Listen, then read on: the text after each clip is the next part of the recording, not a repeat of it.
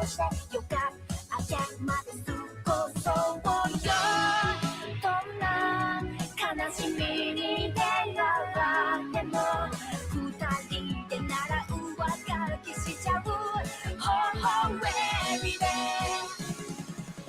心配しないで流れたことに艶やかにそうや歴史を変えて避けたことはうやむやかにそうや心配しないでまた作ればいい艶やかにそうや白紙のままでお気に入りだけでもそれを変えてそうやなかなか長く生きてるとどうして何もかも曖昧になって赤らかもめる怒りがいはそして消えていてしまいそうなんだだけど君はそれ好きるから自分が小さく思えて悩みも消せらせら心配しないで流れたことに艶やかにそうや歴史を変えて避けたことはうやむやかにそうや心配しないでまた作ればいい艶やかにそうや白紙のままでお気に入りだけでもそれを変えてそうや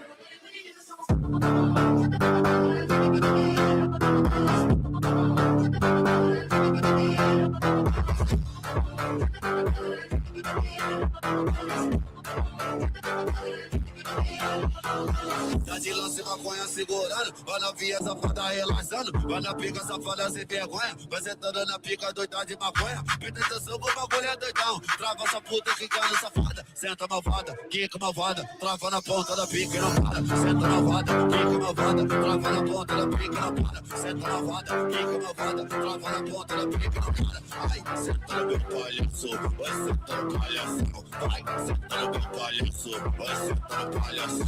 Aquele pique, só couro brabo, me chamam de proibido, porque eu vicio rápido. Combinação perfeita, 7 cerveja de maconha, a novinha viciou, tá tudo curtindo a onda. Naquele pique, só couro brabo, me chamam de proibido, porque eu vicio rápido. Combinação perfeita, 7 cerveja de maconha, a novinha viciou, tá tudo curtindo a onda. Só socadinha, você tá dando vinho. Só socadinha, você tá dando. Só socadinha, você tá dando vinho. Só socadinha, você tá dando. Só socadinha, você tá dando vinho. Só socadinha, você tá dando. Esse é o DJ Holanda, tá lançando a nova moda. É o DJ Holanda, imã de piranha. Imã de piranha, imã de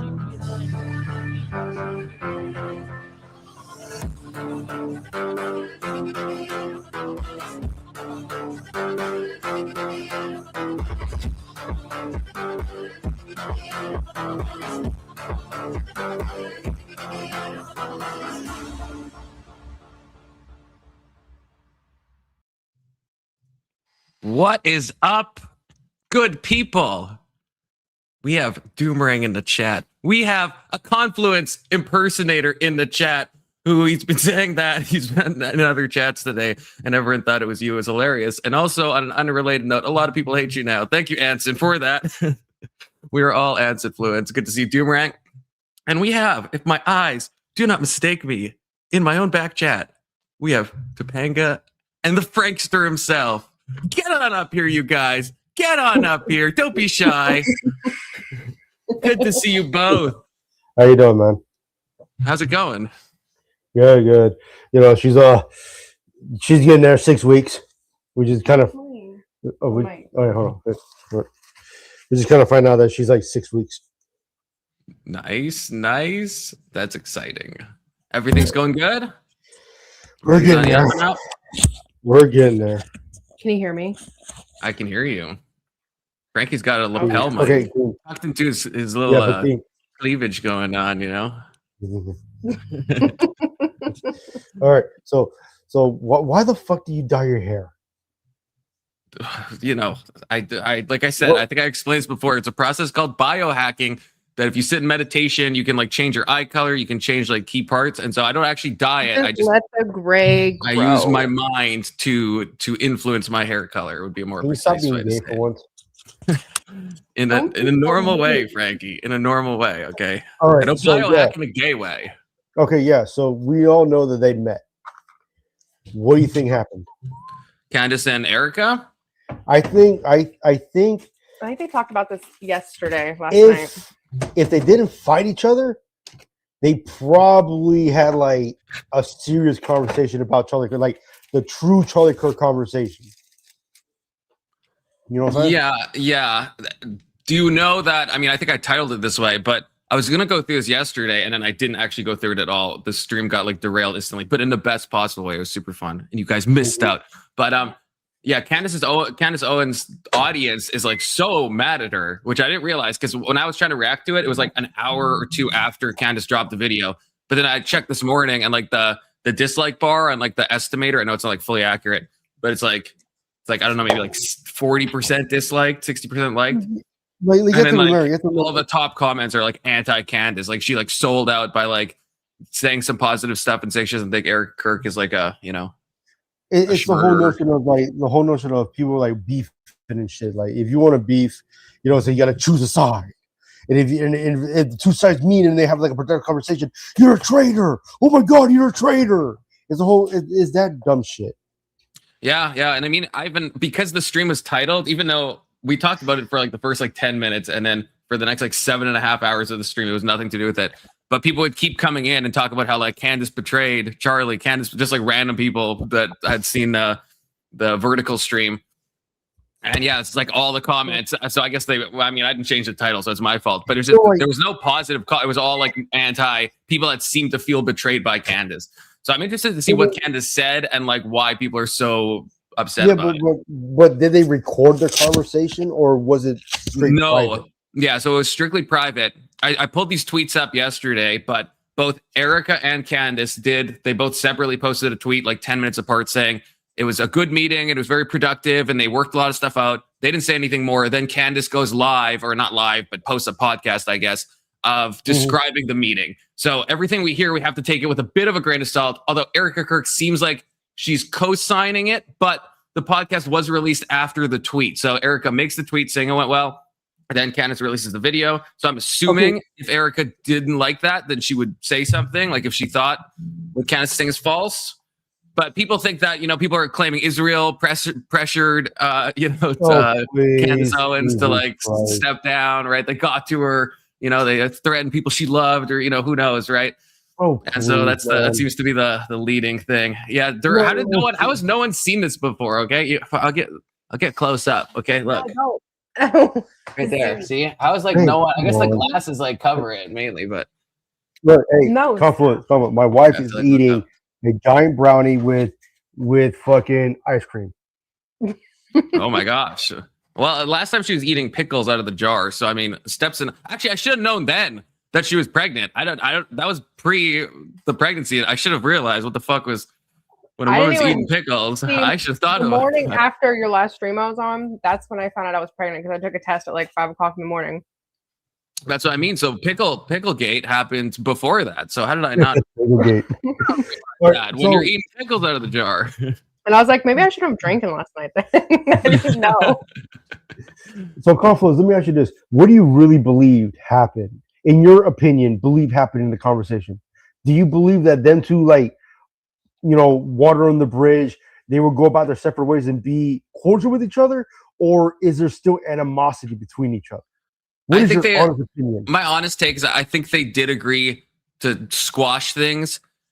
Like I think Erika, what Erika doesn't want, I think yeah, this is just me guessing, but I think if I'm trying to imagine myself being Erika, I would think that she wants the hate to be not directed at her, and she's like, Candace, look, if you want to still have your theories, I don't want to like stop your like freedom of speech, but just like, you know, stop talking about me, stop talking about like, you know, my family and all this stuff.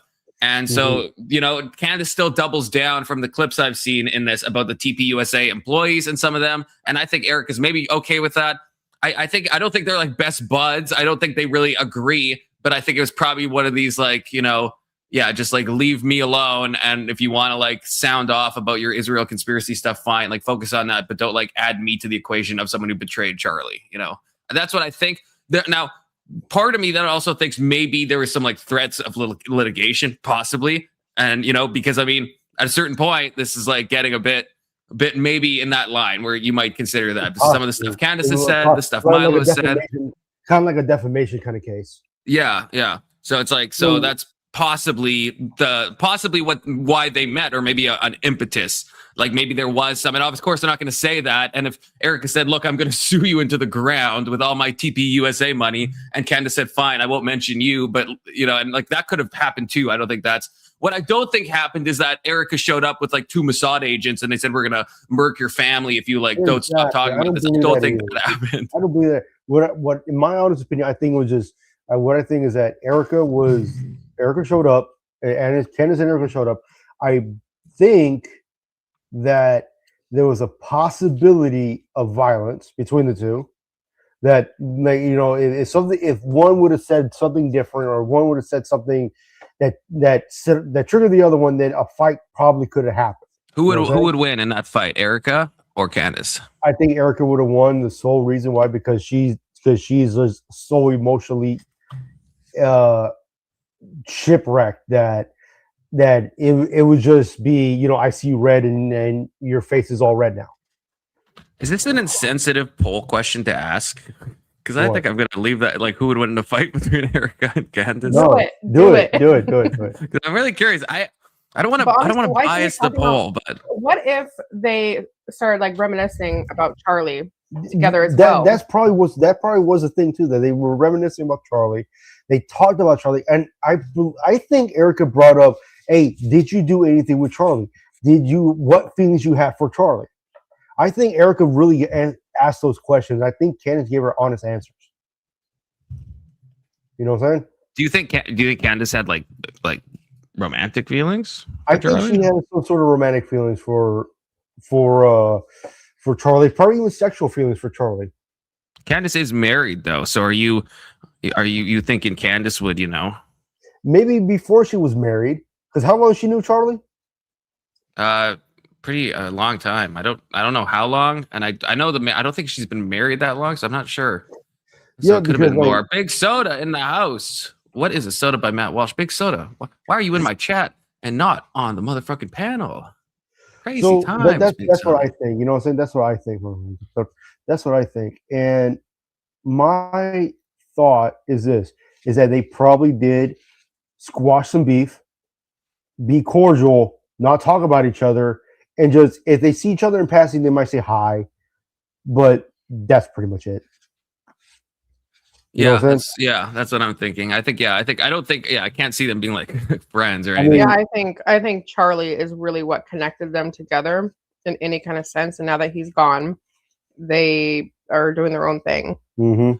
I don't even know if the whole, like, and this is just me not knowing enough about the situation, but I don't even know if Candace's claims about like her being like best friends with like Charlie and stuff, like, has anyone else confirmed that? Like, I know they definitely knew each other, but are they as close as Candace suggests? Or like, does anyone know? Candace thinks they are, or close as Candace thinks they are. Right. Like, yeah, did Charlie ever say this? Like, like I know they knew each other, but yeah, were they like Candace acts like she's like a chief confidant and all this stuff. And I'm like, I don't know, like maybe, but it's like, what if I'm just getting from Candace, my instant thought is to be skeptical, you know? You think Candace and Erika probably touched each other sexually?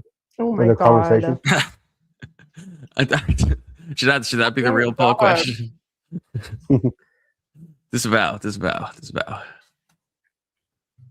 Bring up my third comment. What's your third comment? Answer, you fucking piece of shit. Answer, you Her gay dad boy. did deals with Raytheon. Is this the comment? Answer. Is that true? God, Answer, you really. Must be getting some.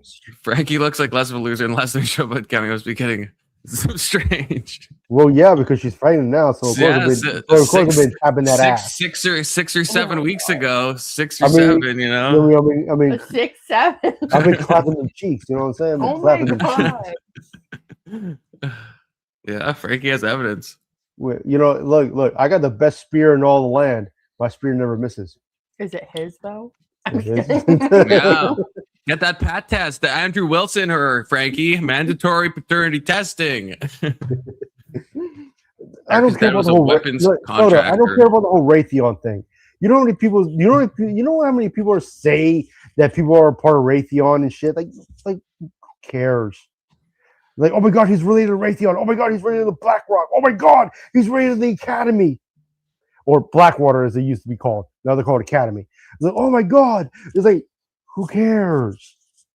Yeah, I'm not exactly surprised that famous dude, conservative would meet someone whose dad had deals with Raytheon. I don't think that's that shocking. What the hell? This makes your voice all. I've heard people say that Erika's family is like Mossad agents and stuff, and it's like if that was true, then okay, then I'd get a little sussed. Okay, I would, you know. Oh my god, whatever. No, dude, when I left active duty, right? I was considering going to the academy, going to talk to them and do a tour in Ukraine until I got a decent job, and then then Samantha came along, or whoa. Name drop. Who the fuck is Samantha? Yeah, who is that? You're cheating on Topanga with some ex of mine, Samantha? Dude. What the hell? Some ex of mine. What I'm saying is this: I literally was considering talking to them and doing a tour in Ukraine because Ukraine was popping at that time. A private weapons thing, or what are we talking about? Well, PMC, private military contracting. Oh, geez, yeah. Okay, you remember Blackwater? You remember Blackwater, right? Yeah. Their name is Academy now. Unless they change their name again, their name's Academy. And this is unrelated to BlackRock. Well, not unrelated. Let's be honest, but it's two different entities. Yeah, sure. Like, two different entities. Yeah. But there was I think Sea Shepherd or another PMC group that all they do is protect oil tankers and freight liners in the Horn of Africa from pirates. Whenever they travel through the Horn of Africa and down through Central Africa. Like, do you trust the private military contract stuff though? Like, I mean, this was I can't remember if you were a part of this, Frankie, because I'm retarded with my memory. But we were talking about. I don't even know who was in this conversation. I was really triggered though by it. We're talking about what's stronger, the U.S. or what has more numbers, the entire force of the U.S. military or private military contractors, and it's obviously the former one. It's obviously not the latter when it comes to total number of people. And I can't remember who was debating me on this, but one of the things that came up, which I do agree with, is that probably the U.S. uses private military contracts to maybe do sketchy stuff that maybe they can't do. So like, how do you feel about that morally, I guess? I'm fine with it. This is the worst thing you've ever called me. Not in like a racist way or anything like that. Just just in the continental way, No, I'm fine with PMC groups. I'm fine with, because look, there's sometimes like there's some soldiers who can't do the whole thing, or they just got tired of the military and then they're like, I want to do my own thing, and they find a PMC group and they just start contracting, and they make decent money contracting. Yeah, but do you think? I guess my question is more like morally, like, do you think these contractors are often up to no good and chicanery and various other untoward things? Well, remember, that depends on the mission that they're doing. And that's what I mean. But if you're like a mercenary at that point, right? Like literally. Yeah, well, PMCs are mercenaries. You have to understand though.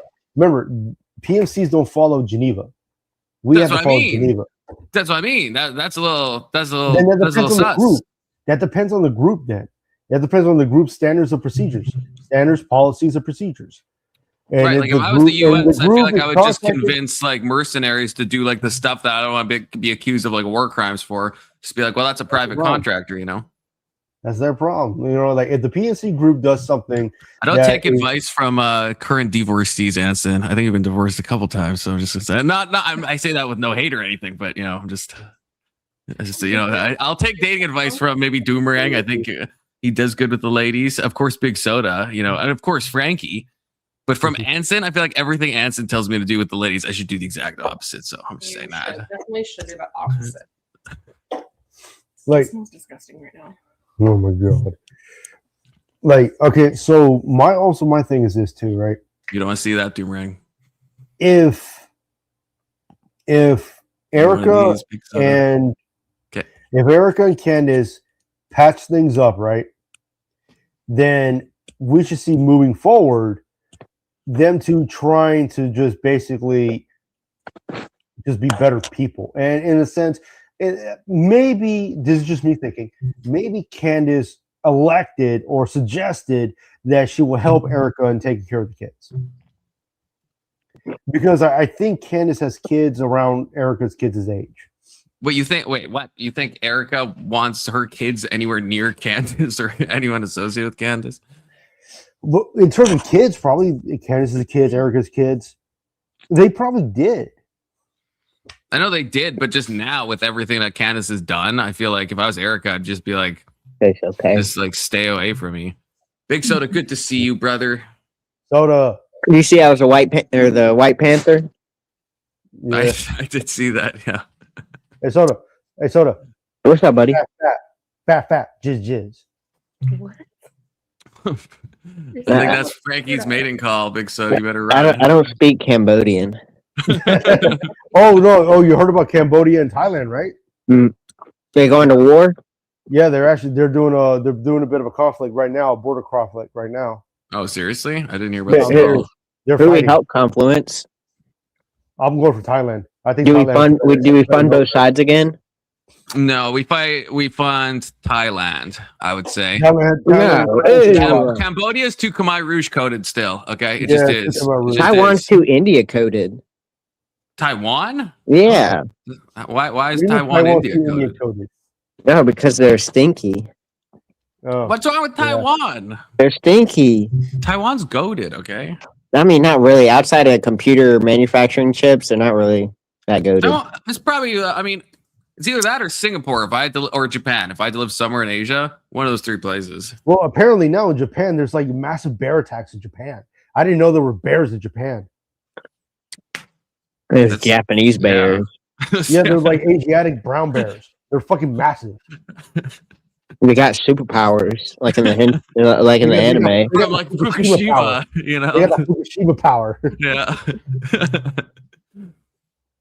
Yeah, that actually is that would be like an instant ex-wife Anson, you know. That'd be that's right. I mean, define good, you know. Stop masturbating about Anna Kasparian. Never, okay, never. Soda, don't masturbate with him. The what? Don't masturbate with Confluence. Stop Oh. speaking Cambodian again. I'm not allowed to. I can only masturbate with people I'm married to. No offense, Confluence. Wow, none taken, I guess. Fuck me, but you can't because you're not married to me. It would be DGen. It would be a little degen, a little bit. Yeah. But if it's your boy, Confluence, like it's not. It wouldn't be in a gay way. So, okay, actually, that probably would be a little gay. All right. So We're then, like jerking off, you, me, and Frankie together, thinking about Anna Kasparian. I'm sorry. oh my god. See, this is why I don't like Canadians in my country. No. So We Frankie can do started all day this. about Okay, other Frankie things. brings out the degen in me. Yeah, but he's It's a American, so I can't deport him. Cock is that Look, ambitious? Soda, look, Soda, That's we it. can goon about other things, Soda. We can start gooning about other things. Frankie is always known for his gooning, his goon-esque behavior. He's a gooner. Yeah, he is. Confluence, he's Yeah, trying to it's- put a baby in you. Yeah, that's what I'm worried about, brother. Okay, so here's my problem. Here's my problem with this, right? The look on her face it's kind of like the smugness of Candace. Sometimes she has this really irritating smugness, and I think Erika that really sets Erika off too. You see what I'm seeing, right? Yeah, but Erica's Yeah. got some evil eyes now. She's got those eyes that are just like. I mean, they're out when to you get have the same everybody. eyes too, wouldn't you? Yeah, well, yeah. I don't blame her. I don't blame her. I'd be shooting daggers, you know. I don't know. I think the whole reason why they didn't record it is because they were nervous because Erica's not a public figure. That Candace would kind of use her experience as a public figure to trap Erika in saying something that she would regret. Yeah, well, that is true because remember, but then that's Candace being underhanded, playing dirty because Oh yeah, yeah. because Erica's totally emotional right now. We don't know when Erika is going to be over it. We don't know. Like she may never be over it. I didn't know Erika was married before. Well, I shouldn't say married. I should say engaged. She was engaged before Charlie. Oh, I didn't know that. Really? I'm pretty sure a country music singer. To a Mossad agent. Is that what you just said? No, Like, country crazy. music. Who's That's it like? crazy. Jason Aldean or what's it like? Jason Aldean? No. It was someone, I guess, a little bit closer to her age. I was gonna say Jason. Well, like fucking what's it? Wait, hold on. Let me get a few guesses. I'm gonna be honest, you'd probably never guess it because I'm a semi fan of country music, but I've never heard this guy. Like I'm ever. my fan of music too. Well, hold on. Well, let me try it. Right. Billy Ray Cyrus. Oh my god. Well, Yes. he nailed it on the first try. What the fuck? Crazy. No. Someone Big Soda's never heard of too. What about Woody Allen? No, not Woody Allen. I was gonna say, Isn't that like Woody- a PDF file Hollywood guy? Yeah, that's a wild one. I thought he was about to say Ted Tim Nugent. Allen, Tim the Tool Man. What about Ted Nugent? He's naming Ted's Ted Kaczynski. Oh, there Ted we go. Bundy. Willie Nelson. Ted- Willie Nelson. Pet Greenwich or whatever. Willie Nelson. No. Wait, hold on. What's that other one? I don't What's think you're the other guessing one? it, Frankie. You're so cold. One other country singer. Hold on. Give me a minute. Are you looking up country singer? Trace Atkins. Trace Atkins. Nope. He's actually Trace Atkins. Yeah, Trace Atkins. Badonkadonk. Kid Rock. Kid Rock. Someone Kid none of Rock's us have not ever heard of. Fine. Little Nas X. Okay, well then that somehow crosses into country. I'm not sure how, but it somehow does. He's all over the place. Isn't he gay? Yeah, I think he's all over the place. Darius Is he Rucker. gay? Watch the music video and you determine. Darius Rucker. No, that's a black dude. I don't think she likes black people. Yeah. So when was she engaged anyway? Because she was engaged. She started dating Charlie in 2019. Morgan I Wallen. think it was Morgan Wallen. 2016 Hold on, Oh. Morgan or Wallen. 2016 is when they broke it off. She may have been engaged in 2015. Something How happened. old is Morgan Erika? Wallen. Okay, Morgan Waller. 45. Oh, Erica's like a lot older, or she's 37. 45. Get out of here, Big Soda. I mean, when I see an old person, that's just my normal guess. 6'7". I'm gonna look up the actual name. It's not on the wiki, but her wiki is very short. It's not a very big wiki page. Well, it had to have been Trace Atkins. JT or Tyler Macy. Tyler Macy? What song Yep. he did? Tyler, weird coincidence. Candace, are you picking up on those coincidences? Tyler Robinson, Tyler Macy, you know what I'm saying? So, something happened, and they weren't really popular at the time, so I don't think people would have kept up with it. But they shot engagement photos, and then some period of time later, it just never developed into a marriage. My sources are saying that she was engaged to Ted dude, Chungus. I got it. Okay, which No, I believe you. Soda, I got it. Fucking Logan Paul. famous country singer Logan Paul. Yeah. Let me think about that. Let me just sit and simmer on that. Think about what it would be like for what- Erika Kirk oh, and Logan Paul to be so engaged. off topic. They got married in the I'll- ring. Hey, so off topic really quick, right? I'll tell you really quick. Apparently Dr. Mike Israel had plastic surgery. Gross. He had that a long time ago. Yeah, Wait, he had his love handles removed. Who? Yeah, that was ages ago. Who? He's Uh, the bodybuilder that me and Dr. Confluence Mike like. Israel, the Renaissance periodization, the channel. He's like a bald Something like steroid. him very much. Yeah, that thing's obsessed with Dr. Mike. The fuck out of here. I sound like a homosexual. If you want to talk about micro penises, he's got the littlest one for you. Who? This guy. You never seen this Dr. guy? Mike. That dude. He Who? looks like he has a vagina. Look, He got a show him vagina. see how hairy he is. He's like a fucking woolly mammoth. Wait, does that say? What the fuck is that I word? Israel. Israel? Yeah, he is Jewish. I if, fucking knew it. if the last He name is didn't tip Jewish. you off, he is Jewish. Shit, they I don't think you can get more Jewish than that last name. Yeah, no, it's almost Like impossible. he has some weird sex shit going on, but it's like normal though. Yeah, exactly. In a normal way. Now you're coming to see things Look, from my like side, Frankie. Look, like I was watching a video of his. He was talking about how this dude was like making. He was talking about a guy who made squats with her differently. He's like, if you find that guy, tell him I want to suck his cock, like now. He makes gay jokes. Anson wants to know which one looks better naked, presumably between Dr. Mike Israel No, he said and Candace that's Owens, not what he I said. think is what he He said- means. naked. Oh, yeah, naked. Who looks better naked? That's Chinese for beautiful. So much Cambodian in the chat, hold on the panels. hold Just on. And also, Cambodian everywhere. And also, Dr. Mike is like 5'6". He is very short. He is very Damn, he's about my height. Or something like that. I thought he was like my No, his wife is like 5'3". wife Asian. He has an Bet Asian he- wife. I bet he beats her. I bet he beats Oh, yeah, he's 5'6". Well, it just consistently wife. listed. That's his wife right there. Now we're He's such a poor. weirdo. Somebody needs to check his laptop.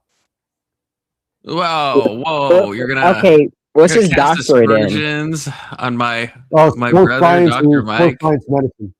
Oh, that's a doctorate. Ooh, He has a Yeah. doctorate in sports science. it's like being a doctor in chiropractic. Well, basically, there's a lot of To some people that went extent. after him for his doctorate, but he's like, but he's basically started masturbating behind a dumpster.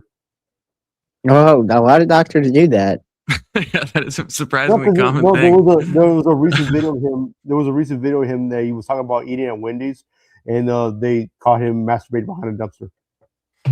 Was it find that hard before to believe. eating at Wendy's or after eating at Wendy's? Yeah. It was Changes before eating the at Wendy's. story. He was making It's fun of the changed dumpster and pulled his substantially. pants down. Are you joking? I'm not joking. You're not joking. I'm not joking. He is joking. This isn't a real thing. This is not a real No, thing. I'm not joking, dude. What are you? What are you, a Dr. Mike fan? This is not a real thing. If I Google Dr. Mike Wendy's, which I will do, You want to see that? I bet Confluence wants to see that.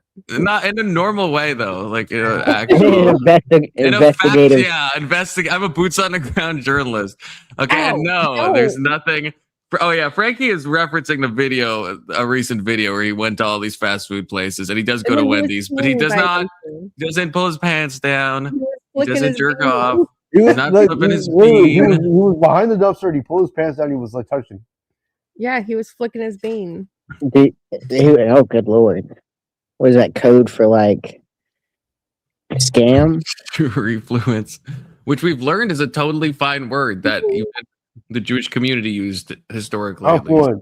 Confluence. Tell Thumping to let me smack her booty. No, stop. Frankie, I give you full permission to smack that booty. No, Smack that booty, stop. Frankie. Do it. Face.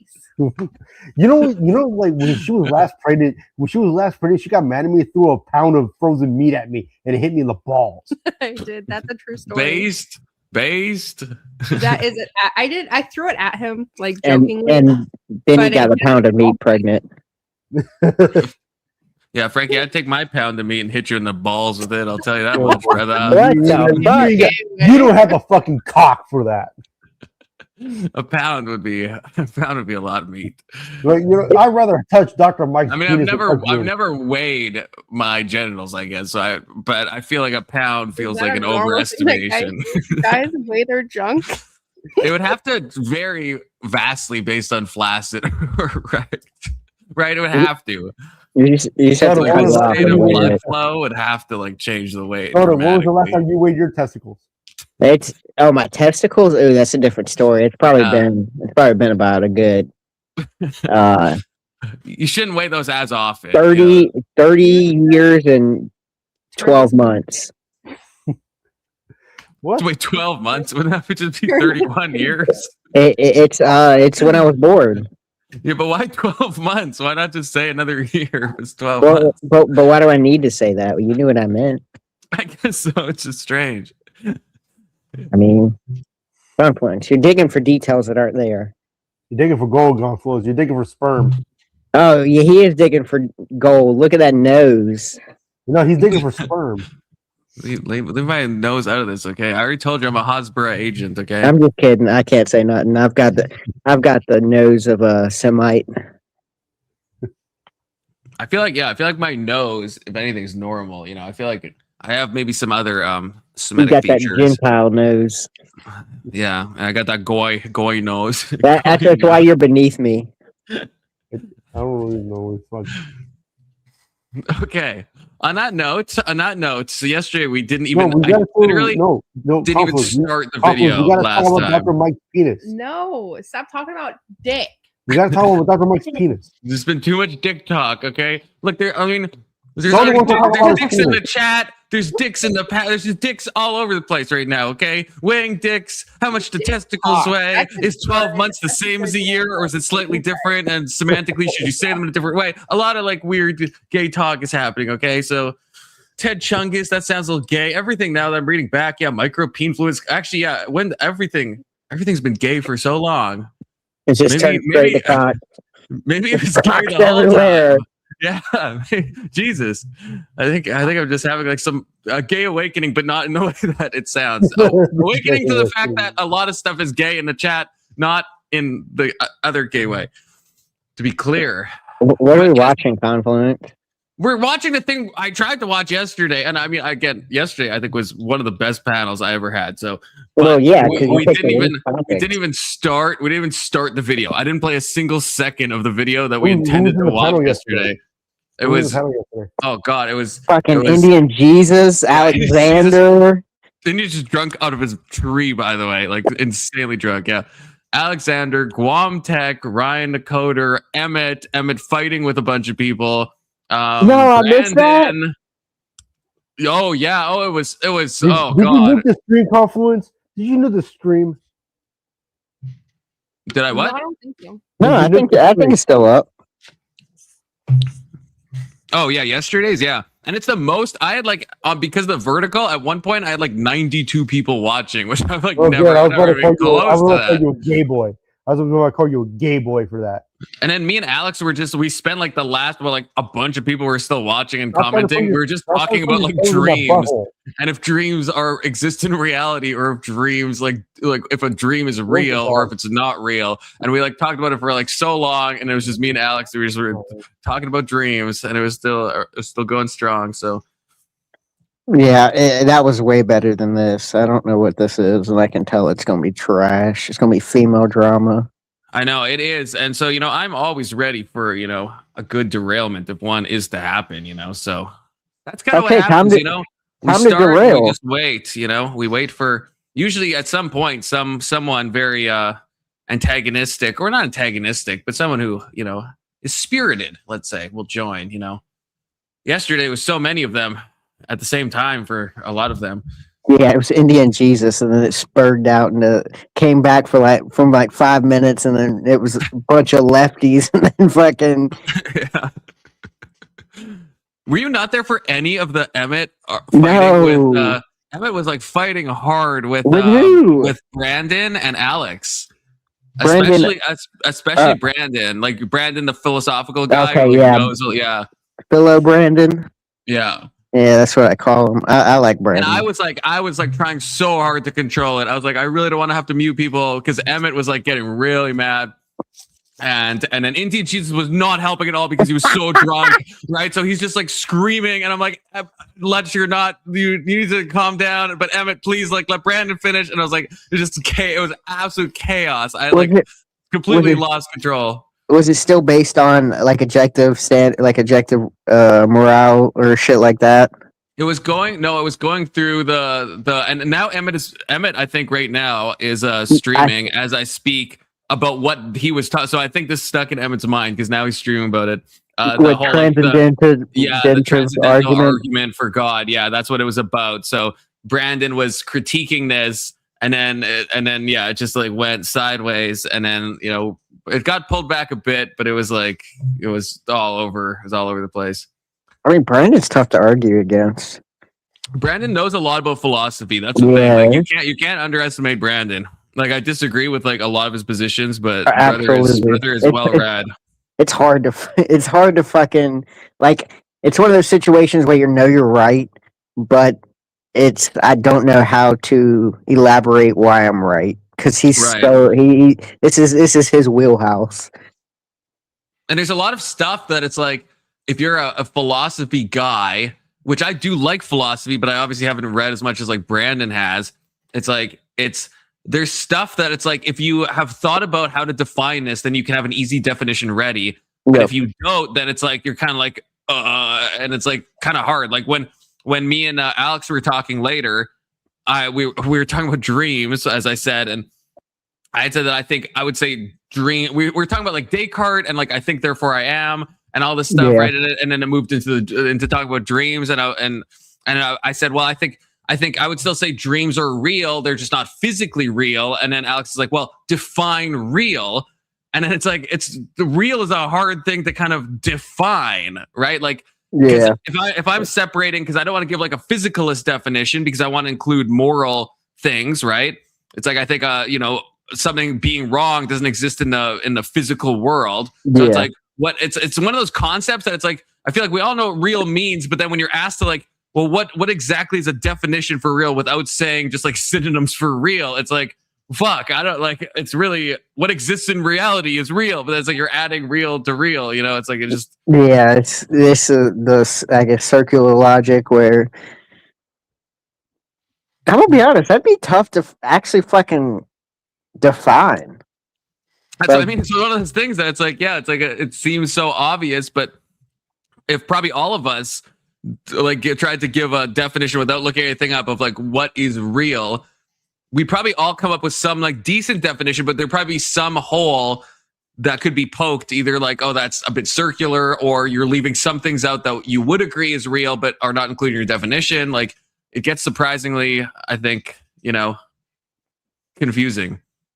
And same with like, I think therefore I am. I was saying, right, that were you there for that part, Big Soda? No. Okay, that so sounds I was like saying, after. I was saying that there's a few people here at this point. Okay. But I don't remember who now. And I was saying that that's the only thing I could be certain of, because we started talking about like certitude and how much you could be certain of. Oh, Emmet is here. Emmet, give me one of these, brother. Emmet, give me one of these. Emmet, you know what happened. Okay, thank you. That green bomb. You know what happened, Emmet. Emmet. You're Eminem. How's it going? Emmet. Shekels coming from the sky. Emmet touching himself. Emmet. Oh, whoa. Okay, calm down. We're all very excited to see you, Emmet.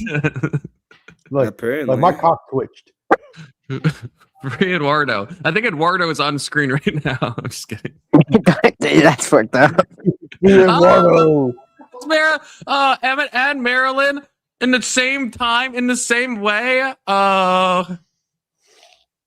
Okay, great times. I just see both. I just explained the transcendental argument, and you guys suck. That's all I'm gonna say. Yesterday was pretty sucky. Look, I was just trying to moderate. I was just trying to moderate the like you and Brandon's thing. I wasn't trying to like I'm obviously on your side on like the stuff. I was just trying to get you both to try to have a semblance of a productive conversation. How am I gonna have a semblance of a productive conversation when literally ask what is the contradiction and it's justified and unjustified, and he's like, no, that's not a contradiction. It's the same thing, you know, don't know, justified and I don't know if that's- unjustified. There's no contradiction there. I don't think that's There's- actually what Brandon said, but Isn't that what he said? I don't. That's not how I interpret it. I should say. That's not How did I you interpret interpret Oh it? my god! How did you? You said the P and not P, and then he was asking for what you mean by that or an example, and then you said apple, not apple, and he said no, it has to be prepositions. It has to be like or propositions. It doesn't have to be a proposition. I It's know. I'm just apple saying and not that's apple. that's what he said. I don't know enough about P and not P to know if it has to be a proposition or not.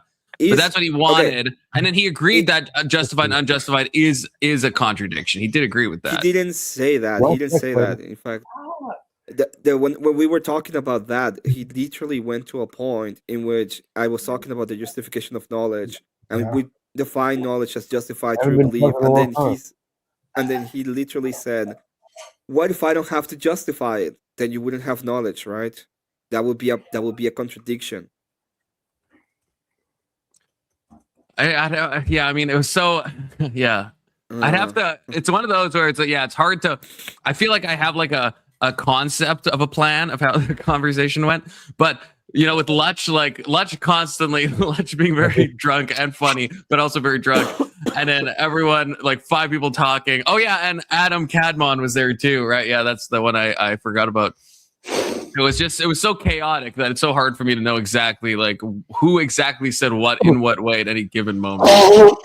Well, Emmet would have enjoyed our conversation with Indian Jesus. Well, Confluence 358, same as my so Indian username now. Jesus wants to use our morals, but not adhere to our foundation.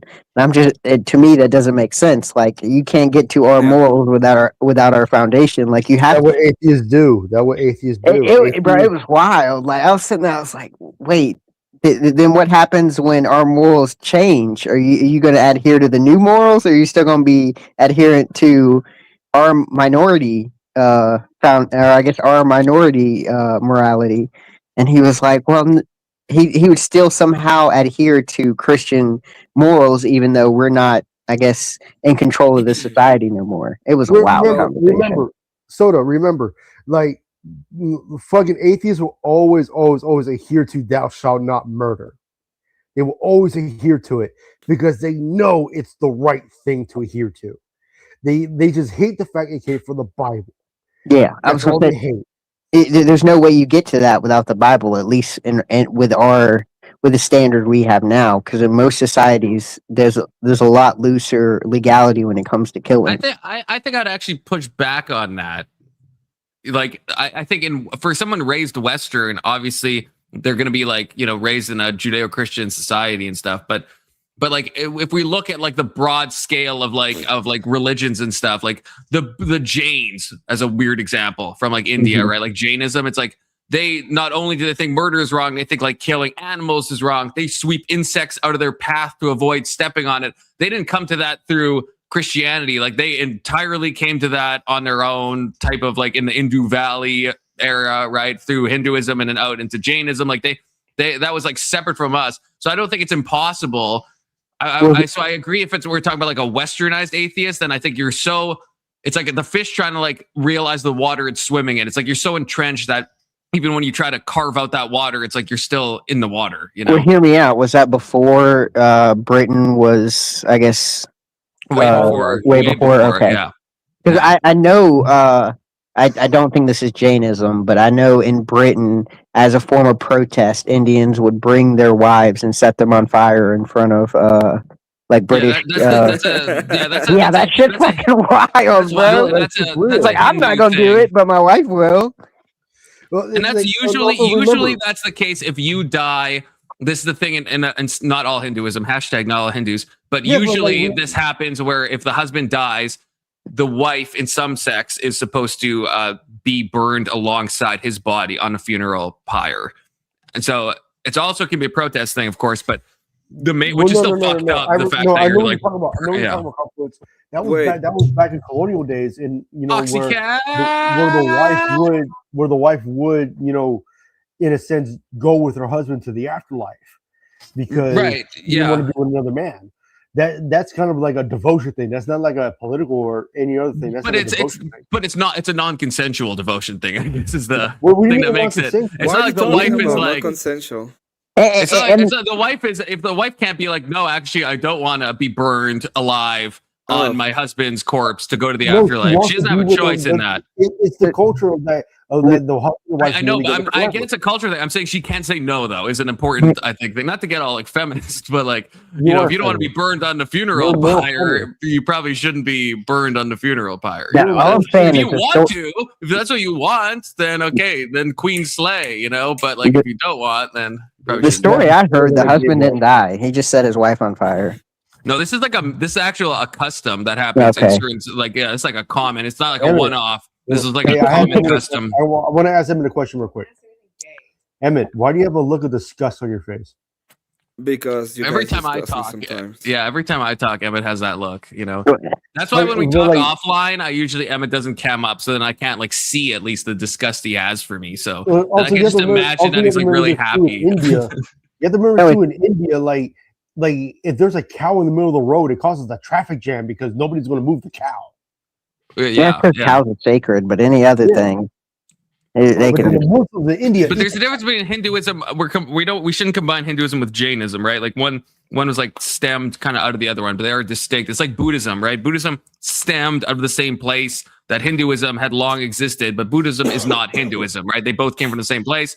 One arguably stemmed out of the other one, but we can't like judge Buddhists from a Hindu standpoint. I think that's misguided. I gotta look up this Jainism. I bet there's some murdering in there.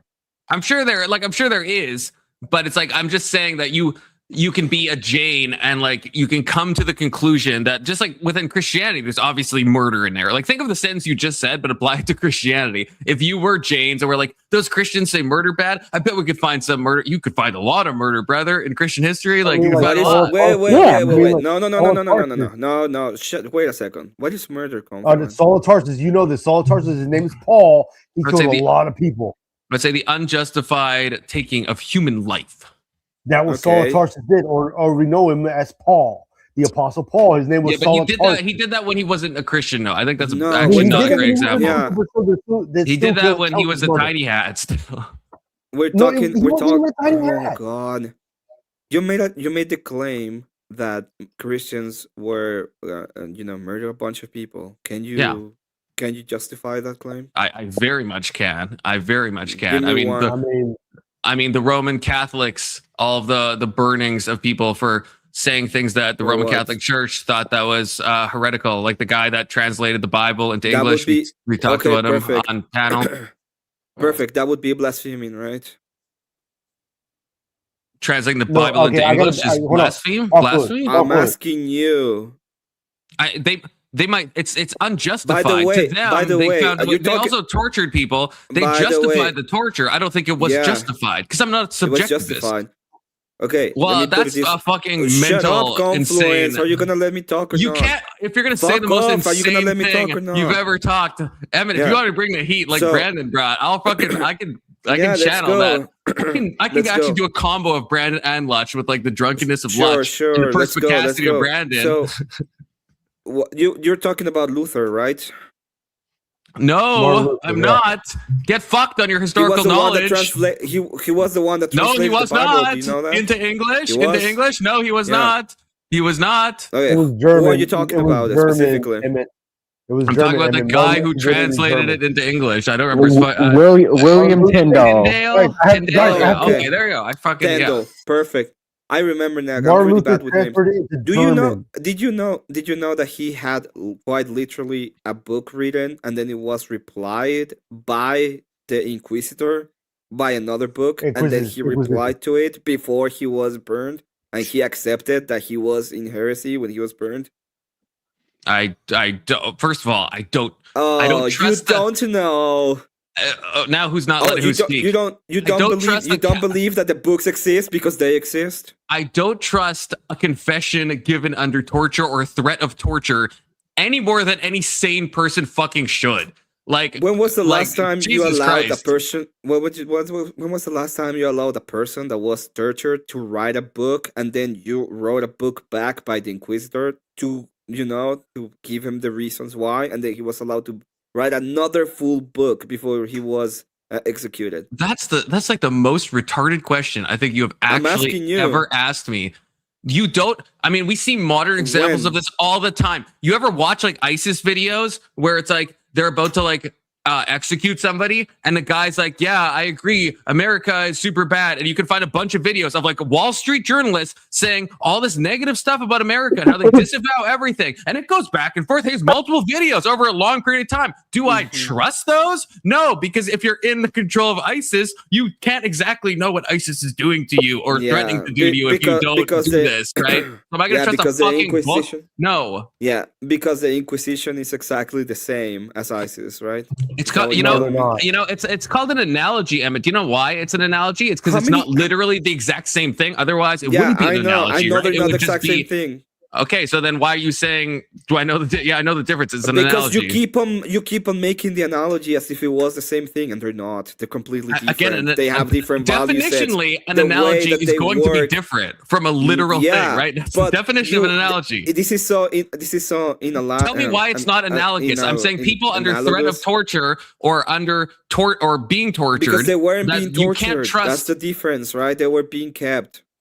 I said torture or threat of being tortured. Obviously, they William weren't Tyndale being- was not he the wasn't first one to tortured. be tortured for heresy. He wasn't tortured. He was killed. He wasn't tortured. Okay, He was I kept mean, in captivity. so Yes. you don't think he Do you had you don't think there was possible he had threat of torture, knowing what the Roman Catholics have I'm done not talking throughout about history, a small. even I'm to not your talking fucking about a people. small- I am not talking about a small note where he said, "Oh, I am wrong." I'm talking about a fucking book.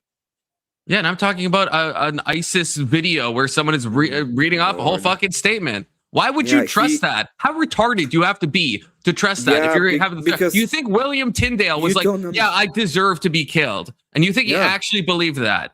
He That's believed like that he was so. in That's heresy. fucking brain broken. That is absolutely brain broken. You Emmett. don't That's think that there's absolutely- people that will die for their beliefs? You're saying that he admitted to heresy and was willing to die He for the was, heresy, He and that admitted like to he's- heresy. So you think he? Okay, first of all, He let- thought he let's was look this case justified, up then. nonetheless, and he had to be. No, he was like, yeah. No, Let's then I guess like let's look this up. I Let's look admit this that up. this was heresy. Yeah, go to Wikipedia and look it up right now. All right, no. Okay, I think I have a better analogy here. All right, Emmett, do you Yeah. agree with the Catholic Church's destruction of the Knights Templar? Do you believe that was justified? No. Why not? I would say yes, it was. No, I would say it wasn't, because the Knights Templar were literally just buying land for France, and Philip the Fourth of Sorry. France. What? I sent Confluence the Wikipedia page. I edited to say Confluence Tinsdale. Because Philip the Fourth basically pressured and On bullied Discord. Emmet the Fifth into destroying the Knights Templar, which all in all was for the church and for all of Europe in defending Christ's church. We know this. It was unjustified, and the Catholic Church suppressed the information. It was only founded from the Vatican archives. You know this, Emmet. Were they Catholics? how- Frankie, were they Catholics? Frankie, were they Catholics? Yeah, the Templars were Catholics. Okay, what says Vatican I about the Pope? I was just banned Which from one? Wikipedia. Wait, did you actually edit the page? I thought you just made you I- edit the image. No. I edited the page to the script, and then they changed it back. They know the Templars are not heretical. The Templars were nowhere near heretical. I'm You gonna know ask this. you once again. What do they believe according to Vatican I, the Catholics? Okay, I don't think I'm understanding what you're saying. The Templars were Catholics, were Catholic. What do they believe according to Vatican I? Do you know Vatican I? What is the continuation of Christ's church and Christ's doctrine? No, Vatican I was a specific legal like church council.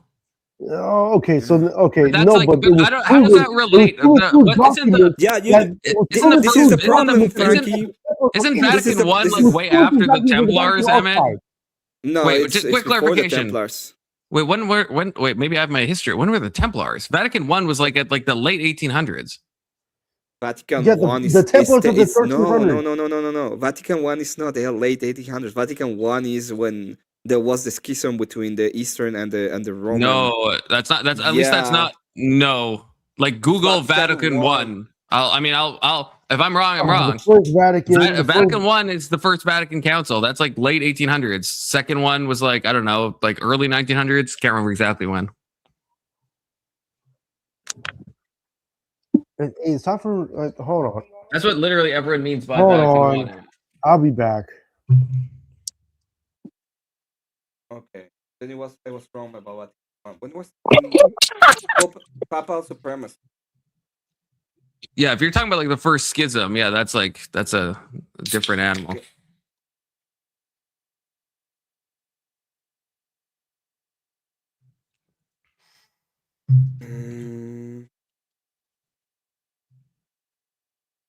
It was an innocent. Yeah, I remember these, but it was the papal supremacy. That's what I was talking. That's what I thought I was talking about. Yo, cool Vic, how you doing? Hope you're doing fine. Good to see you in my chat. I enjoy your show today. It was really cool. But the point is, That's true, Bill Hooks. The papal supremacy. If we're believing about that, they have actual supremacy over all matters when it comes to the political realm and the spiritual realm. So if they believe the Pope believed that they should be removed, or they shouldn't be doing whatever they were doing in accordance to the Pope, he has the authority, so it wouldn't be unjustified. That's so dumb. That's so dumb, Emmet. You wouldn't apply that. If a king says, "I don't want this knight anymore," does he have the authority to get this knight removed? Do you think authority is the same as justification, brother? In this case, like it is. In the caliphate, they could kill a lot of Christians. Mm-hmm. They right? did. And they had the authority to do so. Yeah, I would they say were justified on doing it, right? What was the? No, what? What do you mean by justified? What are you talking about? Now, what do you? What do you think it's justified? We're talking for about a caliphate to kill Christians. We're talking about a political. Okay, this is so am political. Yes, me too. The caliphate, right? They're political, right? You know what? Yeah. Do they have? Who put the caliphate in trial because they killed a bunch of Christians? No one. There you go. They're justified. So. Wait, okay, that is. We're not talking about morality here. We're not talking about morality. We're talking yes, about we are. Let me remind you. Let me full screen this. Let me remind you, Emmet, how we got to this discussion. We got to this because we were talking about murder and what the definition of murder is. I'm saying it's an unjustified kill. We're having a moral. We got through this from a moral argument. So you can't turn around and say by justification, I actually don't mean something moral. I actually just mean might makes right, and if I have authority to do it, and so a caliphate killing a Christian is justified killing, and therefore they didn't murder. The other. Did the caliphates murder the Christians? Murder anyone? Answer my question first. I'll answer your question. Answer my question first. Yes, I think the U.S. Fine, I'll answer. Yeah, I think the U.S. has murdered. I think the U.S. has murdered people. Do you think that the caliphate has murdered Christians? The caliphate in and of itself, like the institution, no. Like individuals under the authority of the caliphate. Christians. Have they murdered them? Christians. Have they murdered them? The caliphate in and of itself, no. That's not. I clarified. I said people under the caliphate, under direction from the caliphate, in the same way that the Pope didn't directly kill William Tinsdale. He wasn't the one that like fucking strangled him, right? It was under the direction and the auspices of the Pope. You don't understand. I'm understanding you completely. I'm asking you a question, which you seem. It's weird that I answered your question so fast, and you're like stunlocked my mind. And I said no. No, they haven't. Wait, you didn't say that. Okay, first of all, you didn't say that. You said they killed them, and I kept pressing you. No, so you don't think the caliphate have killed them. You don't think the caliphate has murdered Christians? No, they have killed them. An insane. That's an insane. So you don't think they did anything like morally? They didn't commit the moral sin of murder by finding a Christian and killing whether him. they murder or not. Murder is not a moral term. Murder is not a moral term. It has nothing. You are trying to apply the idea of murder to an institution, which it doesn't apply to because they have authority. What?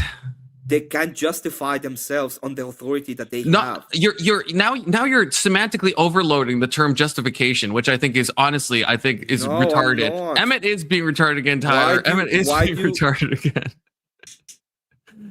Because Emmet, we're talking more when we're using murder. The only reason to ever use the word murder is in a moral context. You would never use that word.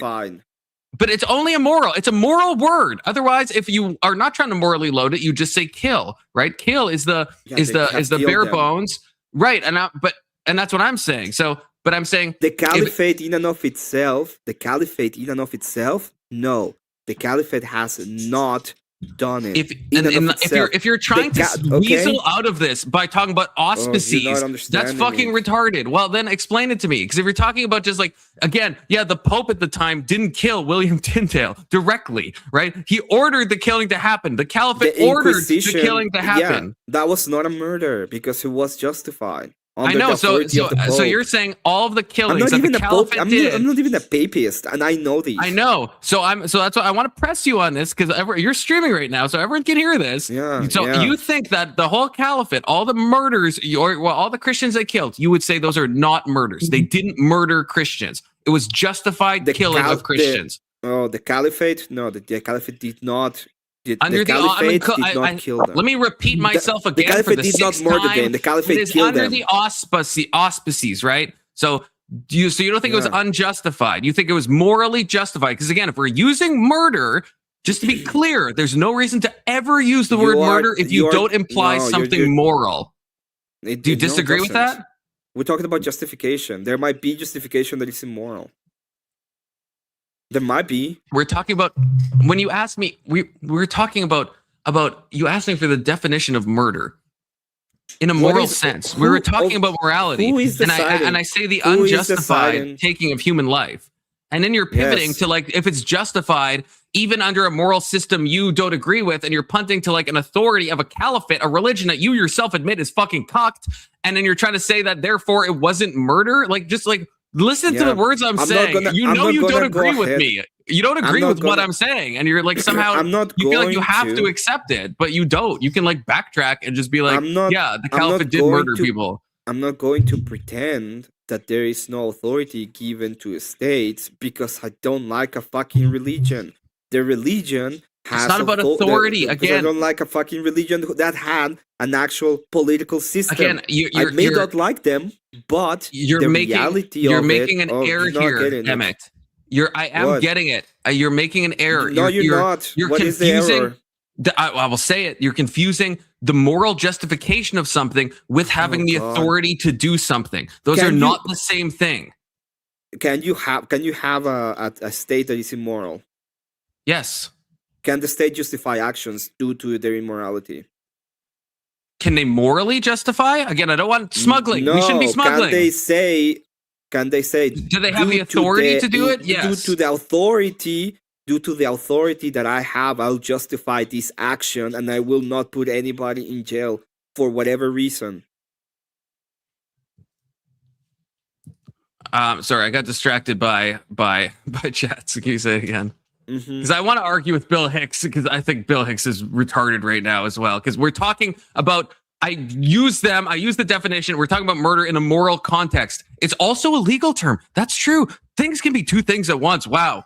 Incredible. Useful. We're learning new things. I never used it in a moral context. You used it in a moral context. I used it in the justification context, and the justification can be immoral, but it's still justified, and it's not murder. Every time we fight, I find myself saying the same words, which is that anyone can look back at the stream and see how this conversation started. It started from talking about Janes and saying, if you're an atheist, can you come to the conclusion that murder is wrong? That's where it started from. It came from literally from a moral argument, and now you're trying to pivot and do semantic overload into. I'm not doing semantic overload. You are literally when doing he asked semantic me- overload. When he asked me about Tyler, the link knights, is and in the he's top. complaining. The link is in the description if you're on mobile, Yeah, or it should be pinned at the top. When he asked I me am about the complaining. knights, and I he's am complaining about the Catholic Pope doing Church- about the that Pope the Catholic doing Church and the something. French kingdom, Yeah, who and did the it? France, the Catholic Church used the Knights Templar as a scapegoat because Yeah. France was pissed off at the fact that the Knights Templar were getting money and buying land and donating to the poor. So I don't want to hear it, Emmett. And you can find the Yeah. Vatican documents Who proving did them it? innocent. Who decided they were gonna be gone? The The Pope, King right? of France. The King of France, It King wasn't the Philip. Pope. King Philip IV that fucking pressured Pope Clement V. Oh, it was the Pope then. Who was pressured into it. But it Pope was the Clement Pope. V was a weak pope. The Pope Clement V was a weak pope. But it was the Prove me Pope. wrong. Prove me wrong. No, Emmett. I don't have to because he did it, and according to the Pope authority, he has authority and he's infallible. Through the King of France. Do you wanna the King of complain France. to the Through the King of complain to the France, Roman who See that decided that they were Give me gonna one of be these, infallible? Tyler. Basically pushed them around and says, you're going to do this because the Knights Templar are taking too much of my land. If you wanna complain to the Roman See because they said that the Pope was infallible and they have the authority No, to do this kind of No. shit. No. The Vatican archives proved the documents that the Knights Templar were innocent and they needed a scapegoat. That was Emmett. proven fact, Emmett. Look it up for Who yourself. did it? Again, who did it? With authority? Oh, Was it Jesus. justified? Yes. There It was was no justified on their Again, okay, authority. again, There's a you're scapegoat fucking, in there. you're at the semantic overload. I pointed out multiple times of the word Yeah, justification. semantic overload. Moral justification or justification based on There authority. was no Again, justification if for I- it. There was zero Frankie, justification for it. just to clarify this, and I'll let Tyler jump in. But I want to clarify this with Emmett. So speaking morally, Fucking so ball. not legally, morally, did the caliphate murder Christians? Morally. Oh my god. Do you want to Don't. the Oh my! moral Just answer the argument? fucking question. Don't I fucking. don't- Oh I my don't god! see the- Answer the fucking question. The Fucking caliphate Jesus. is not a person. The okay? caliphate and the auspices. Oh, sorry. Seventh time It's I've not a clarified person. that. I'm sorry that you keep getting confused by what I mean. I'm sorry. I'm okay? sorry Have that you the ever heard of a caliphate is not a synecdoche? person. Have you ever heard of a synecdoche, Emmett?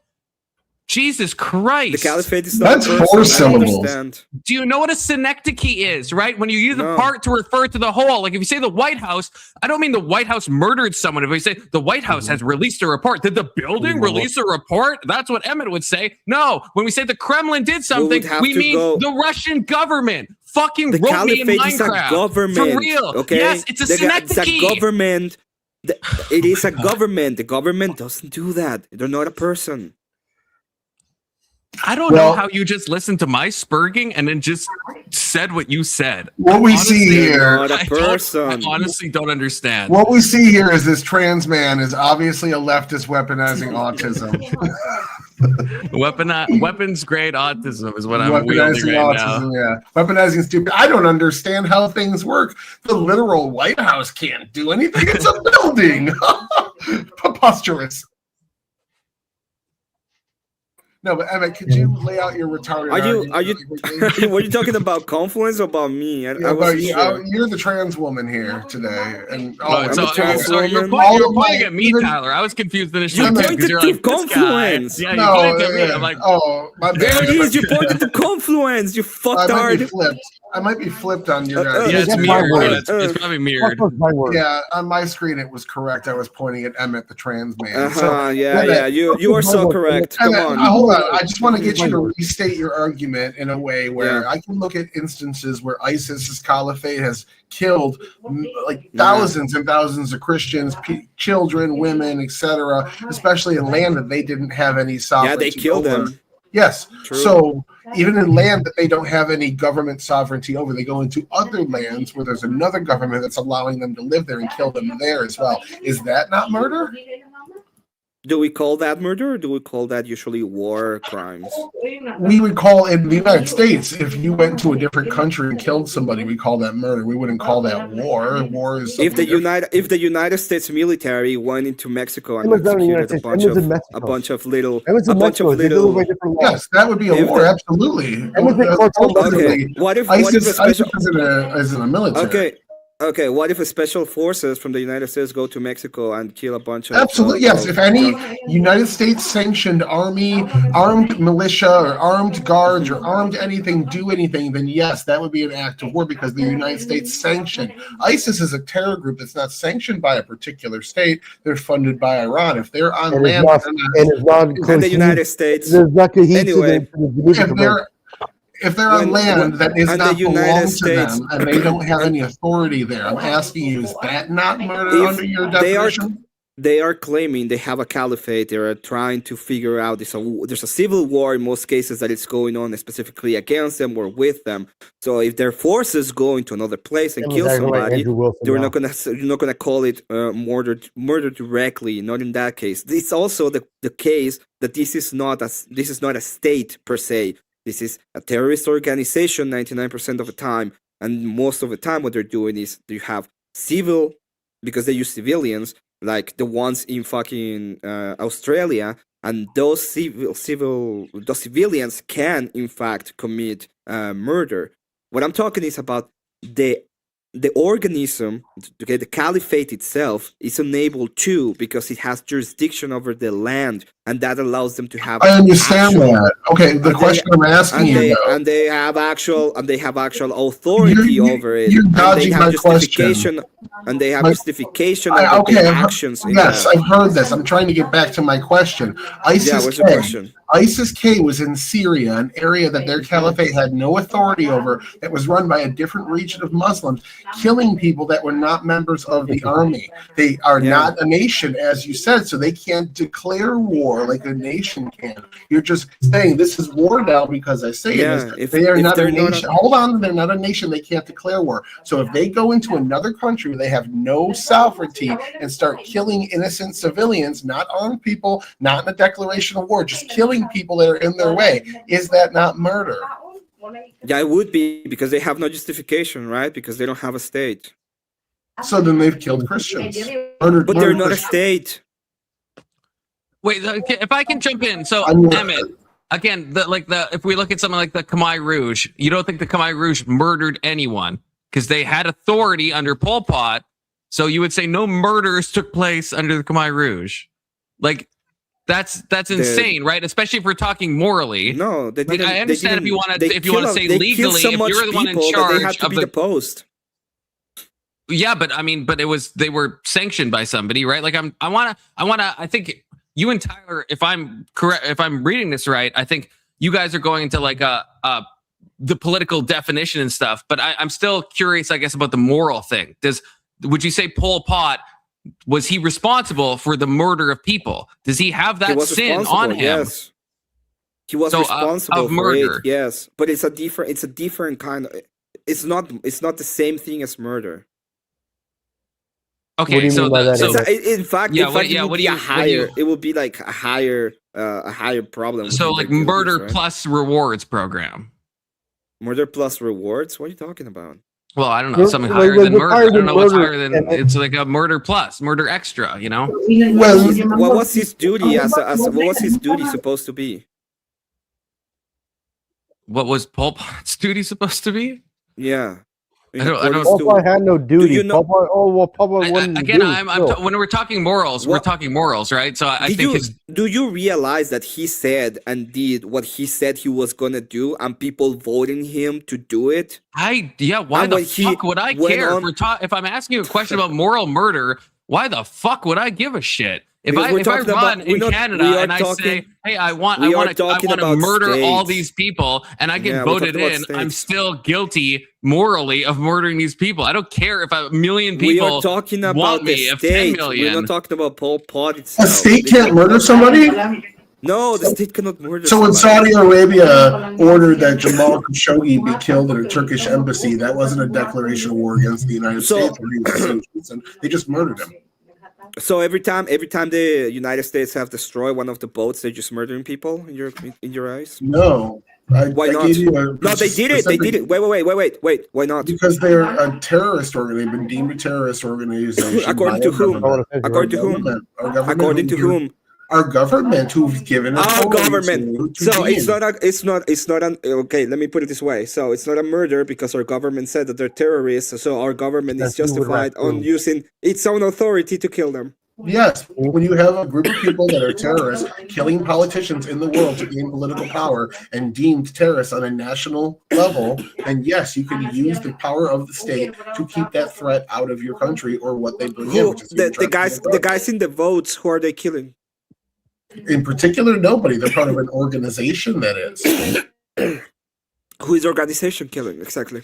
The organization has killed multiple politicians, police officers, and thousands of people, including people that have paid them to be trafficked into the country throughout, everywhere south of the border, every single country, Mexico, Colombia, all of them. Why does the U.S. has authority over all of those countries? We don't. That's a dumb question. So how do you call them? How do you call them terrorists then? Because you don't have to commit a crime in our country to be deemed a terrorist on the world stage. Once you're doing terrorist acts in other countries, you can look at that and say, "Wow, they're killing politicians to power." That's political terrorism. You're just going back to it's justified because I say it's justified. No, it's just because a legal. Which is what I said, by the way, when I'm talking about the government. The government has justification on their actions because of their authority. So the United States has justification of their actions because of their authority. Oh my God, you're just a fuck. Okay. I'm sorry, Taylor. Two different things are the same. I'm sorry, Taylor. Okay, you're just a fucking trans woman retardedly talking about the same thing. Okay, I'm sorry that you have to repeat the same fucking shit that I said because you're a fucking retarded After trans watching woman. you have a tantrum every time you lose a debate on Grid Show, it's obvious you have a problem admitting you're wrong. Man, Yeah, of course. Okay, yes, it's about me. This is about me. You're throwing a tantrum right now. Yeah, it is about me. Of course, Taylor, it's about me. Every single time someone comes with a stupid argument, it's about me. Oh my God, I can't believe it has to be about you. You're throwing a tantrum. Oh my God, it's about Emmet. Every time a question It's just about Emmet. It shows you're wrong. You dodge the Start question, wrangling and now about you're here, having a baby. tantrum. Just start wrangling. Settle down. I'm Pretend you start know- wrangling all the way. Settle down. Pretend you know how a man's supposed to act for just a moment and calm down, chill his Can you? emotions out. Do you keep know yourself how? in check and answer a question. I'm not entirely sure you know how to act anyway, so we can both of us can use. I'm the sure same anybody argument, right? watching this can see I'm sure having a little bit of a everybody. tantrum on I'm it. sure. I am sure that everybody that's watching can understand. I agree. It's just the way that it is. Anyways, that's I think all we're Anyways, going. that He is, refuses yeah. to answer questions. I'm and now, sorry. I'm sorry, trans woman. Why are you so mad? obviously, that one hit a nerve. Oh, I'm sorry, trans woman. Why are you so mad? But yeah, anyways, going back to Right. what I just linked to confluence, there is evidence that the caliphate has been murdering people because, as you said, just because you're naming a group of people doesn't mean the group has to actually be responsible for the murders first. Which caliphate? Which caliphate? I already linked it to him. If you want to go look it up, I'm not doing it. Which caliphate? I already linked it to him. We've already posted. Which it in chat. caliphate? We've already posted it in chat. Can you Emma. name the You can go look. caliphate? Yes, Did you I read the can. fucking sheet Yes, before I you can. send it? I'm not doing pop quizzes. I'm not Emma. doing If you want it. to go I'm read not doing the, it. citation, Can you read go it? for Can you actually tell me I'm which is not the doing caliphate? pop quizzes. You have no Emmett, I idea. will say your last You have pop no quiz fucking didn't go idea? so well, Emmett. I will say you asked about Vatican One and you thought it was happened a long time ago, and it ended up Vatican One ended up being caliphate. the I'm best asking it which was. one. That's the So- tactic. Which Because caliphate? every time he takes an L, he shifts the conversation. Which caliphate? Are you gonna be able to tell me which Emmett, caliphate or not? that is a pop quiz, though. Let's be real, Emmett. That is a pop quiz. I think there's- Like yeah, you asked pop me, quiz. you asked me. He said let's the say what the caliphate. I'm Nicene asking Creed which is, caliphate. the Look, Nicene Creed I is, put it and then in when I chat. answer it, then it's like it doesn't matter. So it's like it's a Which is the- convenient like strategy. Which is the but like, caliphate? Which caliphate? I linked it in chat. If you want to go take a look, go for it. okay, where'd you link it, Tyler? Actually, Yeah, what's the fucking Didn't link? you pull it up? You pulled it up, and I'll throw it in the private chat so Emma can see that right there. yeah, I can't. I don't know if it's a link, it might have got eaten by YouTube if you posted in general. That happens, yeah. So where's Candace Owens? I came on to watch that. We were You in, mean the- you know, The Iraqis? I can't remember if we started the video or not, but No, we didn't. It's the same thing that happened yesterday. But I I want to get to the bottom of this. Like, and Emmet, I know you're a bit, a bit ornery right now. I understand that, ISIS. but He's razzled. he's ISIS. You're talking about Razzled the ISIS after Caliphate. floundering. The Caliphate that is an actual terrorist organization. That's the points that I brought up, yes. Yeah. So the terrorist organization can murder people. Yeah, I agree. Because they don't have authority, because they don't have a state. I gave you examples. I used ISIS. I said ISIS is in Syria. I was not masking this at all. If it was an actual state, I wouldn't agree with you. But since this is a terrorist organization that doesn't have an actual state, then I have to agree with you, right? But I don't know. ISIS controlled like back in the day. ISIS controlled large swaths of like the Levant and everything. Like, I understand like the U.S. doesn't recognize them and give them like statehood, but it's like, if you control enough area, I feel like you are the governing body, like whether we like it or not. Like there was a time where ISIS was the governing body of like a large swath of land. And what happened during that time? A lot of murder. And a lot of war, right? Yeah. They were in war and they were pushed back, if I'm not mistaken. Pretty much destroyed. Well, ISIS is a shell of what it once was, thank God. Inshallah. Yeah. So they were not just like what we're talking about is what is the justification, right? And they were not justified because at the end of the day they were attacked by different groups until they lost. Right, but again, I feel like, and I guess clarify this for me. When you say justified, again, do you mean like legally justified? Because that seems amorphous if we're talking about ISIS, a group that is like that claims authority and they claim. Again, I feel like I've explained the concept of synecdoche in the best way I possibly can. Okay, so when I say ISIS, I'm talking about the authority, the auspices of ISIS, the direction of ISIS. In the same way, I would say the White House killed people. ISIS is an organization. Hey, ISIS is just a word if you think about it. Words can't kill people. I understand that. When I say ISIS, I mean the organization of ISIS, are they commanding killings? Are they morally culpable? The caliphate is just an idea like Antifa. No, idiot. Anyway, so has Canada I don't know. Someone? Tyler's joking, but I don't know. I don't know what you would say to that. He's a retarded fuck. Okay, he's a retarded fuck. I know, but anyway, what's the answer to it though? Confluence. So has Canada ever murdered someone? I'm trying to think. Canada has Canada ever murdered someone? I'm sure we probably have because we're always in the little cohort of like U.S. and stuff and Afghan and stuff like that. So I'm sure we have, but we don't really do too much. Yeah, that's fine. Perfect. Yeah. Okay, you're Canadian, right? From America, to be clear, but yeah, you're both Canadian, then, right? Well, no, that's not how. First of all, it's not how synecdoches work. Second, that's not how governments work. By its auspices, you have, right? Because you're part of Canadian. That's a category error. That is literally a category error. No, it's not a category error. This is exactly what I'm talking about. No, it's not. It's applied to individuals. It's not applied to... No, that's not... No, the confusion is, when I'm saying ISIS murdered, I don't mean the words murdered or that ISIS themselves murdered. I mean ISIS as a body is giving you're part of it because you're part of it. So again, there's no justification for let's say since there's no justification for what Canada has done. In your eyes, you have murdered people because you're Canadian.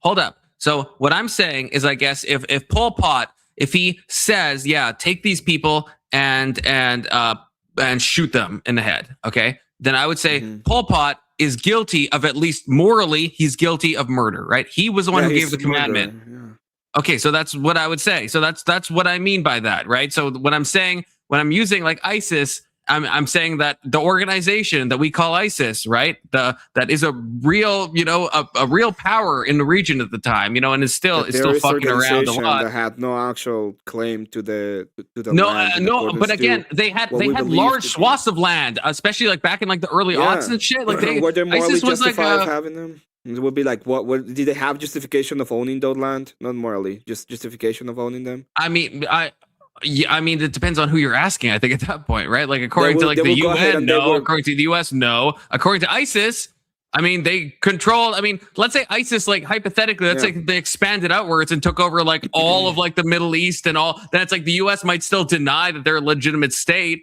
But at a certain point, it's like, if you control enough land, it's like you're de facto you were controlling not things. ISIS. The caliphate would have jurisdiction over the land because they've had the land of it. They own it pretty much. Yeah, that's what I'm saying. So I don't know. Like when you ask about justification, again, I feel like I want you to be clear each time. Are you saying like from America's point of view, like there's solid arguments to be had. If we're talking about like who's designated a terror group, are we looking at the UN? Are we looking at America? What are we looking at, right? If you mean morally, that's what this conversation started from. That's why I asked you if you thought that the caliphate, again, in the Synecdoche version, which I feel like I've clearly delineated, right? If the caliphate has murdered Christians, and you said no, and I'm trying to.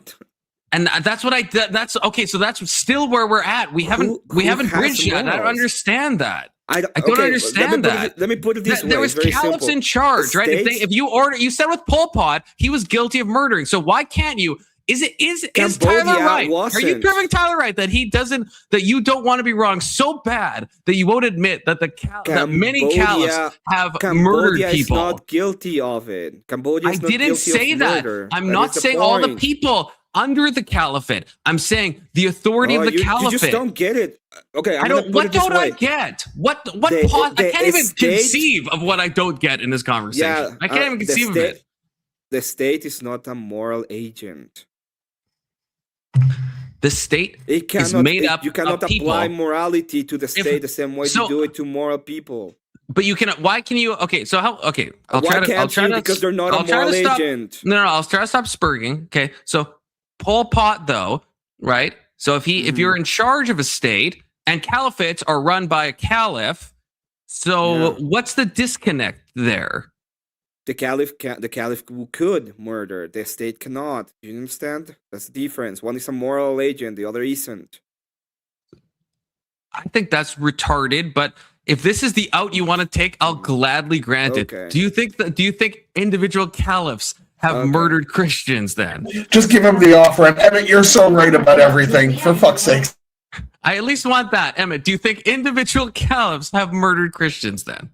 Like morally, to my preference, I'm right to everything I say anyway, right? Okay, answer me though, anyway. Emmett. Please, God, please answer that question. Please, just for my own sanity.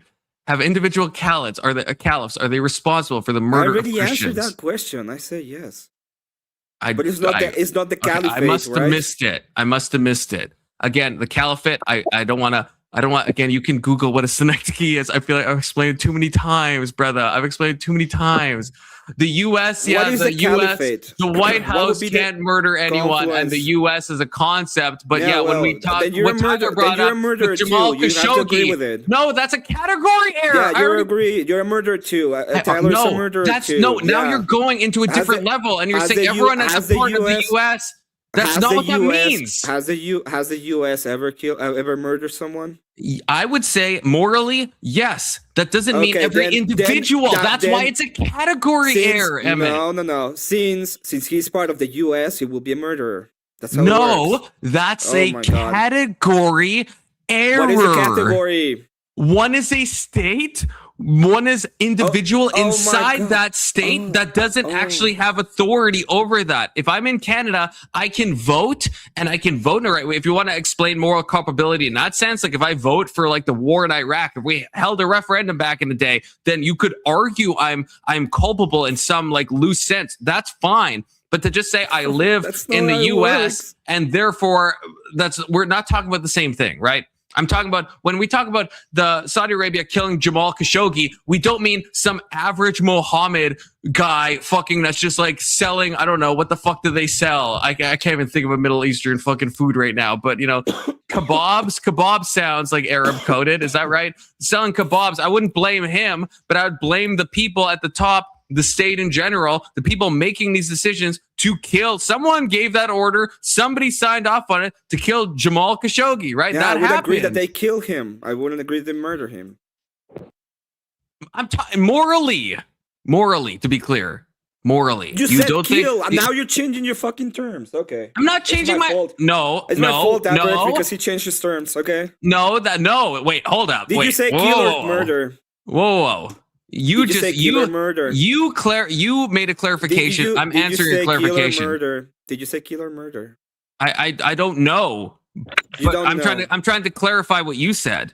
I agree. You said agree, you said he didn't murder him, and I'm asking for kill him. I know, I understand. I'm asking for a clarification. If you mean morally, did he? Because you said he didn't murder him, he killed him. I'm asking morally, was Jamal Khashoggi murdered? Morally, I don't know. I can't be more clear, Emmet. I literally can't. By the person that murdered him, yes. By the ones that, but if you're gonna go to the by the ones that state, ordered it, no, the state would kill him. So the one, okay, so but you said Pol Pot murdered people, but Pol Pot didn't put the fucking pew pew to the guy's head and pull the trigger, right? Pol Pot commanded things. He probably did. Well, probably, but for most of the Khmer Rouge G-sidal targets, probably not, right? As the Khmer Rouge, as the state, he didn't. As the individual, do you just call it the Khmer Rouge, which is based if you did, but it is the Khmer Rouge. Yeah, fucking Khmers. But yeah, I'm saying I'm trying to parse this out. It doesn't, because there's a difference. The state includes the people that live in the state. I don't think that's I think you're smuggling that in. I don't think that's true. Are you part of Canada? Are you part of the population? This is why I keep saying this is why I talk about semantic overload. I am a part of Canada in the sense that I have Canadian citizenship and I live in Canada. Am I part of the government and making decisions? No, I am not. So just like the kebab salesman, and again, I said I preempted that by saying unless you want to punt to some thing. Do you vote? Are you under the jurisdiction? Yes, but that if I you're part of the state.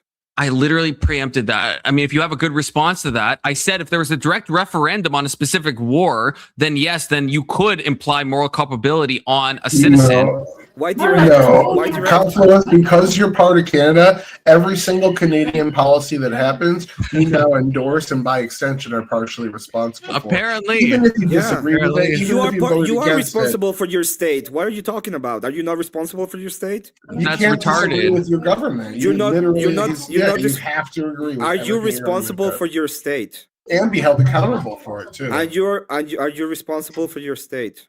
Individually, no. Absolutely not. That's fucking some retard shit. That's absolutely. I voted for the other party.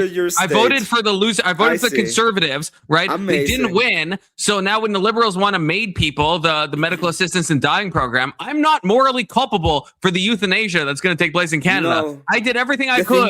Do not want that. Did you do everything you could? I bought my conservative membership. I voted the right way. Right? And it's like, did you do everything you could? The Jews were responsible for the Holocaust. Actually, that's that. They could have done more, Tyler. Maybe they could have done more. Who's to say? Who's to say? They had it coming. Oh yeah.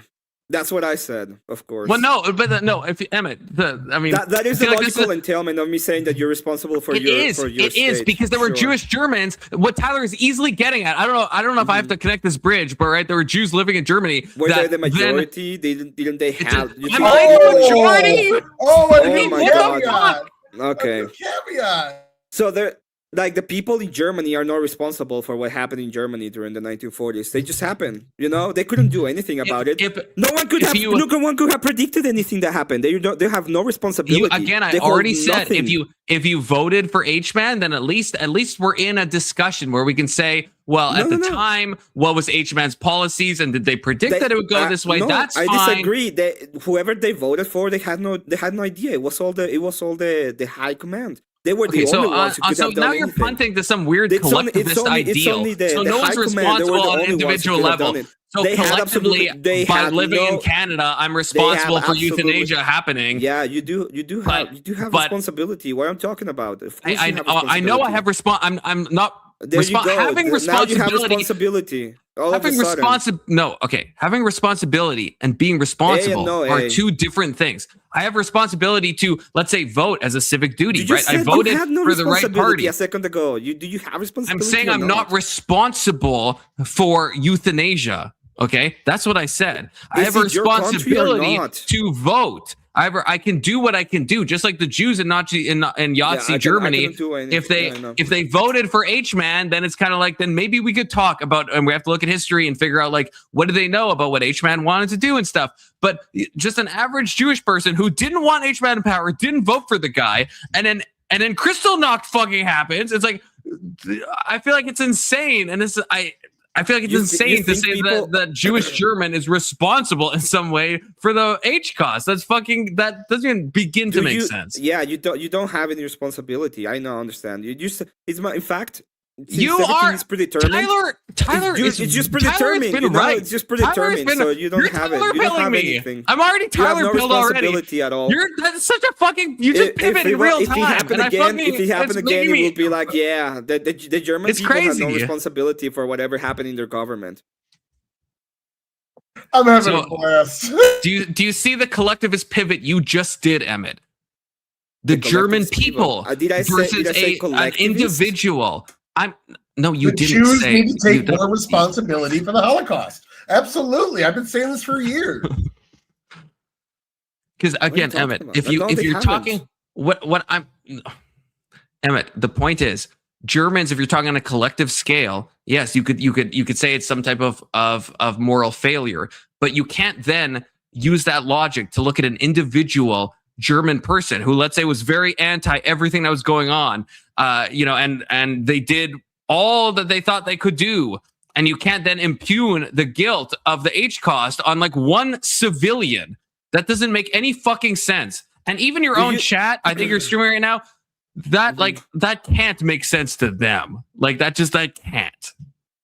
Like, please, God help us all. All you are saying is, it happened to me. I have no responsibility to my own country because I cannot tell people what to do, and since the other people are gonna do whatever they want to do, I just have to accept whatever this happens. Is that what I said? Is that what I said? Is that what I said? Yeah, that's what you said. I say my stances. I vote the way I vote. Shut the fuck up. And because he's a tiny hatter, he has even less responsibility. The tiny hat gives you a special thing that says that you don't have any kind of responsibility to whatever happens in your country. So the German Jews just need to be more responsible in the Holocaust when it happened, I think, right? Wouldn't that be nice that people would have been more responsible so that that's all that needed. Yeah, that's all they needed to do is be a little more responsible. Imagine if people had actual responsibility and were able to act. No, it's not their fault. In fact, it's nobody's fault. It just was predetermined. So it nobody's just happened to happen. Nobody's fault. Yeah, nobody's fault. It was predetermined. It was just predetermined. I slipped under the banana people and accidentally killed 6 million Jews. Tyler, it was predetermined. Okay. So it just happened to happen. I read the scroll. It's a stuff doing the stuff. It's a stuff doing things with stuff. I was in the Zelda dungeon. Are you a physicalist? Said the Holocaust will happen. Yeah. Are you a physicalist? Emmet, is this not the type of pivot that Tyler called you out on? I don't just care. To be real. I don't care. But it is. We're talking specific things. I'm asking you directly. I'm asking you directly about whether or not you have any kind of if you had any kind of responsibility to your state, and you said, "Oh well, there's nothing I can do." Now there's nothing I can do. Wait, if you're talking to me, I literally said the about opposite. The tiny hatters. Oh my god, I have to talk about the tiny hatters. The exact opposite. I have to use the tiny hatters to be like, no. Oh, now you're upset that I use an example that you don't like. An example? Did you use an example, or were you using the tiny hatters? I used an example, and you don't like which example? The people in the example with the Jewish people that you're saying are responsible for the Holocaust. I don't care. I don't care if the tiny hatters were the example or not. What I'm saying is the people in the state have the responsibility to manage the state, and they are the moral agents to tell the state what is moral and not moral. And I'm telling you, the state has no morality. It's not a moral agent. The people is the moral agent. But see, the state hid things from the people. The people in Germany and most of the world were not privy to the fact that they were taking Jews to death camps. So they were hiding it. Is your name Candace Owens, by the way? I'm just asking questions. I'm just asking questions. Just asking questions. Is your name Candace Owens? The German people were unaware. Oh yeah, they just hit people. They just hit things. We didn't. No, we I mean, Emmet. Even the allies, when they went to like Dachau and stuff, were like shocked at what they like. This was this is when not Hitler this is was not a saying- known thing This to is the German basic history. populace. When- Yeah. When Hitler was comparing them to rats and saying that they needed to be exterminated as rats, they had no idea what he meant by that. It was something different. He meant I'm sorry. I mean, rainbows do you know how and, obvious and cool do you know how, shit. Emmett, like we have examples right now with like Michael Knowles saying that like he wants to eradicate trans from public life entirely, right? Trans ideology. Right. Okay. Sure. Yeah. Now, oh, if you God, you're gonna make the category error with him when he's talking about trans not. ideology, and you think it's about the saying, trans people. No, my only point. I don't want to trigger you. I'm not. Are you gonna my go only ahead point and to bring tell this him up. that he's a genocide? Is that what you're trying to tell him? No. Okay. I'm saying if then later on in history we found out Michael Knowles actually did own a bunch of camps and he actually was, we would look at that, or people like you might look at that and be like, oh, it was so obvious, it was so clear the whole time. I mean, he said he wanted to eradicate trans ideology. What else could he mean? I mean, Trump has compared people to vermin. I don't think Trump wants to genocide people. It was not obvious. It was not obvious. It was not obvious. Trump? And like, yes, Trump has used the word, vermin. Who did he call a full race of people a vermin that has to be exterminated? Well, okay, so you changed it. You changed. Do you see what happens? You literally changed it. Now I have to find a race that he called a vermin. I didn't say that. H-men literally called them rats, and he said that he needed to exterminate them. That never happened. He never called them rats. Okay, so what happened was Hitler's rise to power, he was not anti-Semitic at all. He had Jews in his closed cabinet, multiple working for them, until he killed them off later on. He didn't start calling them subhuman, have more prone to sickness and things like that. Have you even seen the propaganda? Until late after he was already in power. Well, I don't. Okay.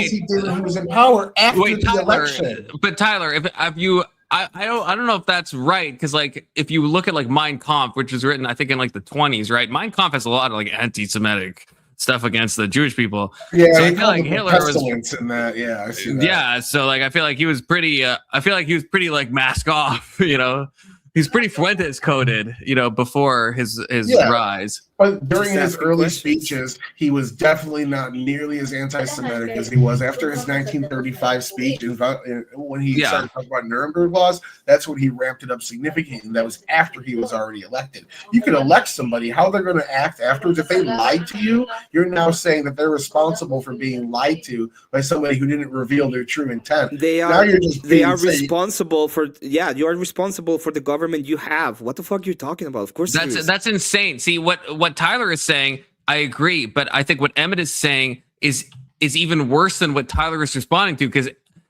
Tyler is talking about people that just voted, which I think is possible. You could vote for H-Man and not have known about this. But Emmet, you're saying even if you didn't vote for H-Man, even if you were anti-H-Man, you're still morally culpable for him exterminating yourself if you're a Jewish person and like 5,999,999 other people. Like, you're the ones that are saying that it's more. I'm saying that the state has no moral. The state kills people. They don't murder because it's not a moral agent. So I'm actually saying the people that didn't know, the people that were actually victims in this case, they're actually not murderers. Oh my God, Eduardo back in chat. They are Eduardo, great to see you, brother. Even though they're part of the state, they're not culpable. Sorry, this is the Guna Bomber. Whatever you want to say. Sorry, no, I'm not trying to interrupt. Just gotta get rid of the guy that tried to get my whole channel deleted a few days ago. But continue on. Sorry. I just think the state can absolutely be a moral agent and can be capable of making ethical decisions and being held accountable for his actions, putting it in that category. Like I just don't see why. Who are you gonna take accountable for the action? Who? The people that are in charge of the positions that did something wrong. Why not everybody? That's part of the. Why not everybody? They all are part of the government. Because they're not all. They didn't all do an individual wrong. That's how our legal system works. How can you say about individuality? We're talking about government. Government are not individuals. Government, yes, as individual. Every single person in government is an individual. Yes. Government are not individuals. Government is a collective. Matter that the government entity itself. The government entity itself is not a person. It's a descriptor. There you go. Awesome. It's a descriptor. But the people Who are you that are gonna- in no, the government. let's say- Hold on, let's let say me that- get the whole let's say sentence. the That the gov- people in the let's government, say the doing government government should- actions are all Yeah, individuals. you're gonna keep on running I'm away gonna from answer- I'm this. gonna finish a Run fucking away from sentence. it. I'm going to finish the sentence because the Run away from it. Let's say that there is. The Yeah, run government away from is it. a descriptor, just like a church. A religion is a descriptor. There's not an individual in a religion. A religion is a descriptor. Yeah, There's I individuals know. that participate in a religion. Confluence, that's the And you say guy. caliphate I and know merge this, I as know a this. man, I but know you're this, saying the yeah. same Thank you, Big structure Soda. exists for both. You You're just are saying this structure absolutely is this losing and this it. structure is this based off of nothing. Who is When it? Who is the person? state When you can talk act about as the a government, who moral is it? agent. I already told you, it's the individuals Who? in the I'm government. glad It's the you individuals. taught me. So it's not the Roles. government. Yes, they are in the government.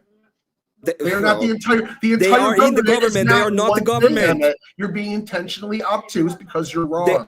The government is Who- not one thing with one The function. government is not an individual. They cannot be understand morally that. culpable. I understand. Yes, it can. No, they can't. Can a religion be person morally that is culpable? doing Can a some- religion even- be a moral? let me put it this- culpable? let me Can put a it this way, religion let me be put it this morally way. culpable? Let Can a me- religion be morally culpable? Yes or no? Depends on the religion, right? So yes, it can. It can be morally culpable, but a religion isn't a person. No, it would be the persons in their religion that will be morally Oh, culpable. so It my would not be fucking religion. argument. Back to you, fucking moron. Yes, but I wouldn't say that. I wouldn't say the religion is the moral agent. I would say the people are the moral But you agent. just did. No, You said yes. I wouldn't say. depending on the I religion. wouldn't say Said the. yes. I wouldn't say the religion. It's my. Let me put it this way, because I probably got confused there, and I apologize. I wouldn't say the religion is. I would say the religion can be immoral in other senses, but I wouldn't say the religion. I would say the religion is immoral because what it's teaching, which is different, and doesn't. We're talking about different things. Anyway, the religion. The government is moral because of cannot- what it's teaching. The religion cannot do immoral things. Okay, that's not what the religion The can do. government The is people religious can because the do moral- immoral things. Okay, I so the agree. people That's could what I- do that's what immoral I- things, the religion couldn't. And that's my exact No, argument about you're government saying being yeah, but different. you're saying what you're saying is the government can be a moral agent. I'm saying it cannot Yes. be a moral The agent. government can be a How moral can it be a agent moral agent? Who? because it can We're be gonna go back to who? accountable. The government and the Who people is working it? within it, the people working within it. The government is an assembly of individuals that Oh, work God. together to run the country. That is what the government is. It is a group of individuals hired or voted into office to run the country or a state or a region. That's what the government is. It's a group of people. Okay, fucking very simple. Let's say that the government says we're gonna go ahead and steal 10% of your income. Who is the moral? Who is the responsible one? Well, if they were stealing it, the person responsible would be the person that enacted the policy. But if it was something that was voted on by representatives of the people, it would be taxation, which is not theft. Yeah, they So, voted it if they in. were They voted it in. They're stealing- just stealing it. If they were voted They in went to. They as said that it was. representatives, Well, let me yes. put it this way. Let me put it this way. It was a king. There was no voting. The king said, "I have the authority because I am the king. I'm gonna steal 10% of all of your income this year." Who are you going to appeal to? Nobody. Just because you can't appeal doesn't make it immoral. Was If it you're immoral? being murdered, if you got How is it got immoral? murdered by a serial killer in the woods and you're the only two people around, who do you appeal to? Oh Lord. Well, they do it all the time right now. You're adding a It's called caveat that has taxes. nothing to do with It's it. called taxes. Who is it the responsible one? Who is the one that's doing the immoral thing? Well, taxes are generally approved on by the voters. If a politician It- does something the voters okay, so find all we immoral, need to do. then they have an wait, wait, wait. election. Hold on, Perfect. let me talk. Emmet. Perfect, If the perfect. politician So does it's all about something- approval. So Hold as on, long as you it, know as long it's about moral. as long as people agree with it, Yeah. it's gonna be moral. Yeah, as long as people agree with it, it's gonna be moral. Yeah, as long as people agree with it. That's moral approval. If people agree with it, Yeah, moral. yeah. Yeah. Yeah. That's how So- things change over time. That's how Okay, religions perfect. change over So time. they're not murdering because they approve of it, right?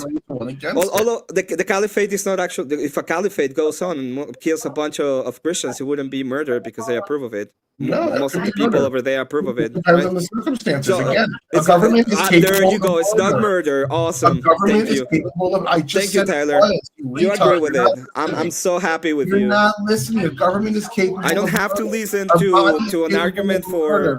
I know you're not listening. You're just making I shit don't up. have to use an Just appeal to consensus. I know that I you agree. love- I agree. The appeal of consensus. I know it. Listening to my Very simple argument argument. shows how stupid yours is. That's why you refuse. Yeah, I agree about the appeal of All you've consensus. done is Right? interrupt. You can't Appeal even of let me get a consensus? sentence out. I'm just appealing to consensus. You made that up.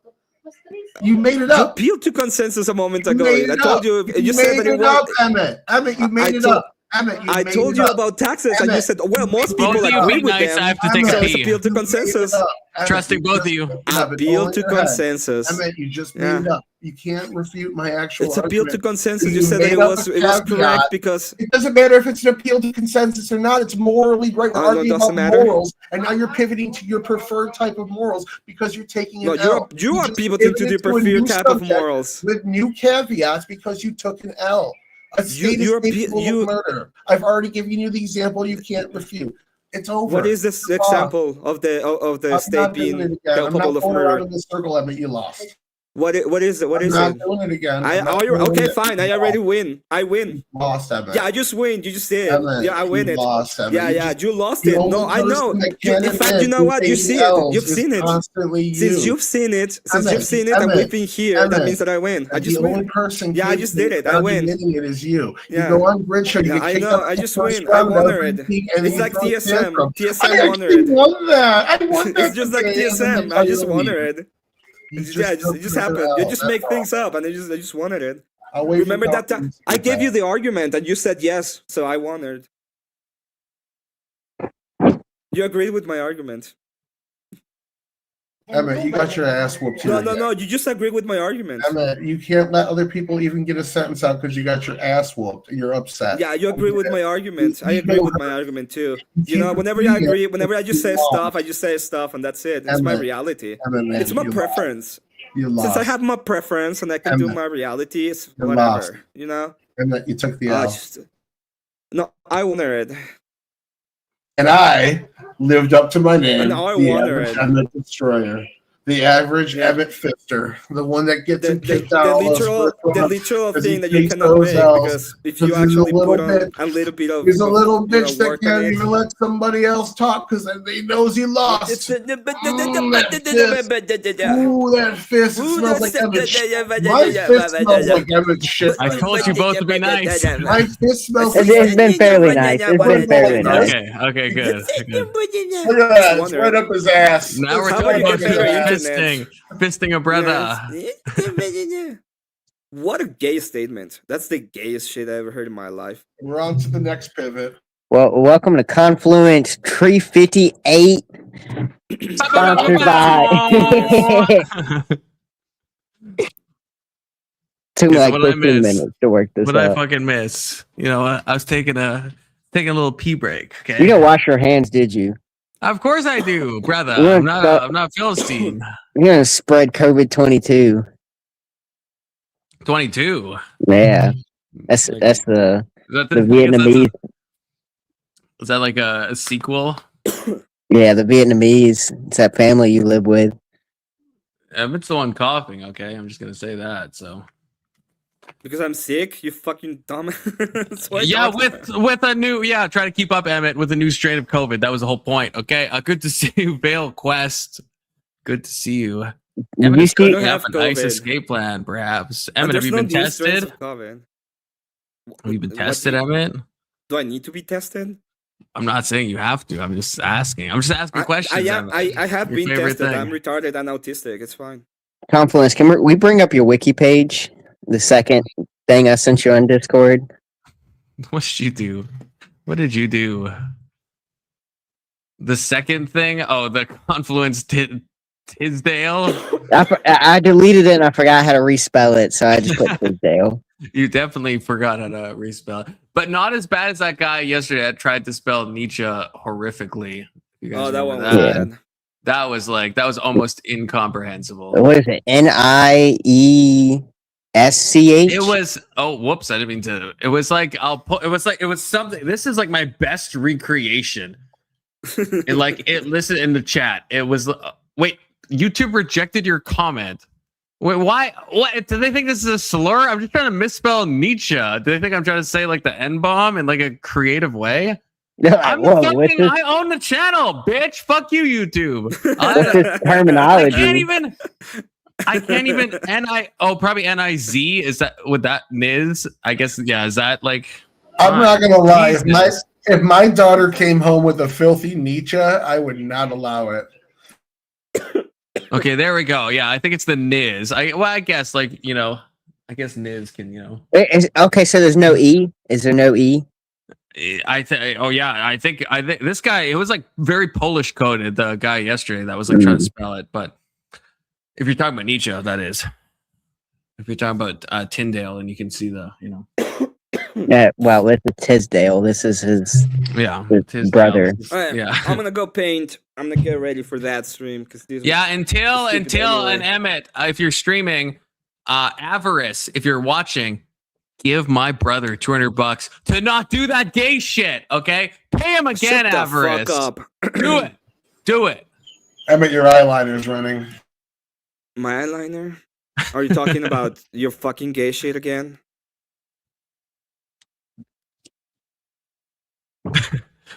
Emmet, have fun painting. Unless Avarice will. stops you. It's always a pleasure, Your Eminence. Yeah, thank you. Have a good one, Always a pleasure, Conference. Emmet. Take care, brother. Good to see you, Taylor. Even though you're wrong about everything. And I won. That's very Ryan coded of Emmet to do, which I feel like Emmet would I hate will me be for honest. saying, but that Ryan is he That's always a leaves fair to say- statement. That's a fair statement. Ryan's like, well, I did win, and it's like, okay. It's like Ryan with the immigration law. It's like he was so sure of it, and then we started reading it, and then he was like, well, maybe there's an argument that these are actually legal. Yeah. Hey, at least he backed down, dude. When I was debating non-fan on the Venezuelan boats, I was literally reading the law to him, and he was still denying it in real time. Where did you read that? This is off of Cornell University's website for what the law is. No, that's not right. That's not right. No. So yeah, Cornell, the right wing publication. yeah, that churns out right wingers all the time. That's the easiest trope to win against right wingers. Just claim that every source they use is right wing. Tyler, it's the 7th. I thought you were moving, brother. I thought you were moving. Friday morning we're moving, so everything's all packed up in the house except for my computer and a few. And your beautiful floral arrangement. Shout out Tyler's wife, okay? Can she hear me? 07's your wife, Tyler. She's Did on you the put phone. that together? Can you yell her? Can you say Confluence says 07's? Hey, Confluence says 07's wife. Confluence says 07's. What's 07? It's a Nazi. Tell her it's a Nazi salute. Tell her it's a It's a salute. Nazi salute. No. No. My heart goes out to you. Yeah. Maybe the autism Nazi salute, okay? Now your wife's gonna think I'm a fucking Nazi, Tyler. I mean, you are Canadian. You do arrest people for this. I don't know how Okay, much. now Anson is like trying to copy me as best as he can. This is Anson with an underscore in my name. Official merch available at my handle. As if Anson already he was so close to me, but now he's just He's the blood becoming you. influence. Yeah, he is slowly becoming the confluence. All right, okay? Confluence 2 or Anson, Influence. We'll go with that. Influence. Yeah. Who won, Emmet or myself and your doppelganger? I'm going to trust your judgment on this. I'm gonna be fair. I was leaning toward y'all side, but like, I mean, I guess I understand the. I don't want to say I agree with it. I understand the point he's making. The only problem is when we're talking about like murder and what we're judging it by, especially in Christian, like a Christian foundation. I mean, I assume the ultimate authority to that would be God. So, I mean, there would be just as much justification to say the government's committing murder. Because if you use an example like the Holocaust, the H, then I'm pretty sure they describe that in the Nuremberg trials as mass murder. Yeah. So it would be technically their authority above them saying that just because you're a government, you're still committing mass murder. Well, one of the points that I brought up was that we hold our police accountable for murder in the United States, and that just got completely ignored as well. Like a government agent, an executor of government policy, executioner of government policy can go out and shoot somebody running away and then sprinkle a gun on them or crack on them, whatever happened in South Carolina a few years back. And that guy can go to jail for murder. And it absolutely is, that's murder from our government. Like, I guess you could also make like so let's describe like a very loose situational. If I'm, I don't know, somewhere in Great Britain or Ireland, and the president of the United States just drops a bomb on me intentionally and signs the actual, I guess, signs the document to do that, but I haven't gone through a trial yet, then I would think that would be the government murdering me, correct? That would be unlawful for him to do. Yeah, absolutely. I fucked up. I should have brought up the fact that the Declaration of Independence was a literal moral claim for the existence of the United States and the rights that we have. So our system is founded on a moral principle and is literally a moral system. Because I mean, that's probably my best example would be if the government does an action and it's outside its own illegal authority, that would in return be murder if that action is the killing of a U.S. citizen that hasn't had due process. I don't like, and I mean, I guess I can't say too much without Emmet. You know, Emmet's he's very coded right now. So he's not here to defend himself, but I don't like that there wasn't a delineation between like what a state would consider murder and what, like to what you said, Big Soda, like what does God consider murder? Because you, I think, Tyler, you're not Christian, right? No, I'm not. No, okay, I'm not. My wife is a Catholic, but I think they're filthy papists. Oh, you should be more Tyler wife coded. But yeah, okay, so me and Big Soda and Emmet, it's like, so we all agree about like some that like God is probably the ultimate, and this might lose you, Tyler, in the moral sense, but at least if the three of us, right, we believe in a God, we believe that he is the one that is responsible. I don't like that was not addressed. I feel like there was like a pivot between like an authority to do something politically and a moral thing. And it's like, when we look at like Exodus, right, if we're talking about like the 10 Commandments, right, like thou shalt not murder, it's like it's not like unless the state says it's totally cool and then it's totally cool. It's like we're talking in like a moral way. Like, what does God consider murder? And at which point the state becomes irrelevant from a moral point of view. And so again, we have a myriad of examples to go to throughout history. But if like if a government says, oh, this is fine, it doesn't mean it's not murder anymore, right? It's still like and that's what I kept trying to bring back with semantic overload, where it's like, yeah, murder can be a legal term, but it's also used in a moral sense, especially for people that, follow, like the what do they fucking call? Oh God, I'm like blanking the Abrahamic religions. That's what I was going for. Yeah, Abrahamic religions. Well, when Moses went up on Mount Sinai for the 40 days, I don't think he returned the law to... Good to see you, Tyler. Tyler peaced out.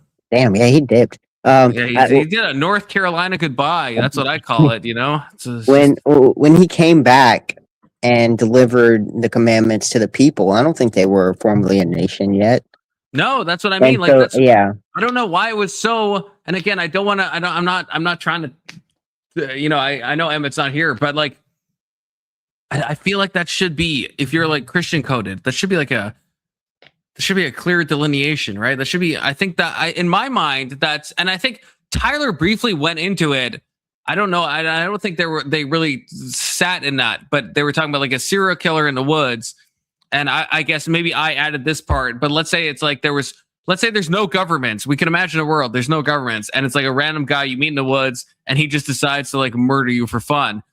There's no state involved. That's murder, right? Like Cain murdered Abel. There's no government at the time. Like, you don't need a government to establish murder, right? Like, so, right? That's I don't know. And I don't know if I just didn't get what Emmet was talking about, or I'm not sure. It's weird because I guess, what's the best way to say it? It's kind of a scapegoat for every government to say if we justify something, then no action we do is illegal. And it's like I don't know if I'm okay saying that, because it's like everything Germany did, was it just killing, or was there something unlawful about it? Was there something to where this was a transgression past just killing? Because killing includes a lot of things. It includes self-defense. It includes, I guess, heat of the moment passion, and then it also includes a deliberate and intentional unlawful act of taking someone's life. And it's like, well, when I look at Germany, I look at that as unlawful. I look at them taking the next step past just killing. Yeah, and I think the problem is, any government, I think, can define something as lawful. So I think we would be punting, I think, into a moral realm, because you could imagine, like, if you could imagine some German law, let's say that did make the whole HCOS legal. Like, that's possible, right? That maybe everything they did was legal, but it's legal under the own genocidal government's law, which morally doesn't mean anything, right? Like, it's like, yeah, you could define anything how you want. You could be like, hey, I'm allowed to murk as many people as I want for any reason, and that's the law, and I'm a country, so that is my law, so it is legal. And I think that's not, but yeah, I think that was the key pivot point, is like, there's some point where we move outside legality into morality, right? Where it's like, now it's like, even if a country fully defines this as legal, we would still say it's not legal, right? And I think the Jamal Khashoggi example, right? Saudi Arabia, I don't think they've ever said they did anything wrong, right? Like, so, and I don't know what their laws are. I'm not like booked up on Saudi Arabia laws, obviously, but let's say even if it did match up with all their laws, I would still say they murdered Jamal Khashoggi, right? It doesn't like, in a moral sense. So, like, I feel like it feels so self-contained to be like, well, I'm a nation state, and so if I write these laws, I can like unalive anyone I want to unalive. It's like, well, yeah, legally, yes, that's true in your country, but isn't it a little contradictory to say that Germany had justification to mass kill, and then also in that same breath say the world came together and then charged all the people that were involved with mass killing? Yeah, I mean, I think that's where it gets confusing, because it's like, yeah, under that, and it makes me think of like the might makes right thing, where it's like, yeah, if Germany, I guess, had won everything, then yeah, there would be no Nuremberg trials, and Germany would just be like, no, we did the right thing, you know? Yeah, there was a mass self-defense campaign, right? And that's why I think those things are, in my mind, at least, I think entirely distinct. What a nation state can justify in that sense is entirely different from a moral justification, and I don't even. There can be overlap, but there doesn't necessarily have to be any overlap at all. Like, obviously, like, I agree with what Tyler said about the Declaration of Independence and it basing itself on a moral code, but you don't need that. You could be a nation state that bases yourself on anything arbitrarily, right? Like, you can base it on whatever you fucking want and then make moral judgments, and now you're a nation state, and now you can define murder how you want, and it's like, so I feel like there has to be a distinction made between the moral and legal. There just like has to be.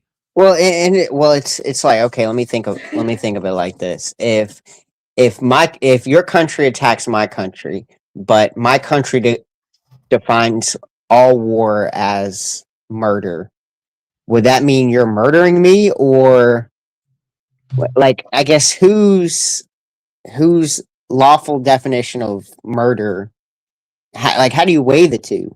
Like, if exactly. Yeah, I don't think I'm confused. I don't think. Yeah, that's the thing. I don't think you can.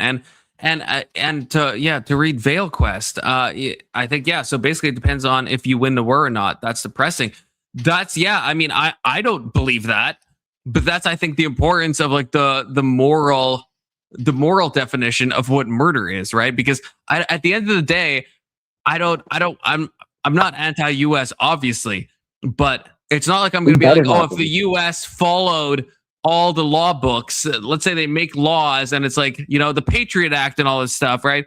They're allowed to like, you know, make mistakes and like, you know, like let's say like which they did, right, in Gitmo, where they like tortured and, you know, and unalived people, right, in Guantanamo Bay. I would say that that is morally a murder. I don't give a fuck if the U.S. has the authority within itself to do, like, I don't care about the UN. I don't care about the ICJ. Like, when we're talking morally, I think we're talking on a level that far exceeds government, right? Yeah. Because I mean, Alex with the $20. Alex, did you have good dreams? I really tried. I tried to the best that I'm capable of for you to have good dreams last time. I'm just saying that. Alex says, I know it sounds good, but if you were there for the conversation, it was in a normal way. Alex says moral, ethical, and legal are entirely separate things. Alex, you should have been here like 30 minutes ago. Alex, you would have fucking cooked so hard. Well, Alex, thank you for the $20. But Alex, you should have been here 20 minutes ago. Okay, I swear to God. I was gonna say this is right up Alex's wheelhouse. Yeah, this was. Each time I hear from Alex, I definitely enjoy it more and more. I'm glad. I feel like Alex like affirms me. You know, it's like a sanity check where I'm like, am I crazy? And then Alex is like, yeah, these things are separate. I'm like, yes, okay, I'm not insane. Those things are separate. That's what I. Well, moral and ethical, I guess. I mean, those ones, I guess it depends. I know different people define morals and ethics in a different way. Well, what would be your understanding of the difference? I know some people talk about, I don't even know which one I usually go to, but one of them I think is like generally seen as like what society sees. Like, is this, and one of them is like the more like objective, like what is actually like right or wrong. And I can't remember which one is usually used which way, but I think it kind of depends on the philosophy you're talking about, where one will say like what is like right to happen like societally in this way, and then one is talking about like what is your actual like, you know, I think morals, I think the way it's used is more like the objectivist kind of like, yeah, what we're talking about when we say like, well, what is God judging as like a murder or not a murder? Let me still, man. Sure. Is it that morals exist outside of society and ethics are usually founded by society? Is there a little bit of that to it? But it could be the reverse. Like, I don't know. Again, I don't know which one. I don't know. I honestly don't know which one is the normal one that's used. Avail says ethics is more objective and morals is more. I honestly, I don't know. I get it confused because I think people do use those words differently. It's kind of like empathy and sympathy. It's like, it's surprising how many people define those words in the opposite ways that other people define those words, right? Yeah. Even though they sound similar. I guess, I don't know. Because, I mean, I think ethics would be just as subjective as like morals, unless you have an objective standard that you're appealing to. I'm assuming this is Anson still, just trying to, you know. That could be Eduardo. This is bladder fluency. Yeah, it could be Eduardo. Shout out Eduardo, the Goonenbomber, trying to strike me, but brother, you got shot down if you're still watching, okay? Free Eduardo, okay? Anson presumably says ethics are the rules and morals are how you follow the rules. See that? Yeah, I'm actually not sure what the normative thing is. I guess meta ethics. So maybe ethics is the higher one. I honestly don't know. I honestly don't fucking know. I don't know. Alex says ethics are profession-based, morals are personal. Okay, so that's the opposite. This is the confusion. It seems to be the opposite of what Anson said, right? Well, okay, well, what do you mean by profession? Like profession-based? I'm assuming he means, yeah. I mean, I'll let Alex say, but I will predict what he'll say. Yeah, I think he means more on like a boots on the ground, how you like act it out in a society, how it's actually like done, similar to like. So I feel like these, I think, are the reverse, and I think this is the confusion. I think I'm pointing at where I don't know if I feel like these terms are kind of like used differently by different people. kind of like actually race and ethnicity. There are countries that define those things in completely opposite ways. Fun fact. Whereas Because some people think that race is like a racial thing, and some people think ethnicity is the actual racial thing, and it's very confusing. Because the second part of his sentence, I don't know, that kind of makes sense to me. Like ethics would make you defend someone you know is guilty. I mean, that seems like it makes sense. Cause I don't know. So I think Yeah, so that would be ethics being more like the boots on the ground, how you're enacting the morals. so. I guess it would be kind of opposite of the two, or Okay. Anson's and Vale says, after a short bit of research, ethics seems to be like a broad code of framework for behavior in various situations, almost I don't know. Science. I thought it's like some rarefied philosophical term. Almost a science. Morals are more personal, the conscience, right and wrong. Okay.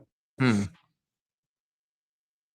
So I guess ethic would be kind of, I don't know, that the way it's described like there, it kind of sounds like Anson's. Ethics are the rules and morals are how you apply them. Yeah, I guess. Yeah, what's the right word then? I guess for the highest.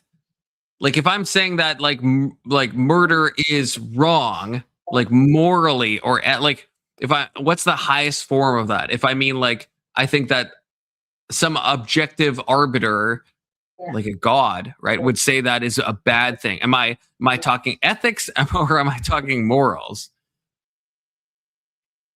Okay. I feel like the different chatters have had different kind of opinions on Alexander's got his answer.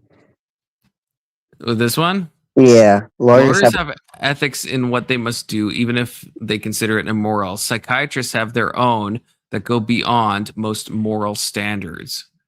Okay, then that kind of makes sense, especially with the when you use the profession definition.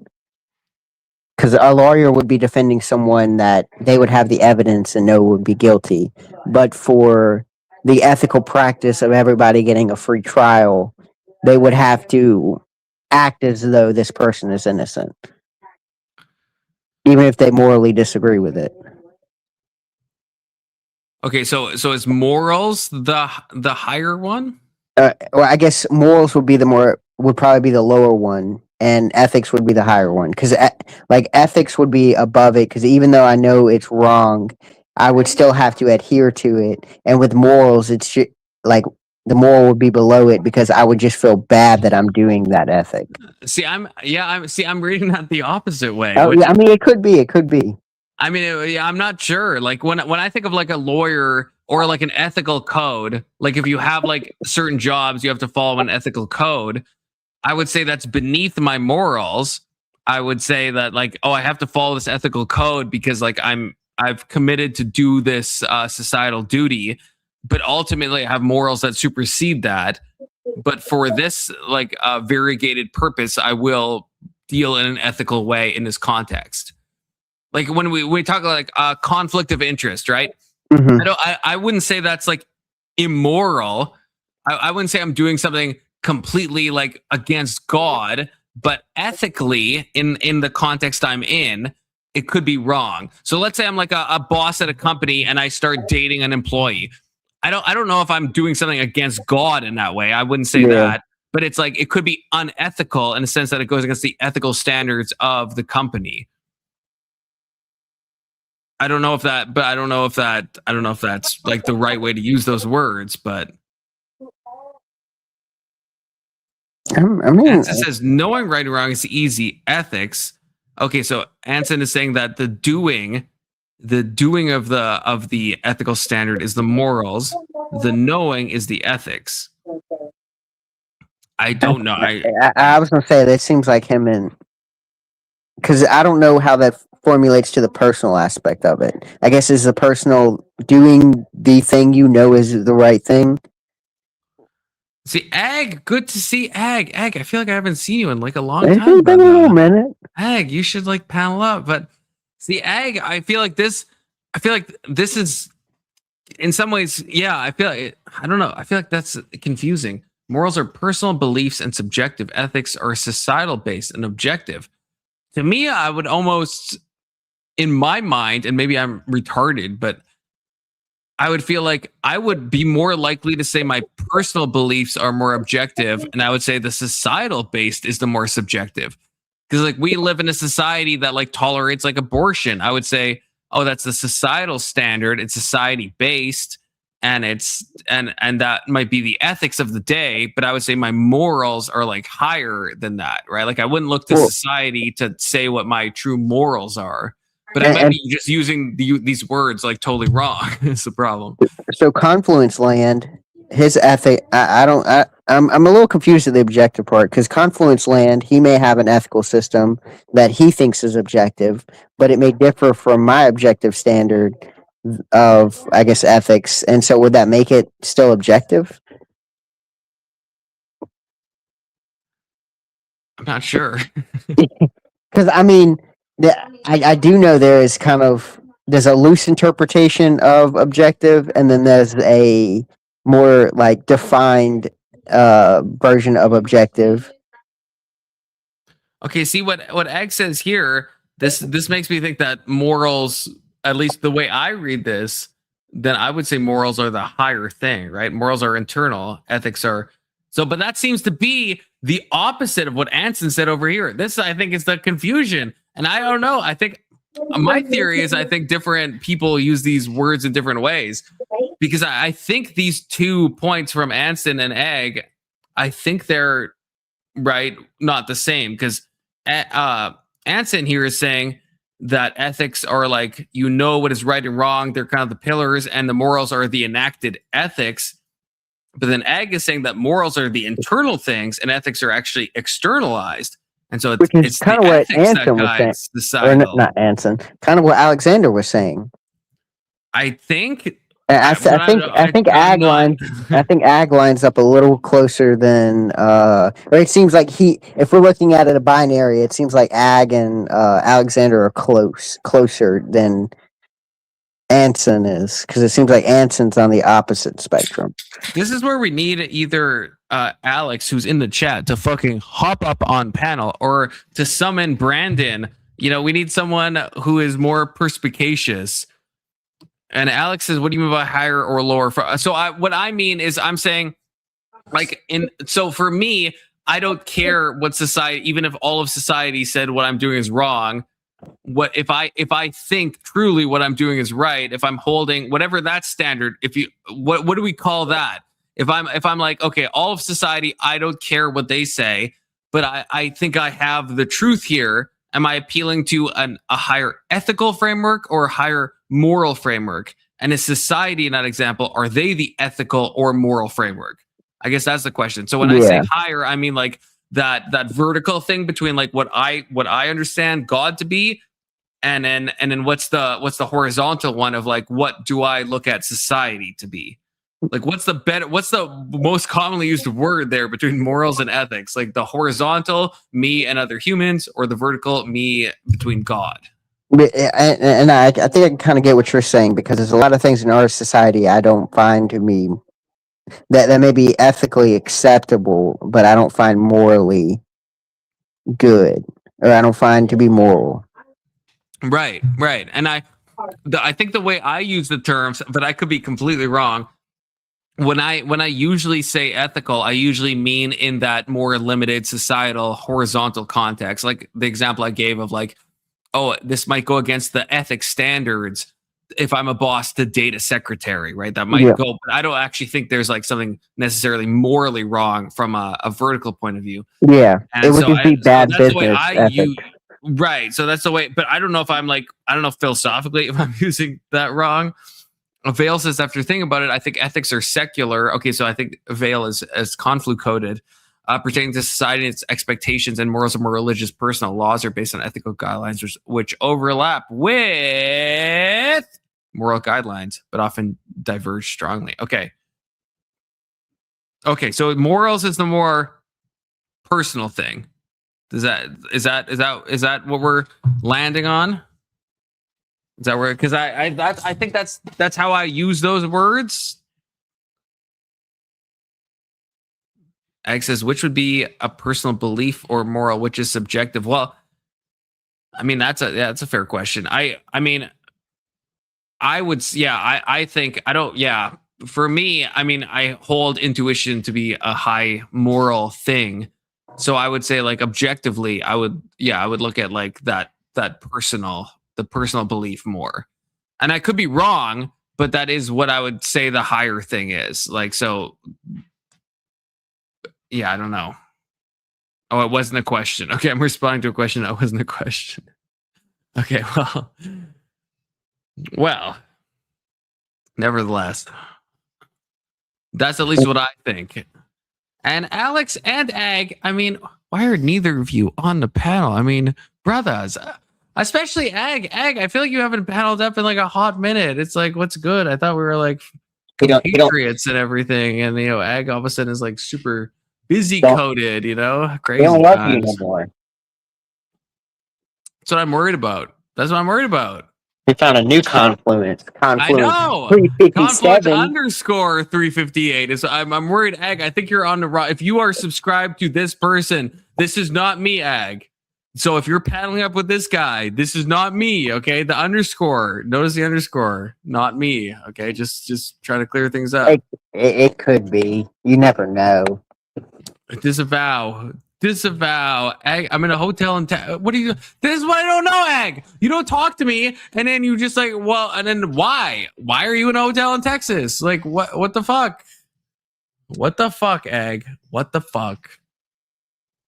12 hours until I'm back in Colorado. Ag is doing travels without telling me. Crazy times. Confluence, you play video games? Oh, I fucking love video games, brother. Did you see? I mean, you may not be. I'm not a Destiny fan, but I guess they added Star Wars to Destiny. Like that? Wait, like Destiny the game or Destiny the streamer? No, Destiny. The game. I guess Destiny 2. They added a expansion pack called Renegades. These motherfuckers got lightsabers. I've never played Destiny. I've watched Destiny the streamer, unfortunately, regrettably, but no, I've not. I know what Destiny is. I think made by Bungie, if I'm not mistaken. Halo wannabe, if I'm not mistaken. I thought at first they were going to try and connect this back to the Halo. I guess the Halo series, but I guess they never did, because like when it first came out, like Destiny 1 first came out, there was a lot of rumors that they were going to try and tie it back to the Halo universe. But I guess they were like, fuck that, we'll just join the Star Wars hype train. Yeah. This is more reasons why I shouldn't play Destiny. Okay? Yeah, that's a good one. What type of games do you play? My favorite games are the FromSoft games. Okay. Like Dark Souls, Elden Ring, Bloodborne, like those are probably my favorite. Like I love the Soulsborne type games, and then the Hollow Knights. I fucking and Celeste. Anything that like at least is designed to be like a challenging. Could be like a Metrovania. Could be like an action RPG. I also like story games as well. But like the things that especially get my goat, like I've been dying to play Silksong. I haven't yet, but I've been waiting to play because Hollow Knight, one of my favorite games. I don't know if you played Hollow Knight, big Zelda, but I've seen trailers and stuff of it.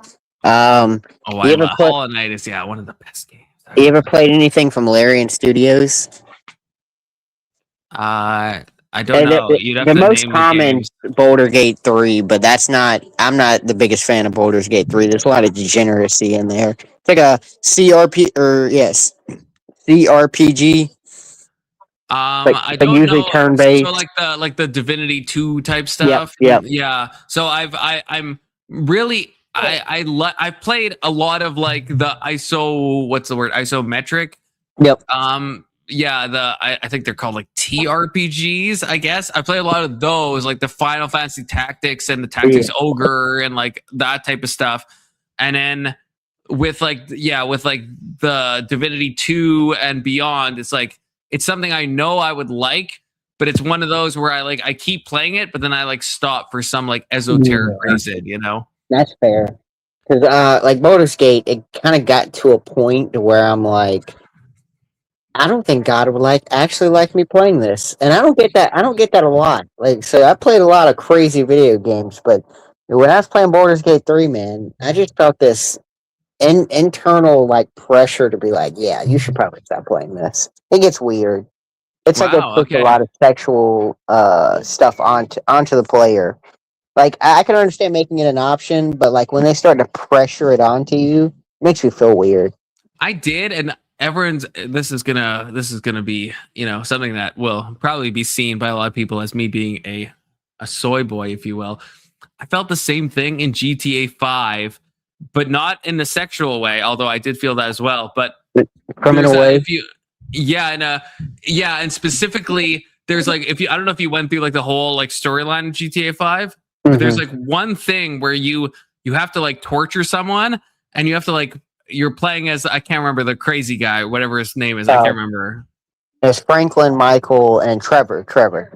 Yeah, Trevor. And you have to like you're as a player, you're like tasked to like pick out the tool you want to use to torture him with, like whether it's like a drill or like a wrench, and I was like, I didn't like it. I didn't like it. That's And it's fair. like I know that's like soy in a way because it's like it's obviously not a real person being harmed, but I didn't like.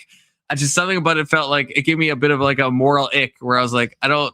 And the only other time I think I felt this, there's a good indie game called Fear and Hunger, I think is the name. I think it's called. Have you heard of that game? I don't think I've heard of it. Let me make sure. I just want to make sure I have. I think I'm right on the name, but it's like a weird, Fear and Hunger, and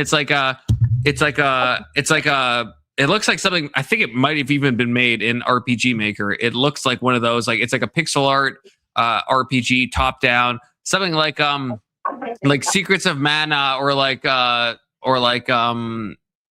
what's that Back in Time game on the SNES? The Chrono Trigger. Chrono Trigger. Okay. Is that right? Yeah. Where it looks like that, and it's like you have to make a lot of like moral decisions, and there's so just briefly. One of the endings is you like collect this like young child and you can like offer the child to like someone who is clearly has bad intentions and it will benefit you. And even though it's like a pixel art game, I morally couldn't do it. I was like, I can't. I have to get out of this place. You go into this dungeon, you find the child, right? And I was like, I'll just get out of here. And it's a bad ending apparently, but I'm like, look, I'm not sacrificing the child. I'm not going to do it. I feel like in an actual way, and this might I don't know, maybe you agree with me, Big Soda, but in an actual actually I think you might agree based on what you said about Baldur's Gate. In an actual way, I felt like I'm in a moral situation right now, even though I know I'm dealing with ones and zeros, but I feel like on some like moral level, I'm in an actual like moral conundrum right now. Yeah. And I'm like, I can't do this. I can't. You give the girl to a character called Pocket Cat, and again, he has bad intentions. He's not a good guy, and it's like. Yeah, you can get a benefit that will help you, but I'm like, no, I can't do it. I can't do it. I'll take the worst ending. I don't give a fucking shit. You ever played Forex Strategies? No. Okay, so there's a company called Paradox. They've created it's called Europa Universalis 4 and 5. And it's pretty much so it puts you in history, or it takes you back in history to like I think the 1300, and then you take over a known kingdom like from I guess real life, and then you pretty much live out your own story. And so you're over a kingdom, and I'm not good at explaining it, but it's pretty much like a history simulator, except you take over from a certain point in history. Okay. So pretty much like it, the Pope's involved. It's pretty. Yeah, you can be the Pope. You can be Vikings. You can be Asians, Russians, Europeans, Africans. And your whole point is to take over a certain country from that time. And as you go into the future, you'll change history because it'll be based on your own decisions. Is this like it's like an RTS or like one of those like Civ 5 like turn-based? It's closer to Civ 5. like I'm doing a poor job representing it, so it's like I don't know if you remember the 100-year war between France and Britain. I mean, not super well, but Okay, I've heard of it loosely, at least. loosely. Yeah, loosely. It's stuff like that. It's like it's pretty much like you'll start like let's say if I'm playing France, I'll start in the 100-year war, and then instead of it being historically accurate from that point on, it'll be based on my own decisions. So it's loosely based off history and the fact that you'll start from a historic point, but from then on, all your actions determine what happens in history. It's a really good game. Really, it's just got a lot to it, and there's not a lot of reward for it. So I guess and I'll do a bit of a Trump weave here, and I'll tie Alex into this. And so in that game, because what I've noticed is there's some level of immersion where I would say then my moral hackles get up, and now I'm in a moral conundrum. But there is a degree of separation that it can happen, and maybe that is a lack of immersion where I'm like, okay, yeah, this is like I'm not making a moral choice here. I'm just like doing like if I'm playing, I don't know, like Dwarf Fortress. I haven't played that game, but I know what it is, right? Like we're talking like a very like loose level of like it's not really immersive, right? So it's like you're making decisions, but like you don't feel the consequences. Does Alex and do you see a distinction in kind of the immersion level? Well, I think you do, Big Soda. If I think you do. I mean, tell me if I'm wrong. It depends the game, but generally, yes. There's a couple of lines that a video game will cross where I'll be like, I don't know if I can keep playing this. Okay, and Alex, do you think, because this is something I've talked about with a lot of people, I think you can sin in a video game. I know that's maybe a bombastic statement, but I think you actually can. How does that hit your ears, Alex? Or if you want to say something entirely different, I mean, sound off, brother. But Alex is muted. Very intriguing, Alex. I didn't think of it that way. You're absolutely right. Actually, Alex, you have kind of. It was a bit nuanced, but you kind of won me over. I'll be honest. I don't think I'm a right winger no more after hearing your compelling argument. I think I've entirely changed all my stances. Alex says 1 minute in the back chat, so at least Alex can hear us. Okay, so at least he's taking it in. But okay, so Big Soda, I guess. So do you agree? I guess specifically with. Do you think it is a level of immersion? Because I think even though the Fear and Hunger game I talked about, which I will, I'll pull it up on screen as I talk, just so we know. I think I described it well enough in that it doesn't look realistic. It's not that it looks realistic at all. It's that it feels immersive. Okay. Yeah. So that's what I would say.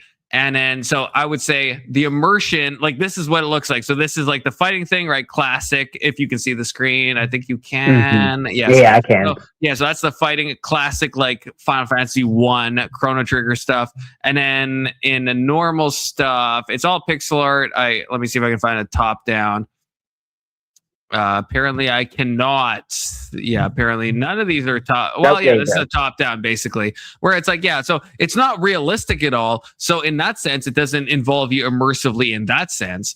But I would say that immersion isn't just about like, the actual like fidelity of the graphics, but like the way it draws you in. And I was drawn in enough to this game to the point that I feel like sacrificing a girl would be an immoral option. I'll take it even deeper. Or am I insane? I'll take it even deeper than that. There's some games where you get to choose, like, to be the moral righteous path or the more degenerate, more self-serving evil path. And I really struggle at going down the evil path. Even though I know it's just a video game, it's not me as a person, it's not my character. But if you leave the choice up to me, I have this weird affinity to keep myself from picking the evil side or picking the evil choices. I don't know why. I don't know how to explain it. I would say, I mean, to me, I mean, I love that Alex might not be muted, so maybe he's going to correct me, but this is what I love about my virtue ethics is because I think that perfectly explains it, because I don't want to do an action that I think would make me a worse person. And if I'm immersed enough into a game that I think that I am becoming a worse person in some ways by making that choice, even though I know it's not actually happening in reality, it's happening in the game world, I would still say that is a virtue ethicist question. And so bad time for Alex to be back because he might correct me on this, but Alex. No, you are welcome. absolutely correct. Oh, based. Yep. So I don't think there's anything like inherently sinful about making a decision in a video game, but if you're immersed to the point where you feel like that decision represents you, then what you're doing becomes real to an extent. And given that, yeah, you actually would be sinning or committing a moral wrong at that point. Yes. Okay. Actually, yeah, that was a great way to say it. I actually completely, yeah, that was a better way than I said it. So yeah, it's like if you knew the ending and knew that everything you were doing was actually not that bad, right? You wouldn't feel the same way. Yeah. So like if that guy you were supposed to torture in GTA 5, right? If you knew, if like towards the end you found out that he was like he liked to hurt little kids, right? That decision wouldn't feel so wrong to you anymore. But you don't know that yet, which is kind of how real life works too, right? But yeah, if you later you watch like a video of somebody playing the game and you see them discover that, I'm willing to bet your like hesitation would disappear almost entirely. It does, yeah. It's an aspect I think of the agency I feel by being a product of the level of immersion I feel, where it becomes yeah, it feels like, yeah, in that moment, because I guess this is what I'm trying to clarify. There is some games where it's like, yeah, I'm not immersed enough, where it's like, yeah, like in Grand Theft Auto, it's like, yeah, I if someone, like I do have boundaries in Grand Theft Auto. Like I don't run over random people, let's say, but if someone like fucking cuts me off, I mean, they're gonna get craniumed, right? So that's my moral boundary in GTA, right? But that's not I'm not super immersed, right? I'm still in like kind of I know it's a game and I'm not like super in that world. But then when they put me in like a story plot, right, and give dialogue and stuff, I think my mind probably goes into a more like, what would you actually pick in the real world confluence? What would you actually choose? And then I feel like it becomes more of a moral quandary. Yeah, it's one of those things. It's one of those things where the more you know, the harder it is to act. This is one of the things I've always considered. Like, I think if there's a God, it must be nearly impossible to be him, because if you know everything that your decisions or actions are going to lead to, including all the people that will get hurt because of them, you are frozen. You can't act without doing some damage, and you being aware ahead of time of the damage you're doing makes it inherently wrong to act in the first place. So it's like if somebody were to give you perfect knowledge of the future, you'd have to just sit down and never do anything again, right? Yeah. You knew if you walked out your door, somebody would be delayed by you, and then they get into a car accident and die. Suddenly you can't leave your house, right? Like all these things can lead to each other, and knowing the future makes it impossible to act differently than what you want, than the way you want to, I guess. Mm-hmm. And also ethics. Okay, so you're right. Morals are personal to you. They're what you feel is truly right or wrong, right? Ethics is what society uses as a standard for profession. So imagine if if a lawyer finds out that you're actually guilty of something, decides to go and tell the judge, and then speaks against you, and this is your lawyer, right? People would never trust lawyers again. Yeah. The same is true for doctors, right? That was a good example I thought you used, was the lawyer example. Yeah. So if you want to stay in that profession, if you believe like that profession does some level of good, but there's unfortunate, immoral things you're going to have to swallow, which, I mean, every profession has that to an extent, right? You either stay in it and try and separate work from who you are, or you leave because your morals can't contend with what the ethics are demanding you do. So the thing I brought up about if a boss is boning his secretary, is that a fair example? Like, I'm just trying to make sure I'm on the same page, where it's like that's an ethical violation. It also could be a moral violation, but it might not be a moral violation, right? Yeah, correct. Like if we would consider it to be immoral if he's like pressuring her or trying to force her in some way, or she feels pressured or coerced. But if they knew each other beforehand and whatever else, like, ethics can't make exceptions for like one-off cases. It can't, because every case would have to be, you know, like, processed to the nth degree just to know if it really falls into this exception or not. Whereas morals have exceptions that happen all the time, just depending on what the circumstances around it are. Okay, I think Okay, so I think I understand. I've listened to so many people conflate and confuse these things. It just drives me insane. Wait, like, I'm guilty of it too. I've always, I feel like I've been, I mean, even in the chat, I feel like people are, I think people interpret those terms in different ways, and myself included. You know, I'm never sure what the exact right term is to use. Just look at, like, I think maybe the problem is, for you tend to think that your ethics are true, or I'm sorry, your morals are true. Yes, like, based on. I was about to heartily disagree, but yes, I think my morals are true. Yeah. Your morals are true based off of, like, this this God-backed objective reality of what these morals really are. So when you think it's universal, right? Like, a law is technically universal. When you're thinking universal, you're thinking your morals. But if you accept the idea that even though they're objective in terms of your belief in them, it doesn't mean that they're objective in terms of everyone has to believe this way, otherwise they're immoral.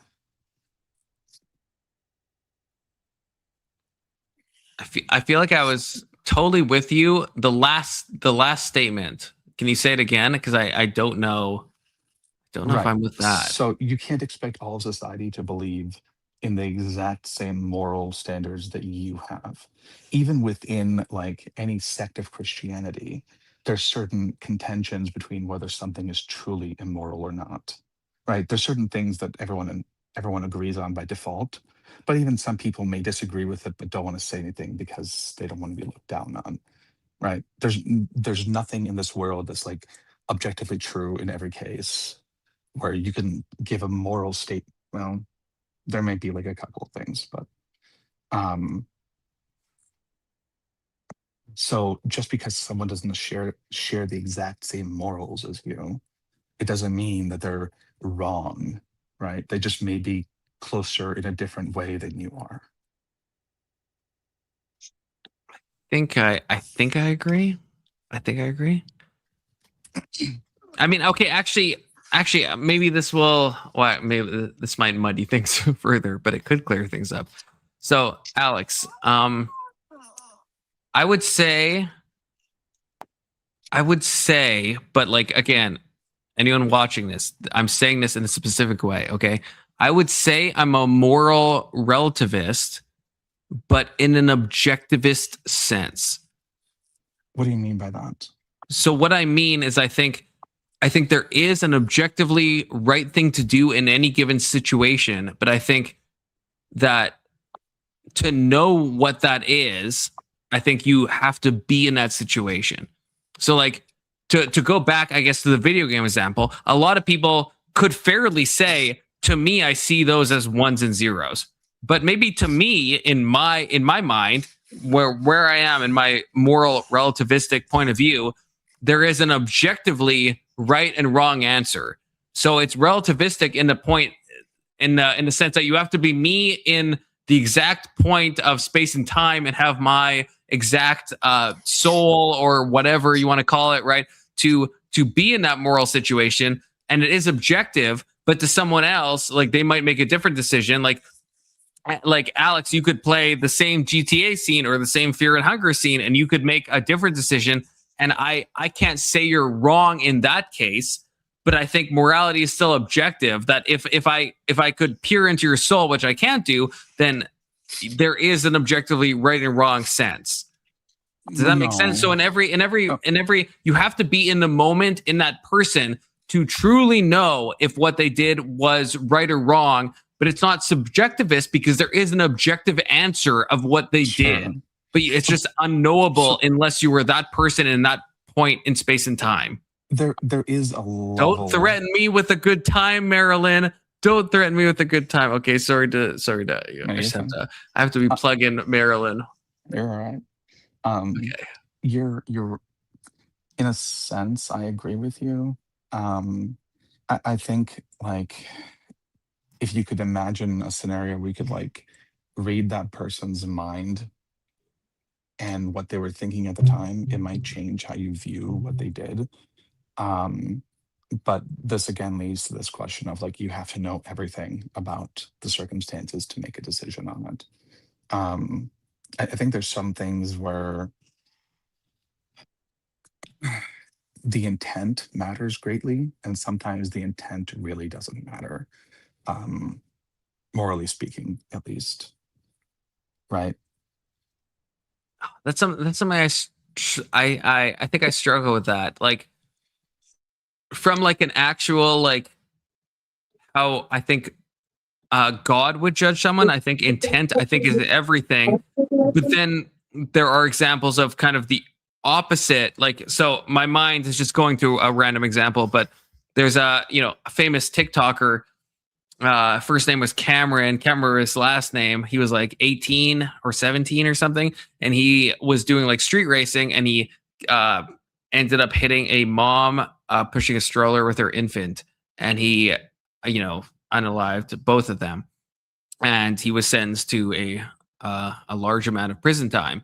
And it's like that's my mind goes to that because his intention probably wasn't to do harm. But like, then that's where I think I get my internal pushback where I'm like, is there some responsibility even beyond your intention to know that if you're street racing that you could cause that level of harm? Do you get what I'm punting towards, where it's like the intention matters, I think, supremely, but there is some level of like, you should like know better. Like if you throw a rock, like when we talk about certain states have like depraved heart murder, right? Where if you throw a rock over an overpass, or if you just like shoot randomly and it ends up hitting a person, it's like, it's depraved heart murder in certain states, because it's like you're doing an action that you should know could cause people to die, even if you didn't intend for people to die. Throwing a rock off an overpass, you should logically know that people could die from that action.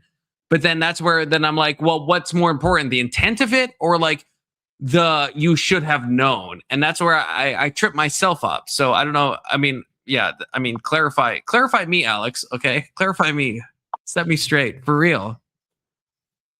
Yeah, I think you have to look at things where like the action itself is inherently immoral versus the intent itself, whether it matters. So let's say that you believe it is best for someone that you like tie them up on their bed and leave them there for a day because you think something horrible is going to happen to them.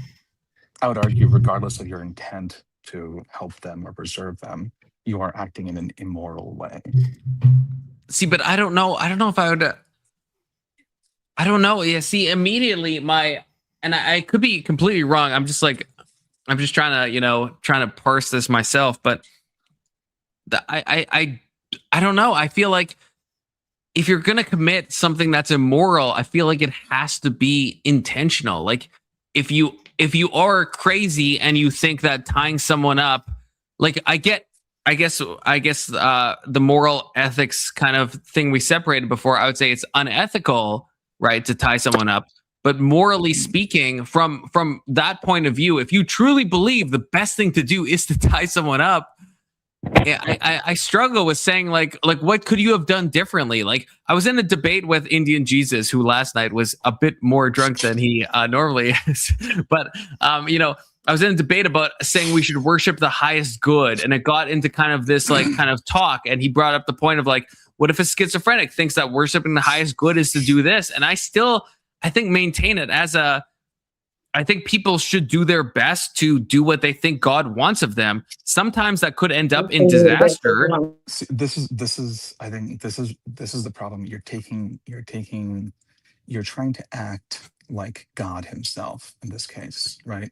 Like I would argue that in the Bible, the reason why when God told Moses or anyone else to like kill a group of people, the reason why it wasn't immoral is because God knew all of the things that would result from that action.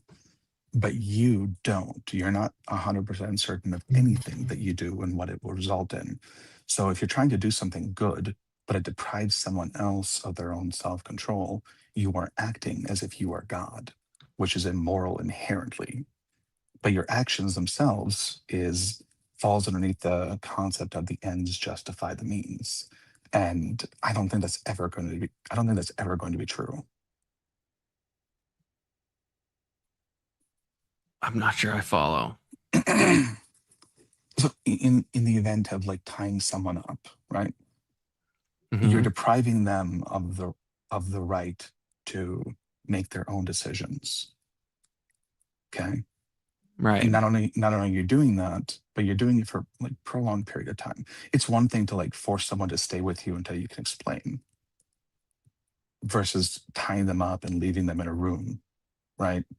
Like there's a point at which it transcends from I'm trying to make them aware of the danger to I'm holding them against their will. And when it transcends into that, you are manipulating them in a way that even God doesn't do to you, right? Because what's the one thing God does not infringe on in any of the Bibles? Free will. Possibly. I feel like you're being more Christian coded than I am right now, Alex. I don't know. Maybe. I'll say maybe to that. Maybe.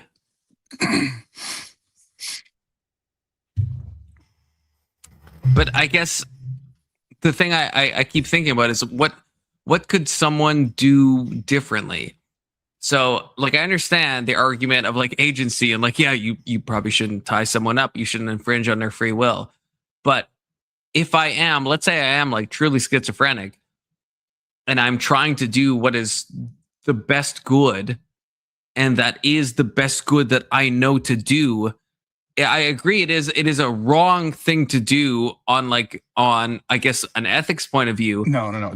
But is God going to judge me if I'm doing the best I can do? Again, ethics is profession based. Law is where you're looking at, right? It's unlawful to do something. It's not unethical for a person to do something. Well, it depends. I mean, I don't know I don't think you're here for the Emmet part, but I think the law has to be distinguished. Do we mean like laws in God's law or laws in like? Oh, come on.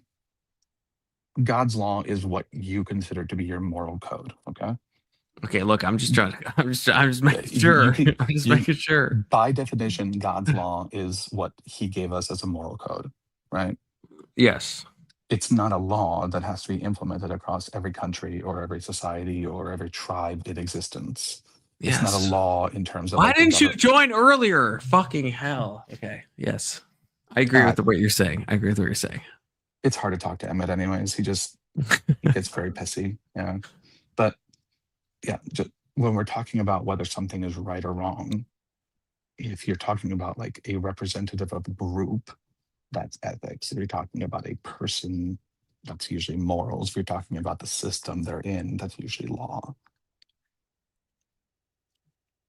Okay. Wait. So to, I guess, bring it back. So I'm sorry. Maybe I'm being retarded right now, which is possible. But so if I'm psychotic right now, right, and I truly think it is the right thing to tie someone up, and let's say I think there's some justification to remove their agency. I think that is for the greater good, and I truly believe that in my heart of hearts. Do you think objectively, like from a vertical God to me point of view, am I doing something wrong? Like, I know I'm doing societal harm for sure, but if I'm acting in the highest thing, and I'm sorry if I'm asking you to repeat yourself if I missed it. I am truly sorry, but okay, yeah. So like, what's kind of the defeater of that? Like, what am I doing something wrong if I'm truly seeking the highest, even if I'm fucking crazy? What else could I do besides seek the highest, right? If I'm insane. This is why I said intent can matter, but not completely. I think intent matters insofar as how forgivable something is. I don't think it matters it doesn't always matter in terms of whether something is moral or even legal, right? If I hallucinated that some like parasite was on your arm and I chopped off your arm, that would be illegal regardless of what I thought I was doing, right? Sure. But would it be immoral though? If I was wrong, if I was right, then probably not. But if no, I was wrong, then yeah, absolutely. But why? Like what? I feel like that's because maybe I don't know. I don't know if I'm not hearing you, but like what could I, if I am insane right now and I truly think there's a parasite on your arm, so I'm gonna chop your arm off. What else could I have done? How can I be judged if I'm doing the highest of what I think is the highest? If I'm doing what I think is God's will, what else am I supposed to fucking do? If you're actually insane, I'm not sure that you're capable of moral agency in the first place. Okay, so is what I did immoral? Is it immoral? Is God going to judge me, I guess, if I No, I don't think God would judge you. I think society might say that what you did was immoral, even if it was I'm trying to think of a way to describe this.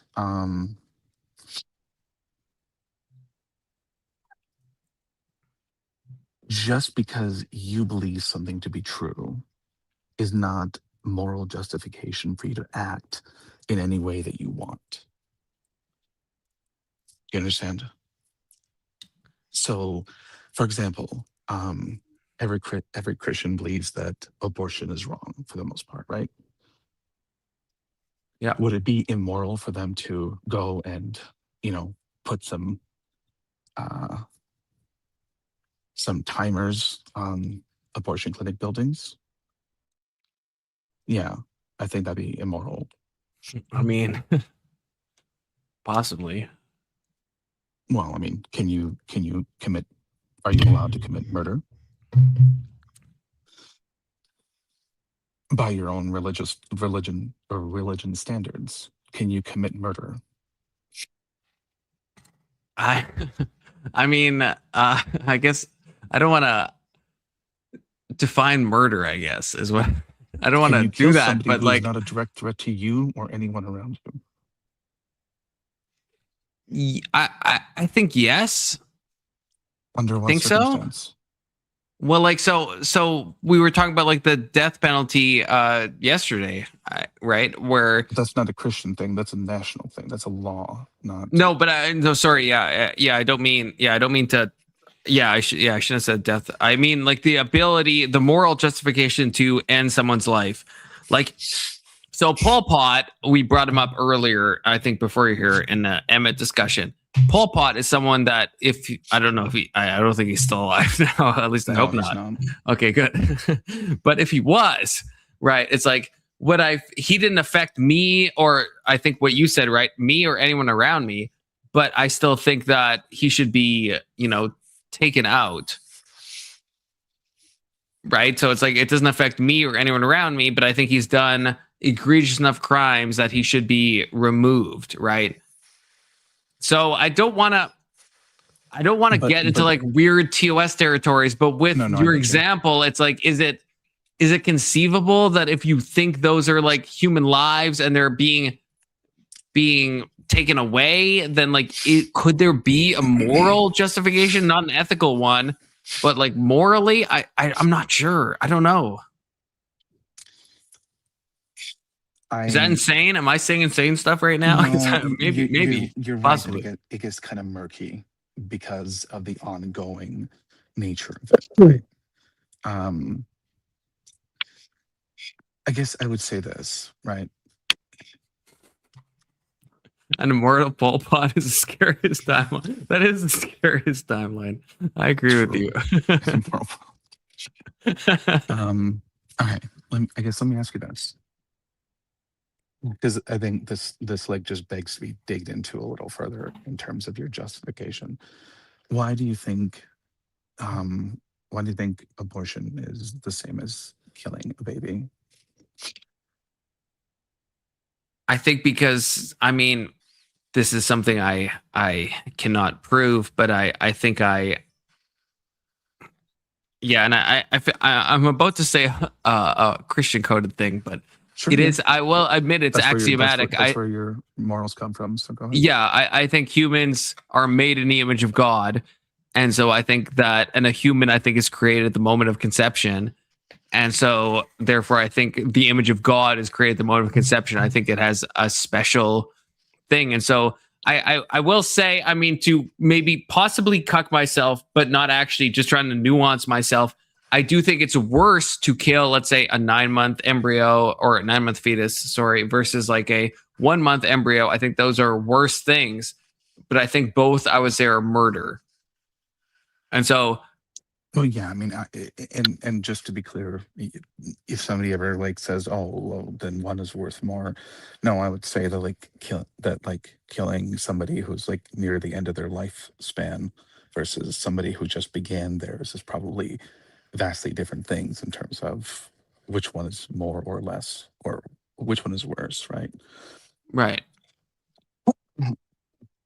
But I guess what I'm asking is, in what part of the Bible, or what part in the code, or that what justification do you have in the Bible or in any like God delivered code to believe that life begins at conception? Yeah, I mean, this is where, I mean, I think I said this at some point in some previous stream, and I can't remember. I don't think you were there, Alex, but I'm not sure. But my morality, I think it like stems from the Bible, but I'm perfectly fine with punting outside the Bible, and very confidently so. And the example I brought up, I can't remember if it was last stream. I honestly don't know. But the example I brought up was like animal rights, where it's like I brought up the example that animal rights it's very loosely, almost not really seen in the Bible. It's like there's like one passage in Proverbs that says it, almost like nowhere else. But I would still say that we can punt to a conclusion, and I would still strongly affirm that it's like wrong to like, let's say like torture an animal. It's like I can't, if you ask me to point to a biblical passage, the best I could point to is the one thing in Proverbs. Again, a poetry book, not super good. But so my morality extends beyond that. Let's perfectly stop right here. Okay. Okay. How confident are you in that moral assessment versus something like "thou shalt not kill"? I'm tempted to say the same.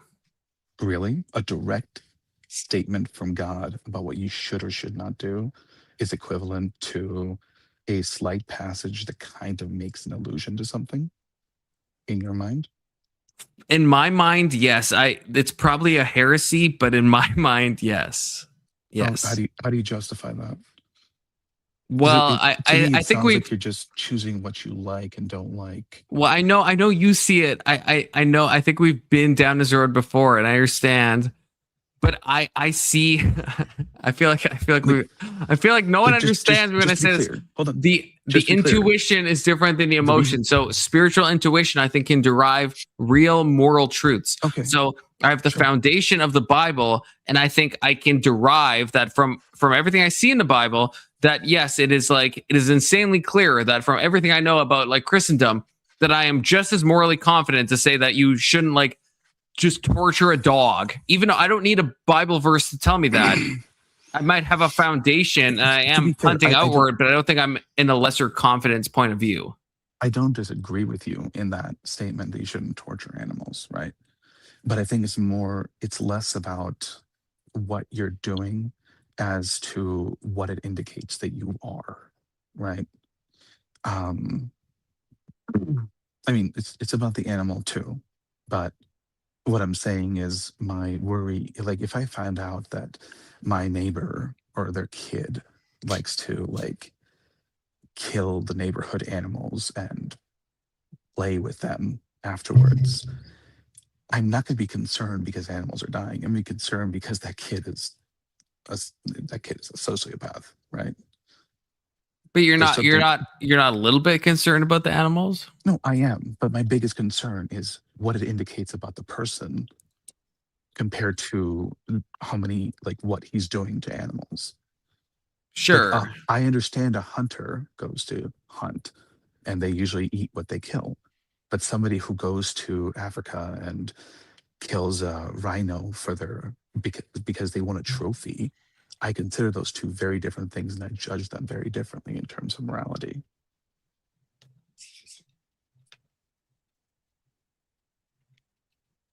Sorry, I'm responding to chat. Actually, I should have just said this. Section 230. It would be faster to say than type it.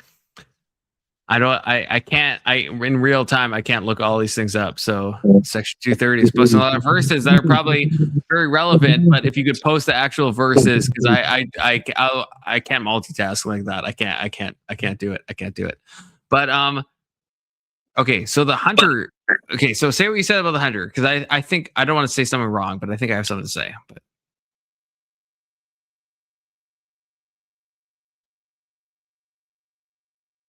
Alex. Okay, fine. Fine, Alex. I'll say what I was going to say. I was going to say, okay, you're back. Okay. Okay, fine. Okay, I don't know. Look, I was a bit, reading chat. So like what I would say, so this could be like totally off base. Just preempt my disillusionment. Fine, I don't have to preamble. Okay, fine, I'll say it. Okay. So I would say, for me, and again, this could be totally off base. Sorry to preamble again, but what my immediate thoughts were: a hunter, if they kill for food, if they eat the food or not, I think is in some ways irrelevant to me. What I care about is the intention of what they're doing. So if a hunter is like, yeah, I'm gonna fucking cranium that elk, and I fucking like it. I like when that elk is like in pain and shit. Then I would say that it doesn't matter if he eats it or not. I would say he's doing like something bad, right, in his heart of hearts, right? And so whereas if someone is like just shooting an elk and they're not really thinking about the moral stuff and they don't eat it, I don't think one is better. For me, I would still look to intention. Again, I could be totally off base to go back to my preamble. So I guess I'm not differentiating between like somebody who likes to cruelly kill an animal versus somebody who doesn't, and in terms of like whether they enjoy eating it or not. It's more the idea of, let's say it's one shot kill. There's no pain for the animal. It's just very quick, the way that most hunters like to do it, right? Doing that because the deer population is high and you like to have deer meat is different from going to kill a rhino, which already has a very low population, and you're doing it just because you want a picture, right? Those are different things. Now, if you add in some sort of like cruelty to it, again, I think you're more judging the person than you are to what extent they were cruel to the animal. Yeah. So then, so that is what I said. Your concern is what it tells you about that person, for the most I part. mean, I mean, I guess, yeah, I think for the most part, I think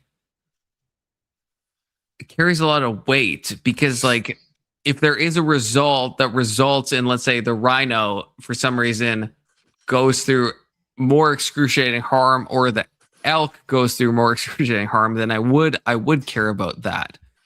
So it's like, so I'm trying to judge this in my head. I'm not sure. Like the intention of the person, yes, I very much care about that. But how it happens, right? I also care about that. Yeah. I know. And I guess what I think to go back to where we started, right? I don't think there's a biblical passage that tells me to specifically like put myself into the place of like animal suffering and think about like how much that animal is suffering. I don't know if there is a passage that specifically says that. I don't think there is. Again, I think the best we have is like some vague stuff in the poetry chapters. Is like the Adam and Eve living in harmony with like even like predators, like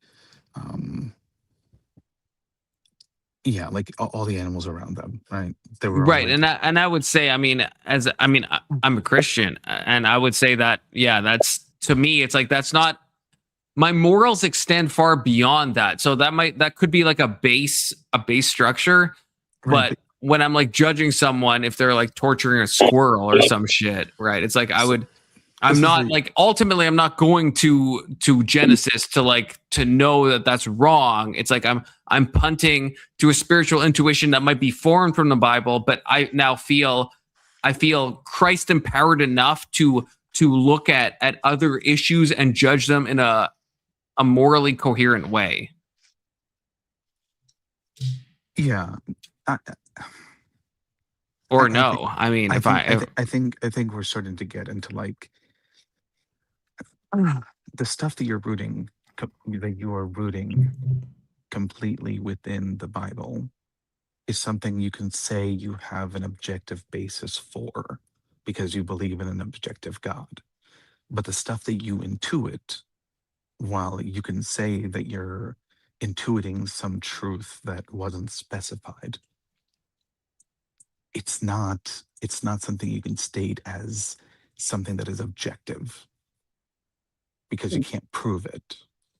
But I mean, maybe not, but like, I mean, I think we talked the other day about like biblical like hermeneutics, right? Like, like when there's like passages, right, where Paul says that like women shouldn't speak in church and stuff, right? And that women should have their head uncovered. And does not nature itself say that a man should not have long hair? Shout outs to Indian Jesus, right? Like that is a biblical passage, right? And so I would say, and I mean, tell me if I'm wrong, or if you think I'm wrong.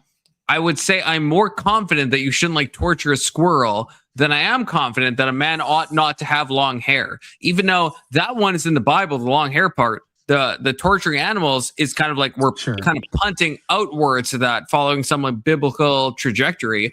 But I would still say I'm way more confident that the guy torturing squirrels, that guy's doing a moral misdeed than Indian Jesus having long hair, right? So like, so and there's like copium that Christians do where they're like, okay, I'm like, well, there's the proper interpretation, all this stuff, but like boots on the ground talk, it's like, well, Paul is saying this thing, and I think we sometimes don't like that thing, and so we're trying to like interpret it in a different way. And so yeah, I would be more confident in saying that, yeah, the torture of like animals would be worse, even if it's less directly spoken about in the Bible than the long hair thing. Section 230, just so you know, YouTube does not block based on specific words or triggers. It blocks based on what it believes you're saying. So no, YouTube. Wait, no, correction, Alex. No. YouTube also blocks on specific. If you try to type the N-word in chat, it doesn't matter what the context is. It will block that shit. Like 100%. That's like a sure. There are firm words there. What I'm saying is even like changing the words, if your intent or if the meaning stays the same, it will block it anyways. They're using AI to block a lot of this stuff now. So it may not be like it may not be the quote itself, but what it's like alluding to and how they feel about it being Right, said but on the that platform. I will say, I think you were here, Alex, when I tried to give the misspelling of Nietzsche, and it blocked me repeatedly. And I think it was because I had Niz, and I think YouTube, because as soon as I took away that and spelled it differently, then and so like what intention it's going, I'm trying to misspell Nietzsche in a bad way, and it was blocking it repeatedly. And I think it's just looking at like a pure Niz filter that's like that must be something racist, is what I think. Niz? Well, like nizzle, like faux shizzle my nizzle. You know what I mean? Am I allowed to say that? I hope so. We'll find out. But I think so. Yeah. So what I'm saying is, I've changed the context before and seen it allow something that it blocked previously. Like it may not let you say Nizchel or Nizja, but if you say something like this writer Nisha, and then you give his first and last name or whatever, it can change how it reacts to that based on the actual sentence and what it thinks you're trying to say. I think it's both. LLM. Yeah, yes, of course it's both. It's both. Words they flag immediately, sure. Yeah, so I think like I think if you type like FAG and you add a character, it'll probably still block that, right? Like, so there is that word filter, and yes, there is. I agree with you. I think we agree. Yeah, I think it's both. Yeah, it's right. both. It's like there is some degree where it's like, because people will try to like hack the system and like say nonsense stuff, and then just change some of the letters or change some of it for numbers and stuff. Yeah, but I've had comments deleted like about like the Jewish population, where I mean, as someone who is sponsored by the Daily Wire, right, I would not say anything untoward, and I'm saying a normal thing, but it's like just saying that word, it can make your whole comment just go away. Even and even if I'm saying something like fully positive, like I know, because I am unironically a Christian Zionist, and it still deletes my fucking shit, and I'm like, why? I'm saying like a normal fucking thing, and I just said the word Jew, and it's like so fucking hate that. Like some of the stuff that was in some of the stuff that's in the Bible, some of the laws and rules, like against eating pork for a while and stuff like that, those things happened at specific times relating to things that were happening in those times, right? Mm-hmm. Like I think there was like a widespread flu or some sort of infection within hogs that people who ate them would fall ill, right? Way more often than people who didn't. So it's not like every law or everything that is said in the Bible is intended to be across all time. But certain things like the commandments, right? You consider those to probably be, there's no exceptions to those. Well, I would actually, I think I would disagree on that, actually. Yeah. So I think then you don't really have an objective view of morality. No, I do. I think the main divide I would see would be between Old Testament and New Testament. So like when you say commandments, the main thing I think of that like sticks in my mind is like that you should keep the Sabbath, right? And like the Sabbath, right, is like Friday night to like Saturday, whatever the fuck, right? It's like the main day is like Saturday, and then for Christians at a certain point they change that to Sunday. So from like a literal interpretation, right, of what the Jews meant, I mean, they said that if you worked on the Sabbath you would die, and they did kill people for working on a Saturday. Now, would I take that interpretation to mean if I'm holding that for all truths and all times, I'm not a Seventh-day Adventist, right? I don't think that you have to take Saturday off. In fact, I don't even think you have to take Sunday off, because again, I would say the New Testament kind of clears things up. So again, I would see the main dogmatic divide between OT and NT than between like what you're saying. Obviously the newer stuff overrides anything. Right, but the long hair thing, problematically, the long hair thing is in the New Testament, right? That's That's Paul talking post Christ, right? Like post the resurrection. Didn't Jesus have long hair? It does. I mean, that's how he's depicted. I don't think it ever says that. I think he's just depicted that way. But I mean, someone correct me if I'm wrong. I don't think, from my knowledge, there's no passage that says. I can't remember. I know they described the color of his skin before. Yes, and actually, no. I tried to limit that, but no, there is no. There is absolutely. I tried to be, in case I was wrong, but I'm not wrong. There's no passage that says Jesus has long hair. Okay, so trying to be more assertive. There is no passage that says that. Okay, but yes. Did it ever talk about him cutting his hair? I'll give you a 90% confidence. No. Yeah, I'll tell you 100% no, I didn't. See, I'm trying to be epistemologically humble, so. Don't be humble. Just some things you're just certain about, and other things you're not. It's okay. Nothing wrong Alex, with the only thing I'm certain about is the fact that I exist. I think we went through this before, I'm not so certain about that. Okay, Big Soda. I have to tag you in because I am. You gotta pee. I am bladder fluence right now. Yeah. Anson changed his name, so I was gonna pull him up, but small bladder fluence. Okay. So Big Soda and Alex, sound off. All right, Alex. How's your night going? It's going all right. You? No, can't complain. Get to bed. Got some time to myself. Yeah. You got any gripes about the things I say? I mean, I don't know. I find it. Agree with you. I mean, I haven't really heard you say anything that I would say I disagree with. Yeah. Especially when we're getting to the kind of ethics versus morals. I was generally confused, and then when you use a lawyer example, it kind of solidified it to me because that's the best way I could explain doing something. I guess I would find morally wrong, but yet still adhere to an ethical standard. And there still be, I guess, a moral good behind that ethical standard of why we should do that. Right. And they're usually like, just because there's like a great overlap doesn't mean that they are the same thing. Yeah. Right. Morals can change and fluctuate from day to day for some people, but laws stick around for a long time. Yeah. And ethics may stick around even after laws change. Mm-hmm. So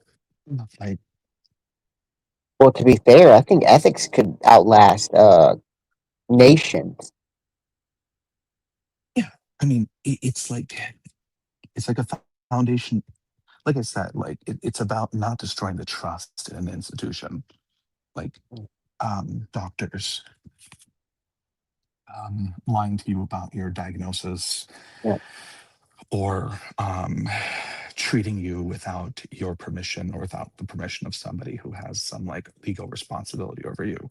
Those kind of things are a breach of ethics because it reduces the global trust in doctors as a whole. Like any one of them doing this. Well, every one of them. Another example would be treating someone that you adamantly either disagree with or fundamentally hate due to personal experiences. Yeah, absolutely. Yeah, that is absolutely true. Yeah, you have to do it regardless. It's just that's what you do. Yeah. Who they are, what they did, what they might do in the future, those things are irrelevant. Your job is to treat them. Yeah. No. Would I be super sad if you let like a serial killer not survive? Mm-hmm. No, I wouldn't be super sad. But I think it would be a betrayal of your ethics, and I don't think I could trust you as a doctor after that. Because I guess if you don't have that ethical standard and you agree with me this time for letting a serial killer die, then what happens when it's either the next time or the next person? It's not going to be an even standard. If he may let someone he thinks is just as bad as the serial killer die, but from our point of view, it may not be the truth. Oh, I don't know. I don't think I have one of those. Maybe one day. No, that's a funny comment. I agree with that. I personally, to fall asleep, I would buy Alex ASMR albums. You know, I would buy them. You know, it is a soothing voice. I will say that in a normal way. In a normal way. Okay. Can I have you read Maps and Meanings, and then that way I can fall asleep to Oh, it? I Yeah. totally should. I totally should. I think I that would fucking actually buy be. the shit out of that. Absolutely. And Marilyn is back. Words are hard. I don't know what that's in reference to because I was, decoded at the time, but Yeah. So this is. but words are hard. I was just telling him I generally agree with him. I don't think he said anything that I would agree with, especially the morals and ethics discussion.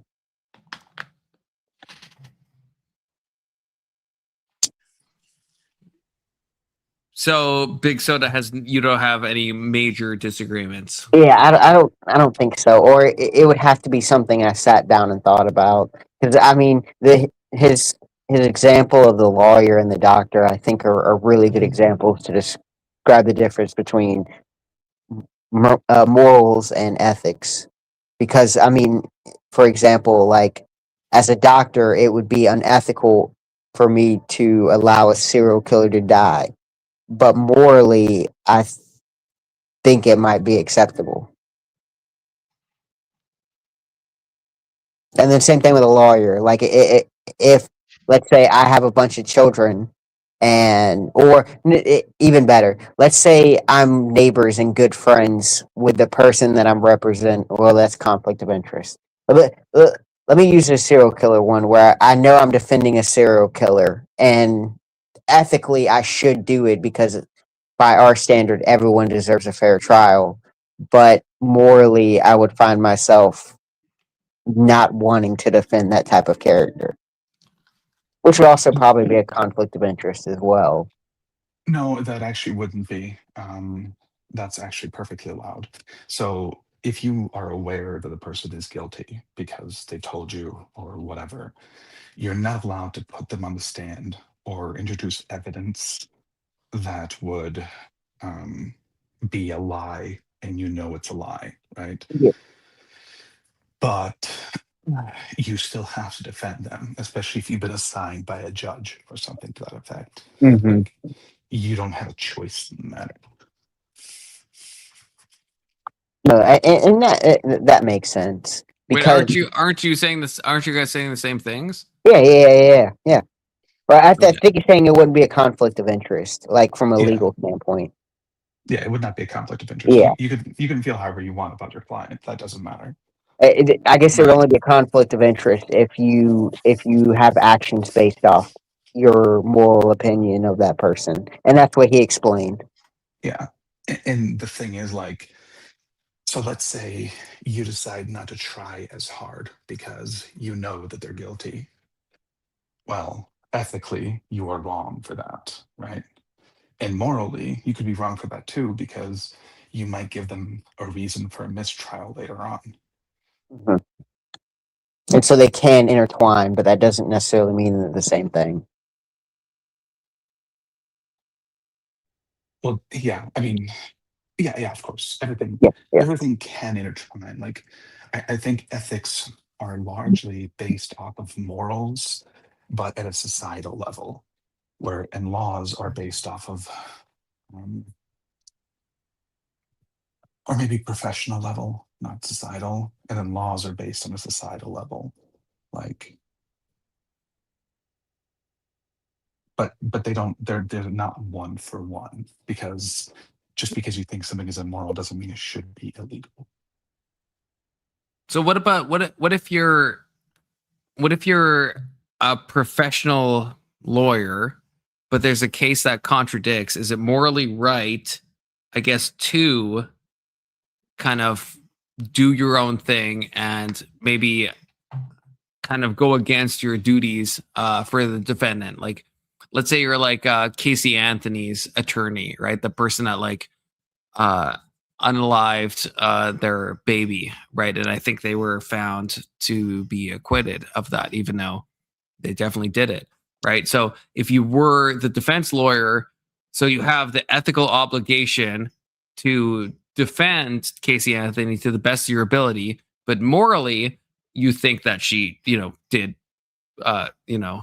unalive her baby, then is it moral, I guess, to kind of to do kind of some type of subterfuge, I guess, in your capacity as a defense attorney to make her lose that case?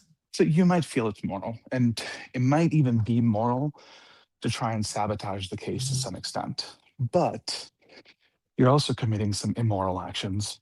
One, by casting like shade on the profession itself. Two, by like intentionally lying, right? And then three, what happens if, let's say you do that, she gets convicted, and then some lawyer down the line realizes that you were trying to make her lose, and the case gets tossed out. You might end up freeing the person because you're trying to sabotage them.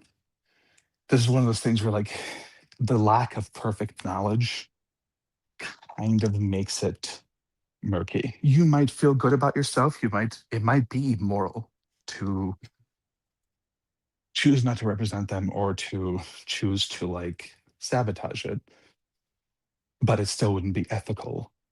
And you might cause far more harm, morally speaking, than you would have if you just done your job or left the profession.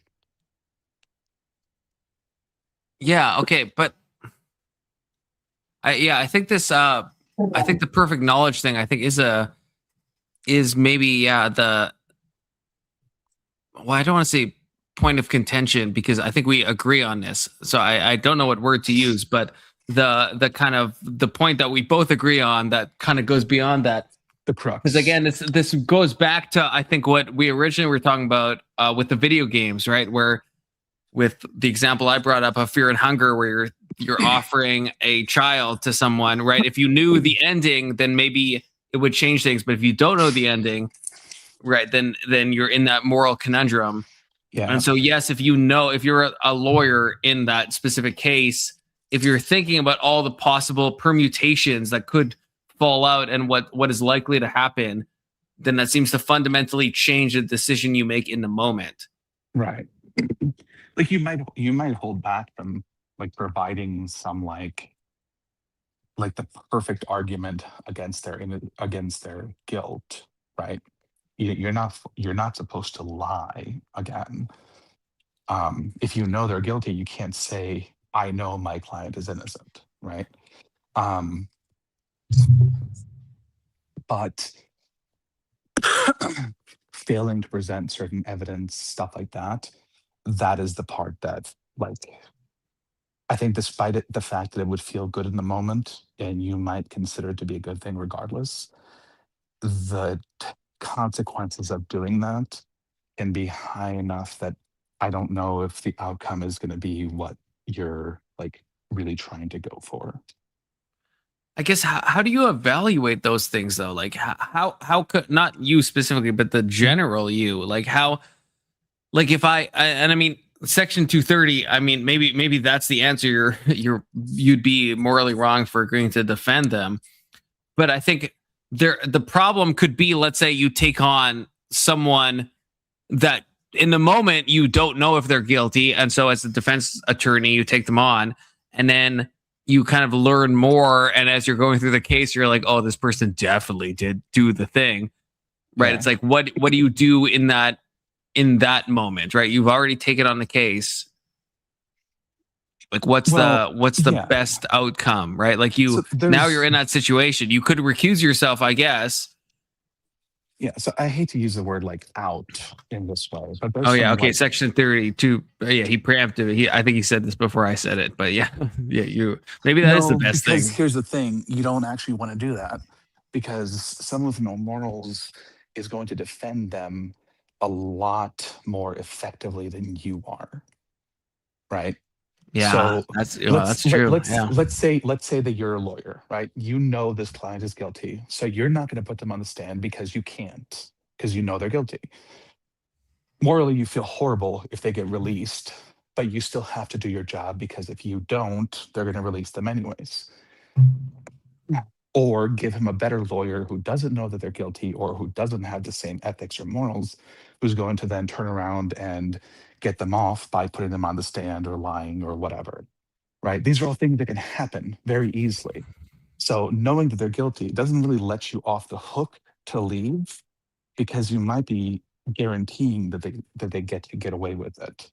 That's true. Right. The recusal. I don't know what the noun form of that is. Recusal. Thank you. But the recusal is in some ways a bit of a, well, I'm just gonna throw my hands up and like I'm not involved in this moral situation anymore. But if you could affect the moral outcome, then it's like, the simple answer is to recuse yourself. But if someone else is gonna go up there and get someone that you know is bad off the hook, then do you have a moral obligation to remain and to enter that moral quagmire and figure shit out and, get what the highest purpose you think is done?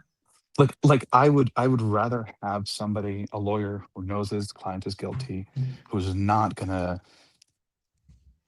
present evidence that they know is false, because it ties your hands a lot just by knowing that they're guilty, right? Like you can't present evidence like citing that they're not when you know they are.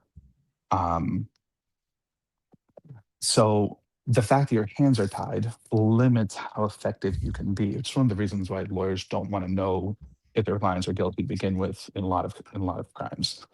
Yeah. You are now possibly the least effective person to represent them. Whereas somebody who doesn't know that, or who manages to not notice, now becomes much more effective than you are. So you still have to give them a fair trial and represent them to the best of your ability, but you also can't lie or present evidence you know is false, which would probably happen if another lawyer did it, because they don't know that it's false.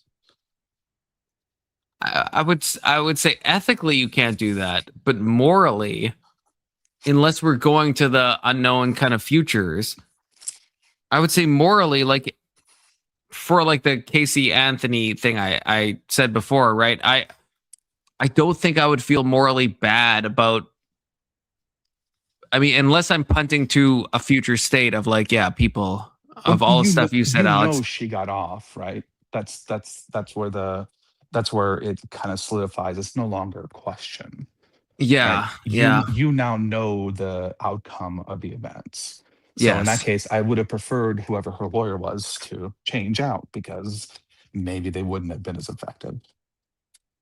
Yeah. I guess, it's hard to, I guess when I'm thinking of these cases, I'm thinking of, like some miscarriage of justice happened, at least in my opinion. And so, it's hard to, I guess, separate. If I was to go back in time, if I was a lawyer, then I'm trusting that, okay, the legal process will still come to the truth of this matter. And then maybe it's only after the verdict is decided that I'm like, oh, fuck, Yeah, you're going to feel horrible for it, but you also have to like realize that you couldn't have known. Although, and this is just a fun fact. It's about how degenerate attorneys are. In Casey Anthony's trial, they were seen breaking champagne and celebrating after they got Casey Anthony off, and they knew, as everyone else knew, at least at the end of the trial, that she definitely unalived her daughter. Like everyone fucking knows that, and they were celebrating. How did she get off? So I'm going from memory right now. So 80% confidence, but so she had Googled, she used like chloroform on her daughter, Kaylee Anthony, I think is the name. And the grandparents covered, and they perjured themselves. They fucking perjured themselves. The grandparents said they were the ones that Googled chloroform and all of these like incriminating terms. And so it was just a coincidence that they Googled that, and they testified. They went under oath, and they lied, and they admitted later that they lied. But of course, like double jeopardy, right? You can't be tried again. And so she got off on basically just not enough evidence. So even though her daughter died, and even though there was search terms and all this evidence, it wasn't enough, I guess, to surpass the reasonable doubt and all this stuff. And yeah, I don't know. It was one of those. It's like an O.J. Simpson-esque miscarriage of justice, where I think looking back in retrospect, it's like I don't know I've never met someone who thinks either O.J. was innocent or Casey Anthony was innocent. But at the time, maybe it was like less clear. But it's like the fact that the lawyers are breaking champagne, that's at least fucking degen coded, right? Like, because like if you're a lawyer for kids, you must know you're hearing all this. Even I obviously, like, it's like, yeah, I'm looking back, but I think even if I hadn't heard the verdict yet, I feel like I would know like what it's like most likely to be true. And if you're her fucking attorney, I think you know even more. And so if you're celebrating, I think you're just like nihilist pilled. You're just like, oh, I won the case, and that's all I care about. I don't care about if she's actually guilty. I just really won. Good for their careers. It was. That's a fucked up shit, right? But of course it was, yeah, because then everyone hires them because hey, they got a fucking guilty person off. Everyone knows is guilty off. Right? Yeah. And so, but that's fucked up, right? Like that's not what an attorney should be. Yeah. I their out would probably be, well, we don't know for certain that it was her, or at least they wouldn't have at the time, unless you're saying that the grandparents came out and told everyone they lied. Like no, and that happened. Yeah, that happened later. But what I would say is like, if I was, I mean, I'm not an attorney to be clear, but if I was, and I got someone like that off, it's like, okay, let's say I win, and I think I'm following the best ethical practices of my career choice. I can't imagine a world where I'm doing a champagne pop. Like I would be like, I would be like in like fear and trembling that like I hope I did the right thing. Like I would be like nervous, right? Like was this a good thing that I just did? I wouldn't be fucking selling like that. To me, I don't know. That's just like, I don't know if that's an emotional thing, but I just feel like that's fucking some degen shit. Cause you don't, I mean, especially knowing what we know. So hold on. You don't think it is? No, I think I understand why you think it is, but you have to understand that like in that profession, when you are, especially if you're a criminal defense attorney, like a lot of the people you represent are going to be guilty, and you have to have some way to like cope with that, where you can compartmentalize what you do and who you are. Well, I feel like we're saying I would say that's some degen shit. If you're putting your like career below what the actual like morality of the situation is, that's what I mean when I say that's some degen shit. If you're asking every lawyer to do that, then we don't have any criminal defense attorneys. Well, no, I would say I think it's fair to ask every criminal defense attorney to act in the best accordance. The celebration is something that happens after the court case is done. I guess that to me is like a delineation, right? At that point, they may still have believed that she was innocent. There's no way. There's no world. There's no world. See, that's what's hard. You're saying that, but remember, their entire job is to pretend that she's innocent and find ways to prove it. Right? They have. Do you think they gaslit themselves so much? No, like OJ's attorneys, because they made OJ's attorneys made bank off of getting him acquitted, right? But like, there's no way. I can't believe OJ's attorneys thought he was innocent. There's no fucking world. Like, there's no world. They were like morally correct. Wasn't one of the attorneys? Didn't they come to the realization afterwards, and they had like a really big breakdown? I don't know, but I fucking hope so. Yeah, that's the only thing I would accept is a massive fucking breakdown, right? Like otherwise, it's like you have done a grievous harm, right? Well, sure, but you also had no way of knowing the result of your defense. I know, right? But if you're being like sneaky in your tactics. Right, with which OJ they did do, right? Like, yeah, there was like sneaky tactics. So you know what you're fucking doing as a fucking, and this is why attorneys, I think Section 230 said this, but this is why attorneys get a bad rap, right? It's like there's a line where it's like, yes, you want to give your client the best representation possible, but that has to be balanced with like, well, okay, so saying things that are just like not. Well, Sure. I don't know. Actually, even saying that, I don't know. I guess that's a hard thing. I guess okay. So this seems maybe off topic, but it makes me think of like debates where it's like you can have a debate in totally good faith, or you can enter a debate where your goal is to win and you can jump on the opponent. And I guess if you're a defense attorney, is it wrong do you have to be good faith, or are you allowed to use kind of bad faith tactics if you know that's the best defense, even though they're bad faith? Does that make sense? Did I say anything? I'm not sure if that makes sense. Yeah, no, you're right. I would say I wouldn't want to be the kind of lawyer that does that, or that has to like depend on that to represent the client.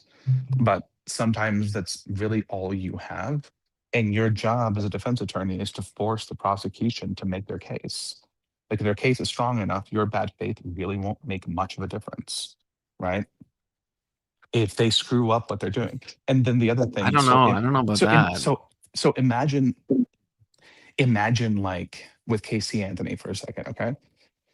Imagine that you're her lawyer and you come to the conclusion, yeah, she did this. There's no way she didn't. And so you like manage to make sure that her case is lost, right? And she gets like life in prison or something like that. What if you find out through some other evidence later that it wasn't her? Or that she didn't do it, or that whatever happened isn't what you thought it was, right? You can still be wrong, even if you have every reason to believe that someone is guilty. Well, and that's why I think maybe this is taking the coward's way out, but I think in that sense, I think I probably would recuse myself in that case, because I don't have the certitude. If I somehow did have absolute certainty that Casey Anthony did it, like, and there's no possible world of doubt, then yes, then maybe I could be kind of like a bad actor as a defense lawyer and like kind of like poison the well a bit and like kind of like act in subterfuge, right? But like in normal cases, I think I'd probably just recuse myself for the reasons I think you said, where it's like you there's like a chance maybe I'm wrong. You never know that a client is guilty, right? Well, even people who confess don't necessarily do it because they're really guilty. Yeah, but like if we're talking about like Ted Bundy yesterday, right? Like if Ted Bundy had like said all the stuff he said, but at the last minute in trial, he's like, actually, I was just like, I was a bit loco before, and I actually didn't do all that shit. If I was his defense, like that is one case where I'd probably be like, you know what? And I would be doing maybe some unethical, I agree, defense attorney subterfuge where I'd be like, you know what? I'm gonna fuck this guy. Know what? Like, but I don't know. But if that gets exposed by some other lawyer, you're now the person guilty of freeing him. Sure. And what is worse? Failing your ethics and freeing the murderer, or doing what you're supposed to do and knowing that the reason they got off is because the prosecution failed to make their case, or because the jury was that's kind of a good point tainted in some way, right? I think, but if we look at like the Casey Anthony thing, it's like, though, I mean, Casey Anthony is like a free woman, and she fucking shouldn't be. She fucking killed her own child, right? How certain of that were you at the end of her case? 99.99% certain. But like, the jury wasn't. Why do you think that's so?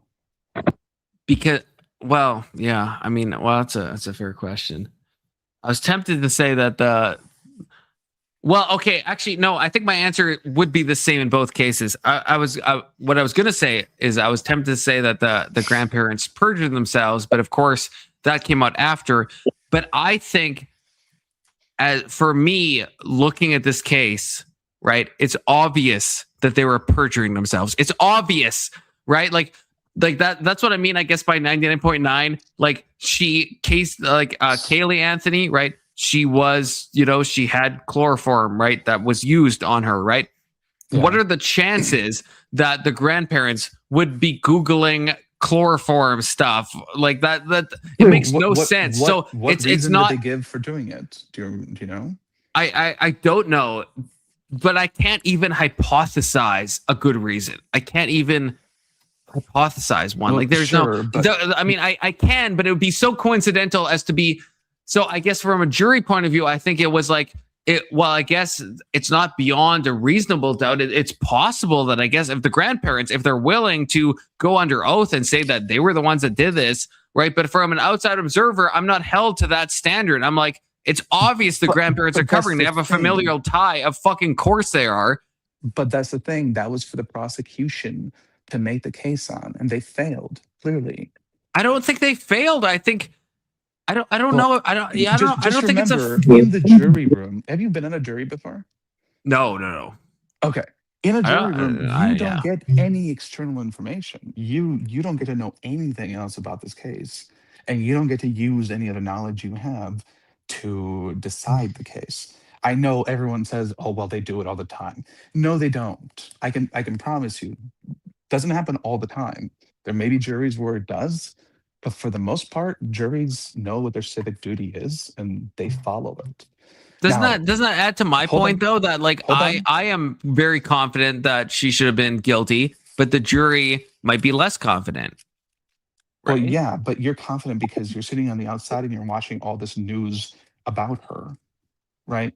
You're watching people speculate on why she or what happened or how she did it. You don't get to do that in a jury room. No, I get that, but I'm saying my valuation is therefore, I think, more likely to be correct, right? I think you'd agree with that, right? If the jurors are deprived info, sure, that I am not, my judgment is probably more correct. If the things you heard were true, yes. Yeah. But a lot of the things we hear aren't true, right?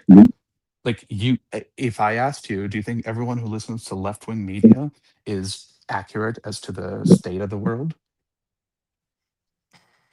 I would say no. Okay. But that dominates a lot of people. Mm-hmm. So what you're saying is by hearing other people speculate and talk and give like partial set up things, right? It makes you form a decision in your head that is not based on the evidence, but based off of feelings, emotions, and what other people are saying. Yeah, but my decisions are better than the in this case person's decisions, right? In this case, sure. But Kyle Rittenhouse, did you agree with the jury's verdict there? Absolutely, I did. Okay. Yeah, 100%.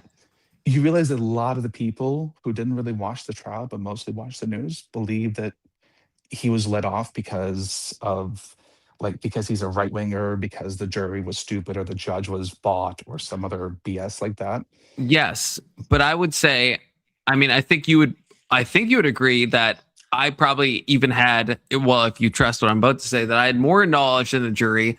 I watched I was watching that shit live. Like I was like very tuned into the Rittenhouse case. So like, yeah. So I was watching all of that shit. So if anything, I had more info than jurors, right? So yeah. So like, you had someone who's just watching news and just getting like sound bites, and yeah, they could definitely be deceived. Unprovable info than the jurors.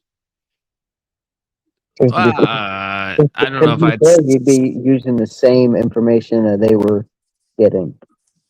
And then you would have your outside speculation. I think you've heard I would say I was given more provable info than the jurors. I would definitively say that. Oh, so maybe that one of them had like a record or something like that.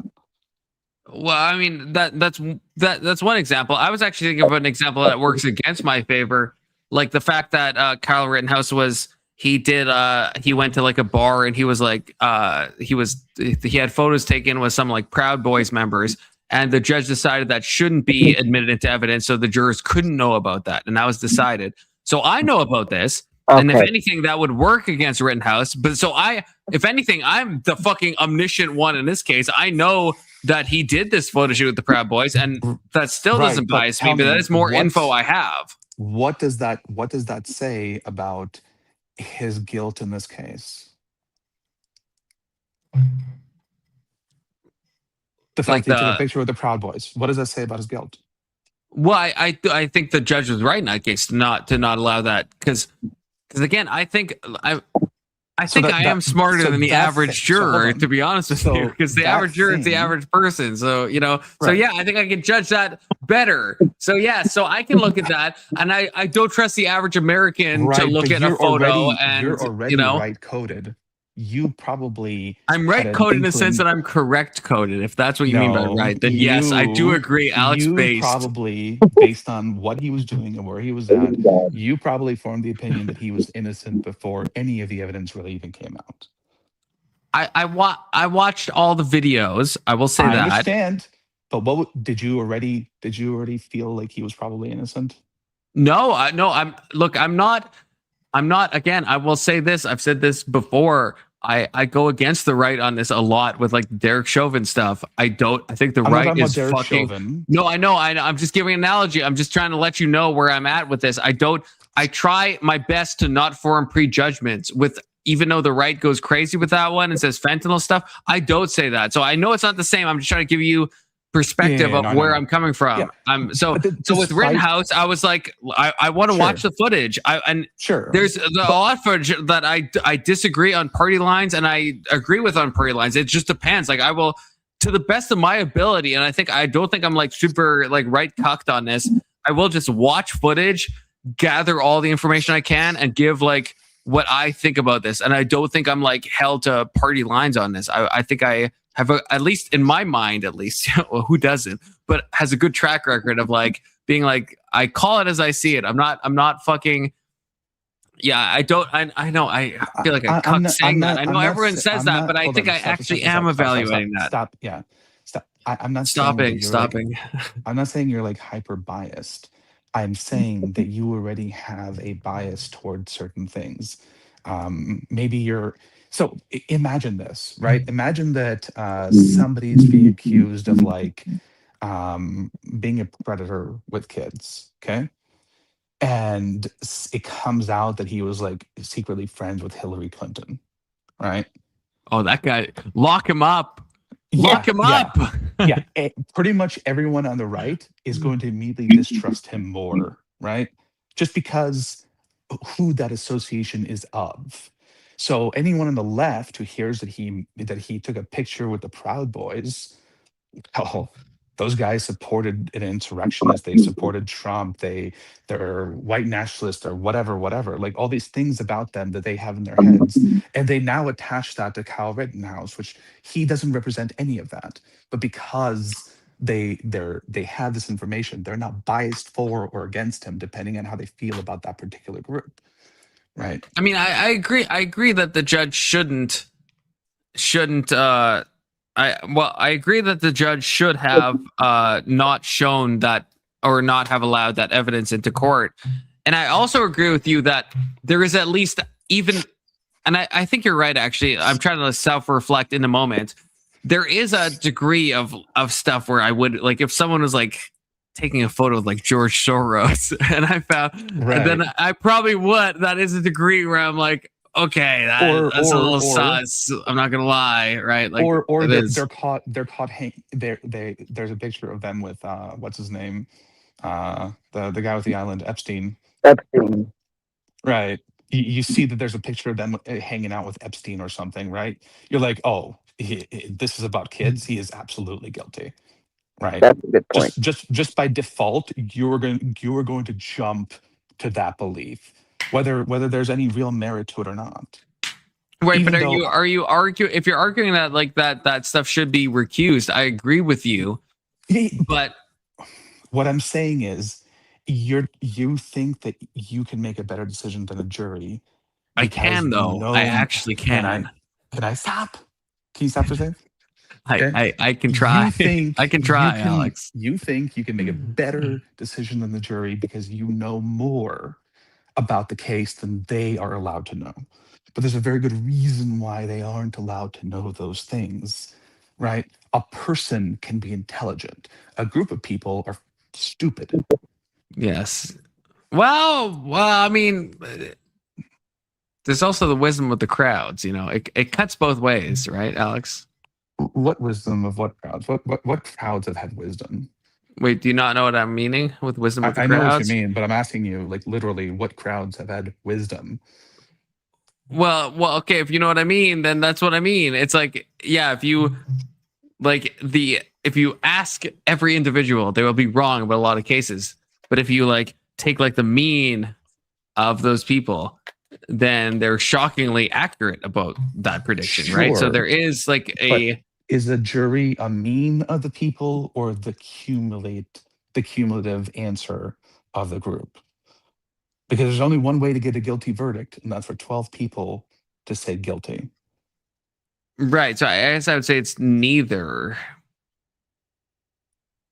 Well, if there it has to be unanimous, I guess, which I think would be neither of those things. Not for innocent. It has to be unanimous for guilty. Right? Yeah. So you have to convince 12 people who have different bases in life, who have different politics, different beliefs, different faiths, different moral systems, different whatever, to all see the same evidence and come to the same conclusion. You can't have information that isn't evidence specifically pertinent to this case. I mean, I don't disagree. Like, again, I don't think I think that, well, I mean, who's projecting Section 230? Me? Yeah, I'm not sure. I was reading that too. I'm not sure. I'm not. Yeah, I'm always in like a Schrodinger's cat with chat where I'm like, I don't know if this is against me or the person I'm talking to. But that's Gucci. I'm fine with that. But Section 230 doesn't mean anything. No, sounds like I think he might be talking to me, but I'm not sure what he's saying is projection. Like, you think I'm projecting that I would be fooled by this? Or Section 230 is no stranger to joining up on panels. So Section 230, God, of course, you're always welcome. You're always welcome. Section 230, I do. I mean, even though it's the first time he's ever been in my chat, I still trust him. I don't know. I don't know if that's some weird thing I have, but I still just intuitively trust him. You're a little too trusting. Possibly. Although I did block Eduardo from a second Guna Bomber attempt. Okay, can we give the 07s for that? I mean, I fucking sniped that shit down. Fuck Eduardo. Eduardo needs to go back, okay? Okay. Don't quote me on that. Section 230. I'm not saying that a picture would automatically make someone have a bias, but the right picture to the right person would likely bias at least some of the 12 people. And all you need to get an innocent verdict is one person.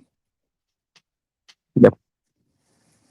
Like, we want to see justice carried out appropriately. We don't want to let a guilty person go because one person has a bias.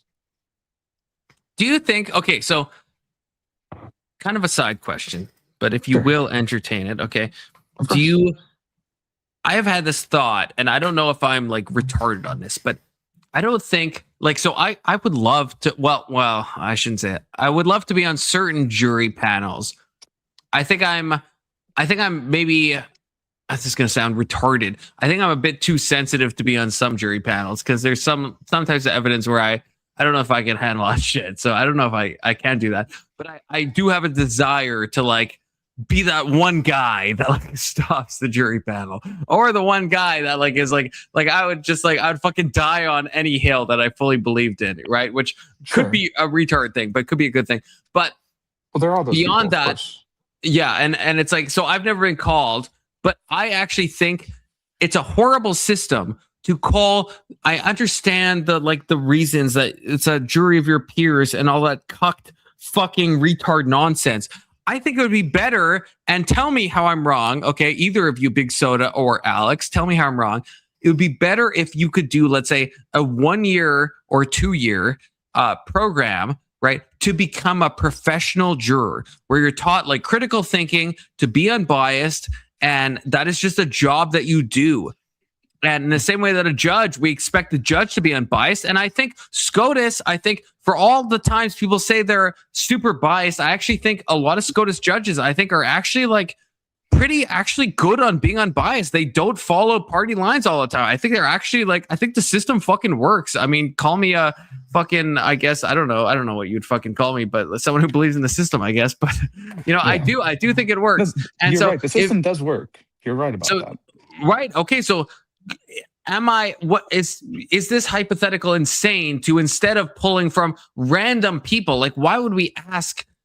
I mean, you should ask me, but like, why would you ask my next door neighbor about like Kyle Rittenhouse, right? Like, why the fuck would you, like, how is he? He's not equipped. He's like, he's not even aware of what he doesn't know. He's not aware of cognitive biases. Like, do a training thing where you're taught cognitive biases. You're taught about like attorney manipulation tactics. You're taught about critical thinking, right? You're taught to be objective, and then pull from a pool of those. Would that not be just objectively a better thing? Why not just go for the judge trial then? Why even bother with the jury? Because I do still want the multiplicity of personhood, right? I don't want, because one guy, maybe he could be a little fuckered, right? Like even myself, even though like I'm omni-goated, I'm most often right. It's like there is a small percent chance that I'm wrong, right? And so it's better to have a lot of people to correct for that incalculable mistake margin, right? So if you add like 11 people to me, it's like, well, then the chance of us all being wrong in the same way is like a fucking epsilon percent, right? It's like, it's impossible almost.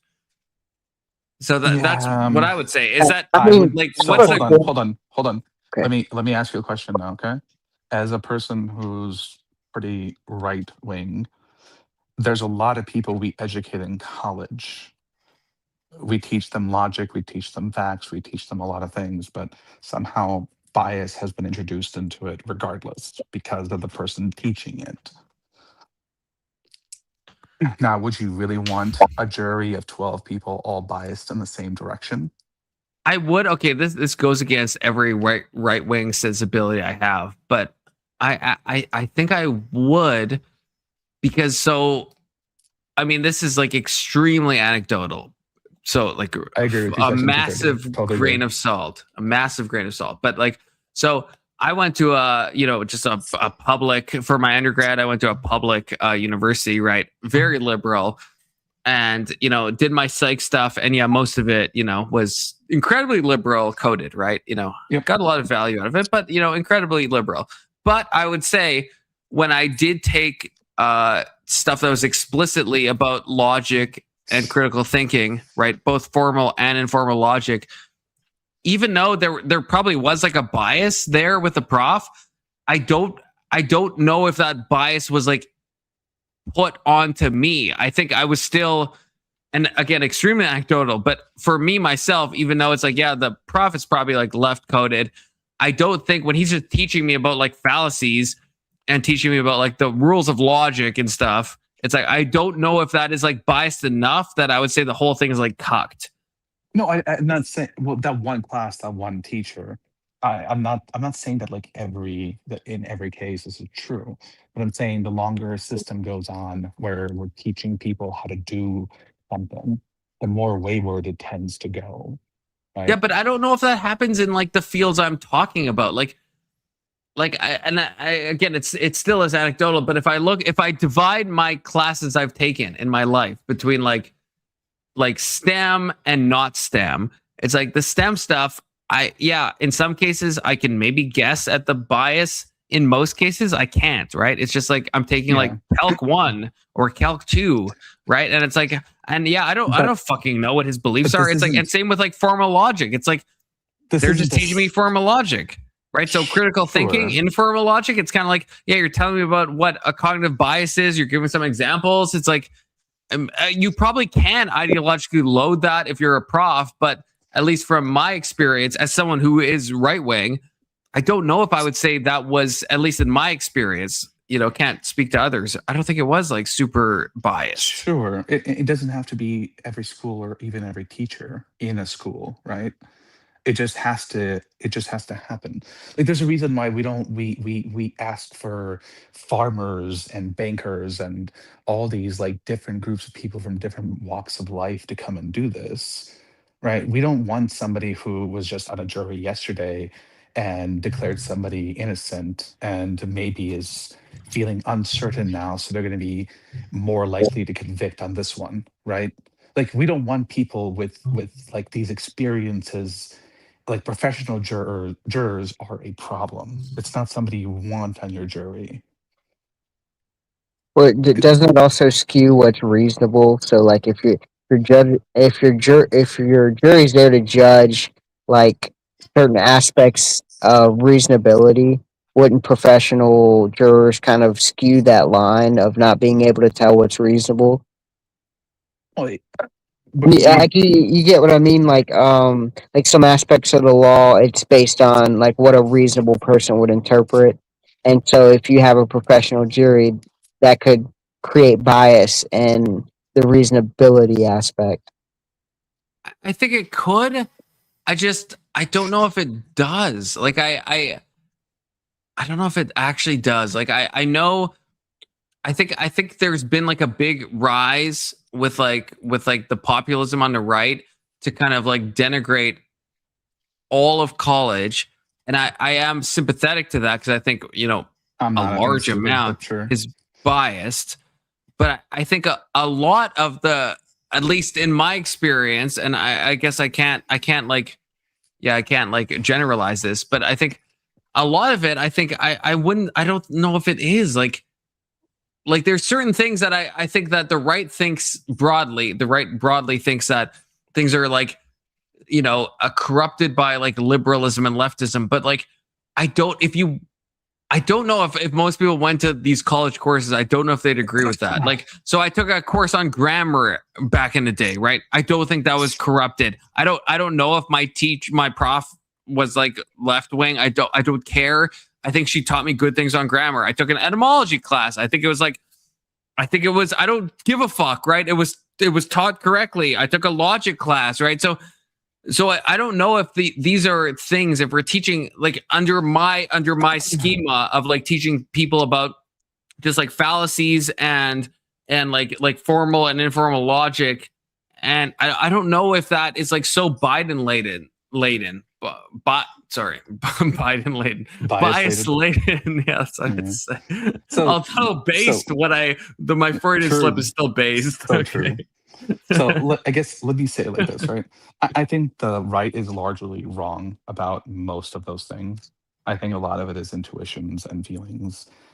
Things have been like said forever and now are just common sense, but aren't necessarily true.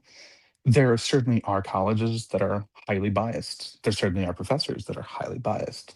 And there are certainly professors that are highly biased who spend as much effort as they can to make sure they don't put that bias in the education they provide, right? This isn't like a universal thing where every college, every professor, every class has this like universal left-wing bias that pushes everyone to the left. And I think that's pretty clear given like the new wave of graduates and people in like high school who are hardcore conservatives, right?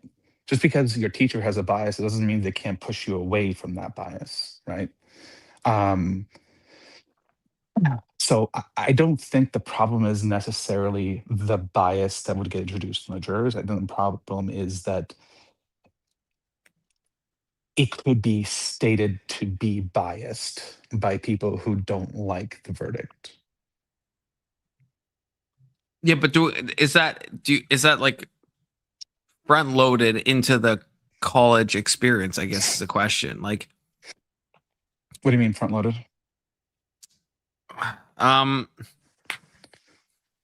Like okay, so there's certain classes like I guess like chemistry, right, or Sure. math, where it's like I don't even know how you would introduce a bias in either direction, really. Like it's not really possible. And if you go to something like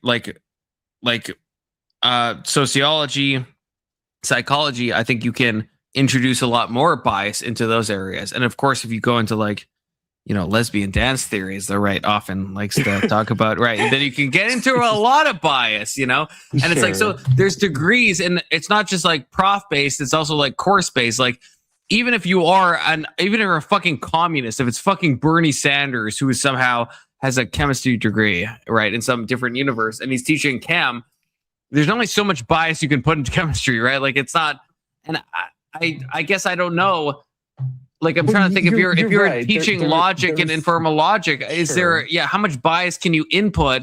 Is there not a way to do that to get impartial jurors where they're like, they're aware of cognitive biases, but not like fucking ideologically loaded to like side one way or another? I don't think we want the jurors being perfectly aware of the law. We don't want jurors thinking that they know the law. We want jurors who don't necessarily have a reasonable understanding of what it means when a lawyer doesn't say something versus when they do, right? Okay, that hits my ears as a wild statement. Well, so say more. Let's say, I would say my default is to think that jurors should be as educated as possible on the law. No. We want the jurors to go with the law as stated and agreed to by defense and prosecution and the judge, right? Like when I was on a jury, the law they gave me was only a part of the law that pertained to the case itself.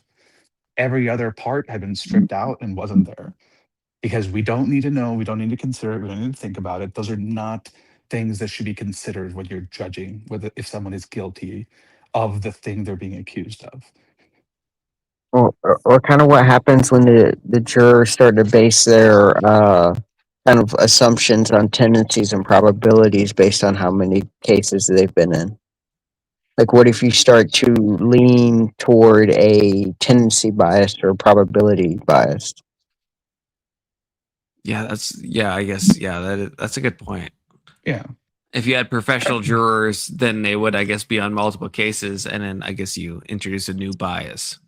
Or multiple cases with the same person, right? Oh, that's another good one to think about. Like, what happens if somebody's been accused of murder, you found them not guilty, you come back a year from now and they're accused of another murder, right? Are you going to assume that they might be guilty in this case, given they keep coming back to this? But couldn't you, if you had in Confluence Land, if you had these professional jurors, couldn't you still kind of filter out the conflicts of interest and be like, if you've been associated with that case before, then you're just like not on that case, right? Right. But imagine now that one of the people you said was not guilty, you said it appropriately, right? You thought they were not guilty at the time because there just wasn't enough evidence. But it turns out they were, and they go on and kill someone else, right? You're going to take that personally. So in future cases, it's going to be really hard for you to not jump to guilty. And some people probably could do it, but everyone, no. Unless you want to put a bunch of like sociopaths in place for this. What if we put the jurors in like is it private or public? Like, would a public company be doing this, or would the government be doing this? It has to be public. It has to be public. I was going to say the problem with private is if the government's doing this, then what if they have a bias to put people in that lean a certain direction? Yeah, but the government already does that, right? We already have to trust the government with like jury selection, right? Like we're already ceding that to the government. Like again, I would love to be on certain jury trials. I've never been called to jury duty. So it's like that, but that's up to the government. That's not up to. So if the government has a bias, maybe there's a reason they're not picking me because they know I have perspicacious judgment, and that's why they're not selecting me. From fucking cowards. Once you start getting it more often, but they don't always go through like everyone. I was on jury duty like 3 years ago, and then again like half a year ago. That's because they know I'm more base than you, Alex. That's why they're not picking me. Now I've been drawn for like federal jury duty. So I feel like that proves my point. Yeah, why don't they want my opinion? Maybe Because they know I'm that. based. Maybe They know I'm maybe they don't based. want you to have a dream about the verdict and then decide based on that. And think it's real. Yeah, that's fair. Maybe you have a wanna be a jury bias, and they've been that's trying to fair. avoid that. I don't know. Have we ever seen like a public person on jury though? Have you ever seen like what like Tom Hanks or Scarlett Johansson ever get jury duty? I don't think I ever have. Well, that I think that's because there's like all those like exceptions you can apply for, right? Like if you're given jury duty, you can apply on like But a lot of. saying, It's like kind of being drafted, where you can like. I think there's a lot of like ways to wiggle out of it.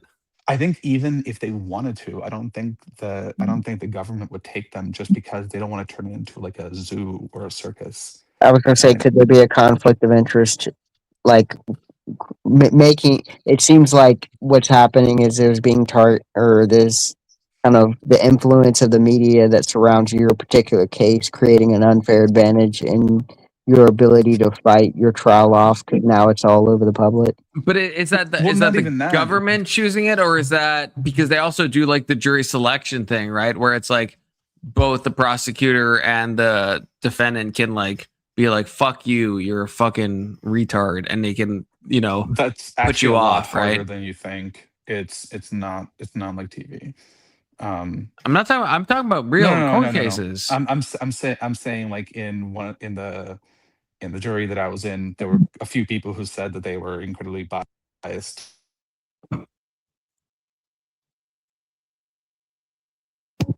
Wait, say more. Alex, are you with us? He's been selected for jury duty. Yeah, I think he just got called in real time. Those federal courts he was talking about. Man, the government be. Oh, Alex is back. They hunted me down. I'm sorry, guys. I knew They it. did. They got did. to me. They got to me. Yeah, like the judge was like, "Are you really telling me that you can't put your biases aside for this one trial? You're just incapable of doing that. You can't handle yourself well enough to control your emotions and just hold back and make a decision." Is it okay? So The judge, am I wrong on this? But I thought maybe it's state dependent. But I thought that both the prosecutorial side and the defense side can veto certain jurors, right? If they think. I think this is more maybe in federal or like high stakes cases, right? Yeah, it could be. Different level of cases may have different rules, but Or if you've already been selected and you're now, I guess the judge is interacting with you, and then I guess you admit to your bias during the trial. That'd be a little bit different. I don't know if the prosecutor could just remove you. It'd probably then be up to the judge. Like after the trial started and everything. But I think I've seen examples of that. Well, for me, this was before the trial started. Oh, okay. But Can you talk, obviously without mentioning specifics, but can you talk at all about the case you were on, Alex? Like even in generalities? Yeah, I mean, we're allowed to talk about the case after we're done. I think no matter what the case is, you're allowed to. Just a question of if you want to. Yeah, it was a guy being charged with child abuse. Like, say more, like child neglect or like. No, he had essay or like what are we talking about? No. He was going like 110 miles an hour on the street, with 3 kids in the back that weren't buckled in or anything else. Yeah, that's while he was drunk off his ass. Or reckless driving. Well, not reckless driving, but what is it? Like homicide or No. Would it be manslaughter? Nobody Child died. endangerment. At the least, nobody died, but it was like it was Okay, I I see don't what know. you're saying. He got pulled. I guess he pulled over, or the cops chased after him, and he Yeah, had three children in the a back. cop flagged him, and he ended up like trying to hide in a pretending like he was going into a gas station. So, but I don't know. The cop recognized the car or something. Yeah, I kind of jumped the gun. I was thinking once you started describing the speed, I thought we were talking about an accident. I was like, Oh no! I mean, at that point, it would have been like a mess. Like yeah. not. Was it his kids? No, it wasn't his kids. It was his Oh. girlfriend's kids. Okay. Oh, wow. Yeah. Okay. Now, Alex, what was the race of the person? I'm just kidding. He was black, if that's what you're asking. Whoa, whoa, whoa! I'm just kidding. I probably Sorry. could have guessed that, sadly. Oy vey. I'll be honest. His lawyer was horrible, but I don't know. It wasn't that he was bad because he. I don't know what he could have said to defend the case in the first place, but I Mhm. think he made it worse. He made it worse than if he just like shut his mouth, right? Like he was all over the place. I don't know. Because you got to like reach for anything you can grab that could open that door. Right. Yeah. What like would what would your defense even be? Like even again, maybe poverty of imagination, but like yeah, you're going 110 miles per hour with like 3 kids unbuckled in the back. I can't even. Oh no, that's not my client. Well, two of them I are just like recuse myself. 5 years old, right? Like, yeah. So that's insane. So you were on the guilty side, I'm assuming, Alex, of the. Yeah. All of us agreed on that pretty damn quick. There really wasn't any defense. He stipulated to all the facts and everything else. He was just like, he was disputing whether that fit the crime of child abuse, and there is a particular aspect of that crime that does fall into like complete reckless disregard for child's life through some action or whatever. I can't remember the exact I think if I was to be defense attorney coded, I think that's fair. I would think it's like I think it's like child endangerment. Is it child? Are you abusing the child in the moment? There's at least ground to quibble on that. I would think. Sure. If I was a defense attorney, that's what I would put forward. And one of the things that I mean, I brought this point too, but I'm like, so if you let your kid like ride an ATV, is that child abuse? Right. Like, yeah. People on farms do this all the time. If you let them like drive in a tractor, is that child abuse? Like at this point, we're saying that we could basically make any. Or I guess the counter to that is, what if you're riding reckless on an ATV and your child's on it? Yeah, abuse seems to me to be a more like actionable. I don't know, like something. Yeah, if nothing has happened to the child, if I again, to be defense attorney coded, is that abuse? Now, does like potential abuse apply? Is there some semantic argument with the potentiality of abuse?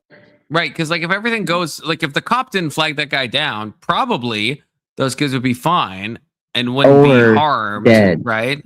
Or dead. Well, that's a possible, but more likely than not, I think they'd probably be fine, right? Like 110 miles an hour. I don't know. A lot of people make mistakes driving at that speed. Do you think most? Okay, Alex, I'm sorry, you messaged me on Discord just because the Guna Bomber was literally in this chat, so I know it's almost certainly you. But okay, great, thank you. The government got me this time. Yeah, you're getting like shut down. It was a jury selection. They found him. They did.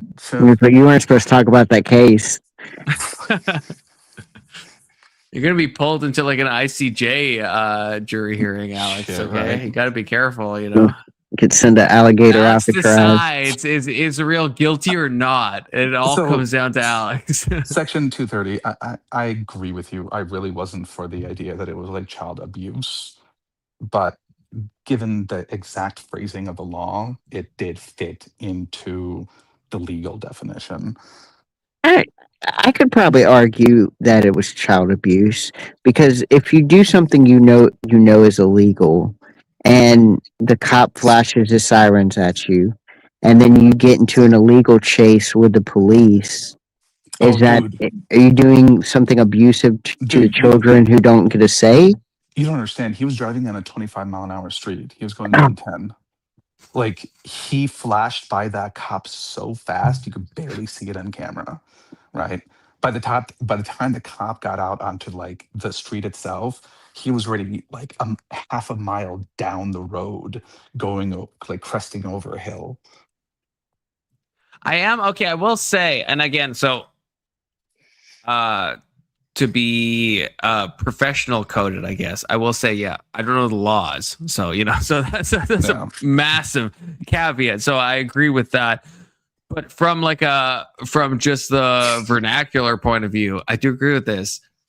It does seem like it's child endangerment and not abuse. But I feel like, Alex, you said you agree with that, but the specific wording of the law is a different matter. Because I think if the child hasn't faced actual harm, I don't know if I would be comfortable calling that, at least in a colloquial sense. I don't know if I would say, like, Alex, if you said, "Oh, I did X with my child," but it could have had a potential for harm, but it didn't. I don't know if I'd say you're a child abuser. Well, abuser to me, I'd have to harm too. Yeah, no, I well, agree. endanger is a potential. Abuse, I would say, is the actual realization of the harm. Is what I would say. I wouldn't call anyone a child abuser unless there was an actual. You can emotionally abuse a child, right? Right, but I would say that's an actual like result based thing. Whereas like the guy speeding, let's say nothing happened, he just like drove 110 and he arrived at his destination. The children suffered like no harm, right? Like, so they were just endangered. They weren't abused. The purpose of charging him that way was to make sure that he couldn't be around those kids again. Well, let me I agree with that. this. Yeah. Well, let me argue this. If you put children in an illegal situation and have them engage in your illegal situation, is that not abusive behavior?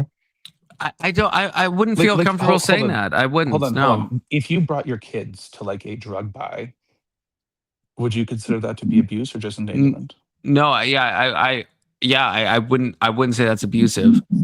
I would say I would say that's endangerment. I wouldn't say it's abusive. No. I guess because if the drug buy goes correct and you get the drugs and the kid doesn't even know in what world are they actually like abused, like you did endanger them, right? You brought danger upon them, like danger could have happened, but it didn't. I think abuse has to have a results based thing. Like there has to be results, right? And I agree with you, Alex. It could be emotional. It could be something. Right? No, I don't know if this is a legal definition, but it says abuse is using power or influence to intentionally harm, control, or mistreat another person, encompassing physical, emotional, psychological, sexual, financial, that definition neglect, has intent in it, right? Someone who's bringing a kid along to a drug deal probably doesn't intend. That's intent. The behavior is intent. You intended to bring them to the drug deal. No, but you didn't. No, read the definition again. You didn't intend to cause them any type of harm. I think this is one of those things where we're running into like semantic overload. We're giving the word endangerment too much. It's too wide of a word at this point. Like anything from leaving your kids at home when they're too young to taking them to a drug deal with a cartel member, they can't all just be child endangerment. I actually, hang on. Let's focus on the intent. I would say those are both endangered. I don't know. I don't know if I'm retarded, but let's focus on the intent. The moment he engaged with the police and they chased after him, would that not be intentional? You're intentionally putting your kids. I guess. Yeah, but that's again. Read the definition. You're not intentionally harming them in a physical, emotional, in any type of way. It's not just harm. It's to intentionally harm, control, or mistreat another person. You're not intending to harm or mistreat them. And in the moment, you're trying to get away from the cops. You're not trying to harm the child. Your intent is to get away from LE, right? Like that's your intent. Well, could you argue that mistreating another person is putting them in a illegal situation? Yeah, but you're not intending to do so, right? When the cop siren goes on, from them. That's the intentional action. But your intent is not like harm on the kids in any sense, right? Like I think child abuse, it's like you hit your kid with like a belt or like a bat or something.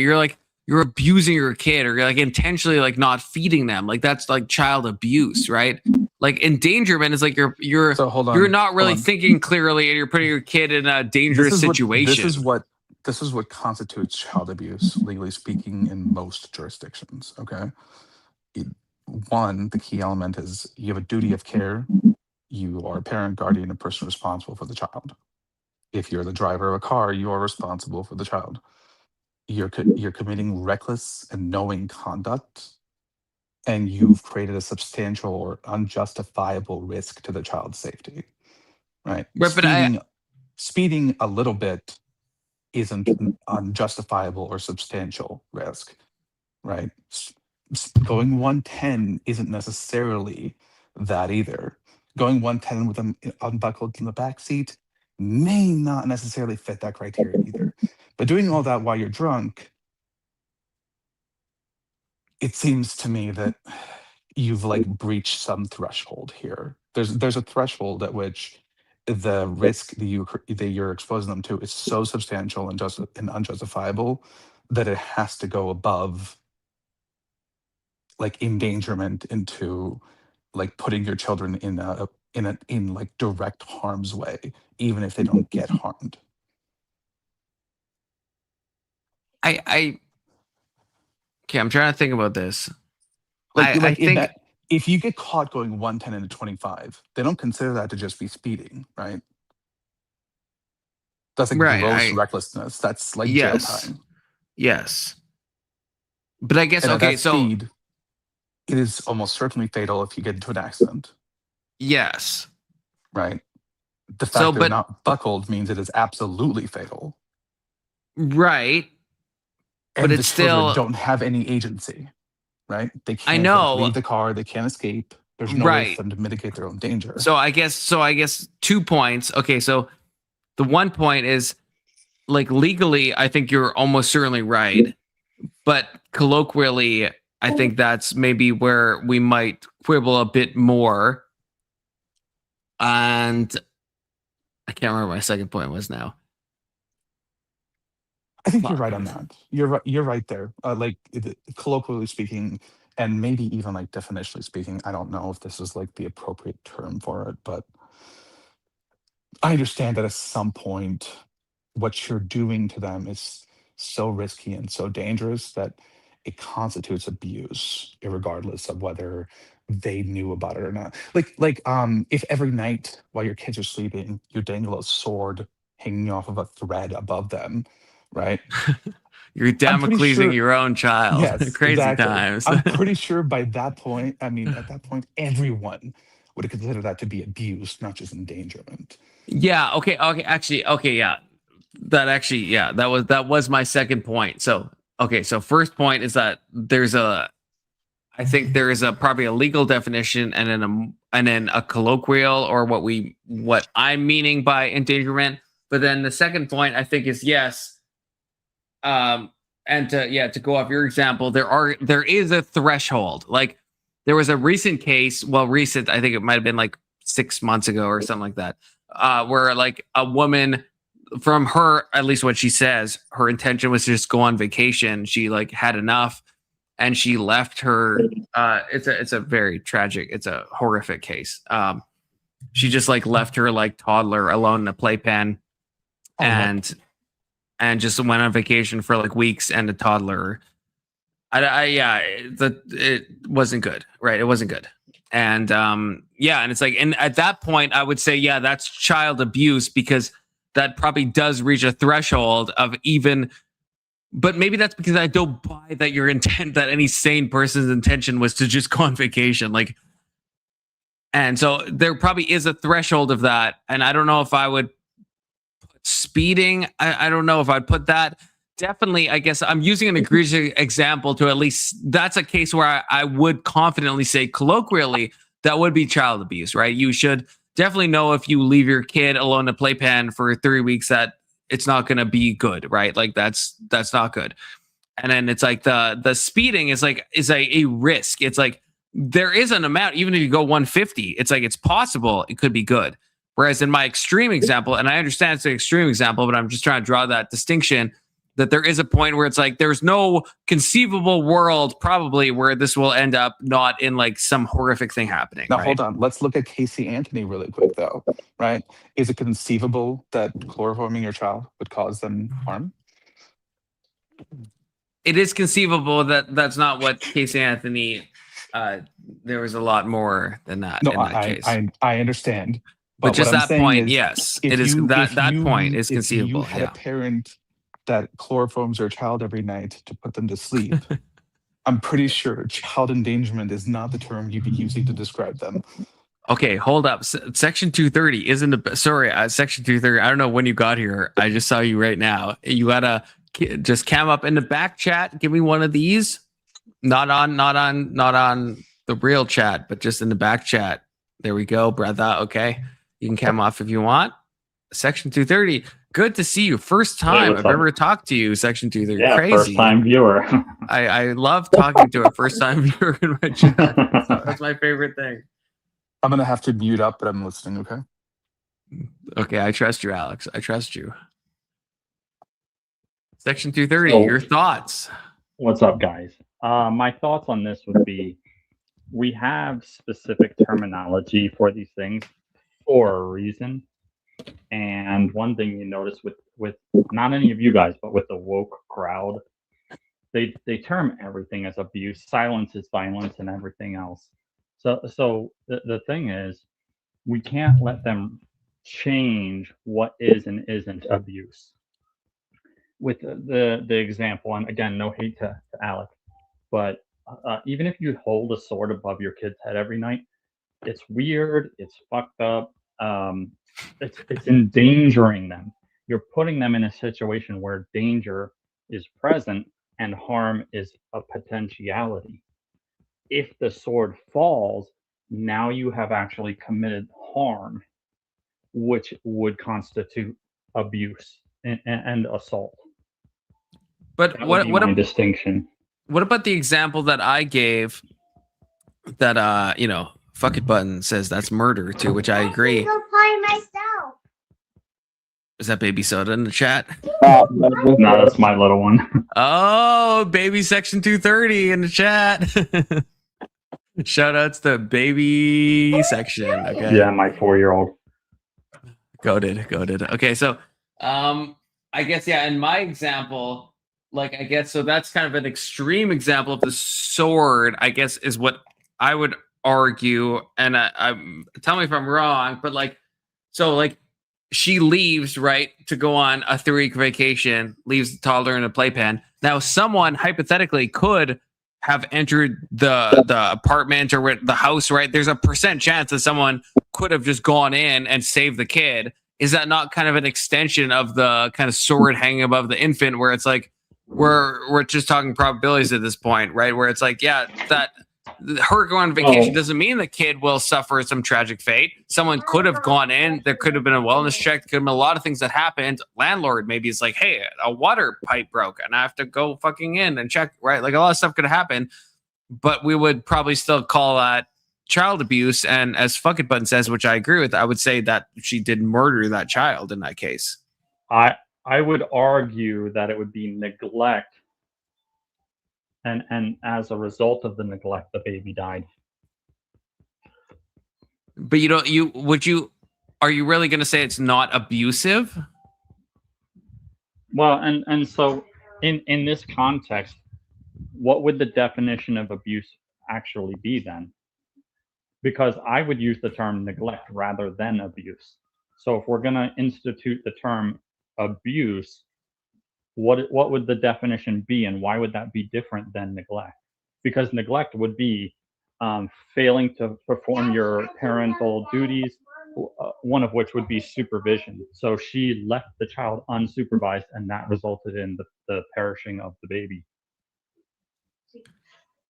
I guess I would say, like, I feel like the line is kind of fine in some ways. Like, if you, like, I don't have a child, but let's say I did, and I intentionally just, like, don't feed them, and I intentionally do this.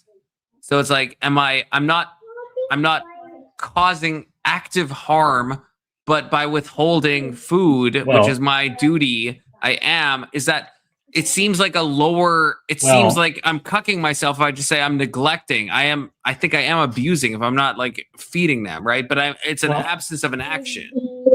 Yeah, I would suppose in both cases, you could probably argue that it's both. Then it would be neglect and abuse, because it is actually causing harm. So, and the harm would be the part that constitutes abuse, actual physical harm to the child. Okay, I think, So okay, neglect actually, I think I and agree abuse, with you. why one or Yeah. the other? It would be both, actually. Yeah, Well, I think I agree with that. Be physical. Because you get Well, I mean, psychological. yeah. So yeah, you would be doing even if they survived, you could still argue that it was abuse, because it would do psychological harm to the child in the fact that you made them starve for a duration of time, and that can have all kinds of psychological ramifications in their future.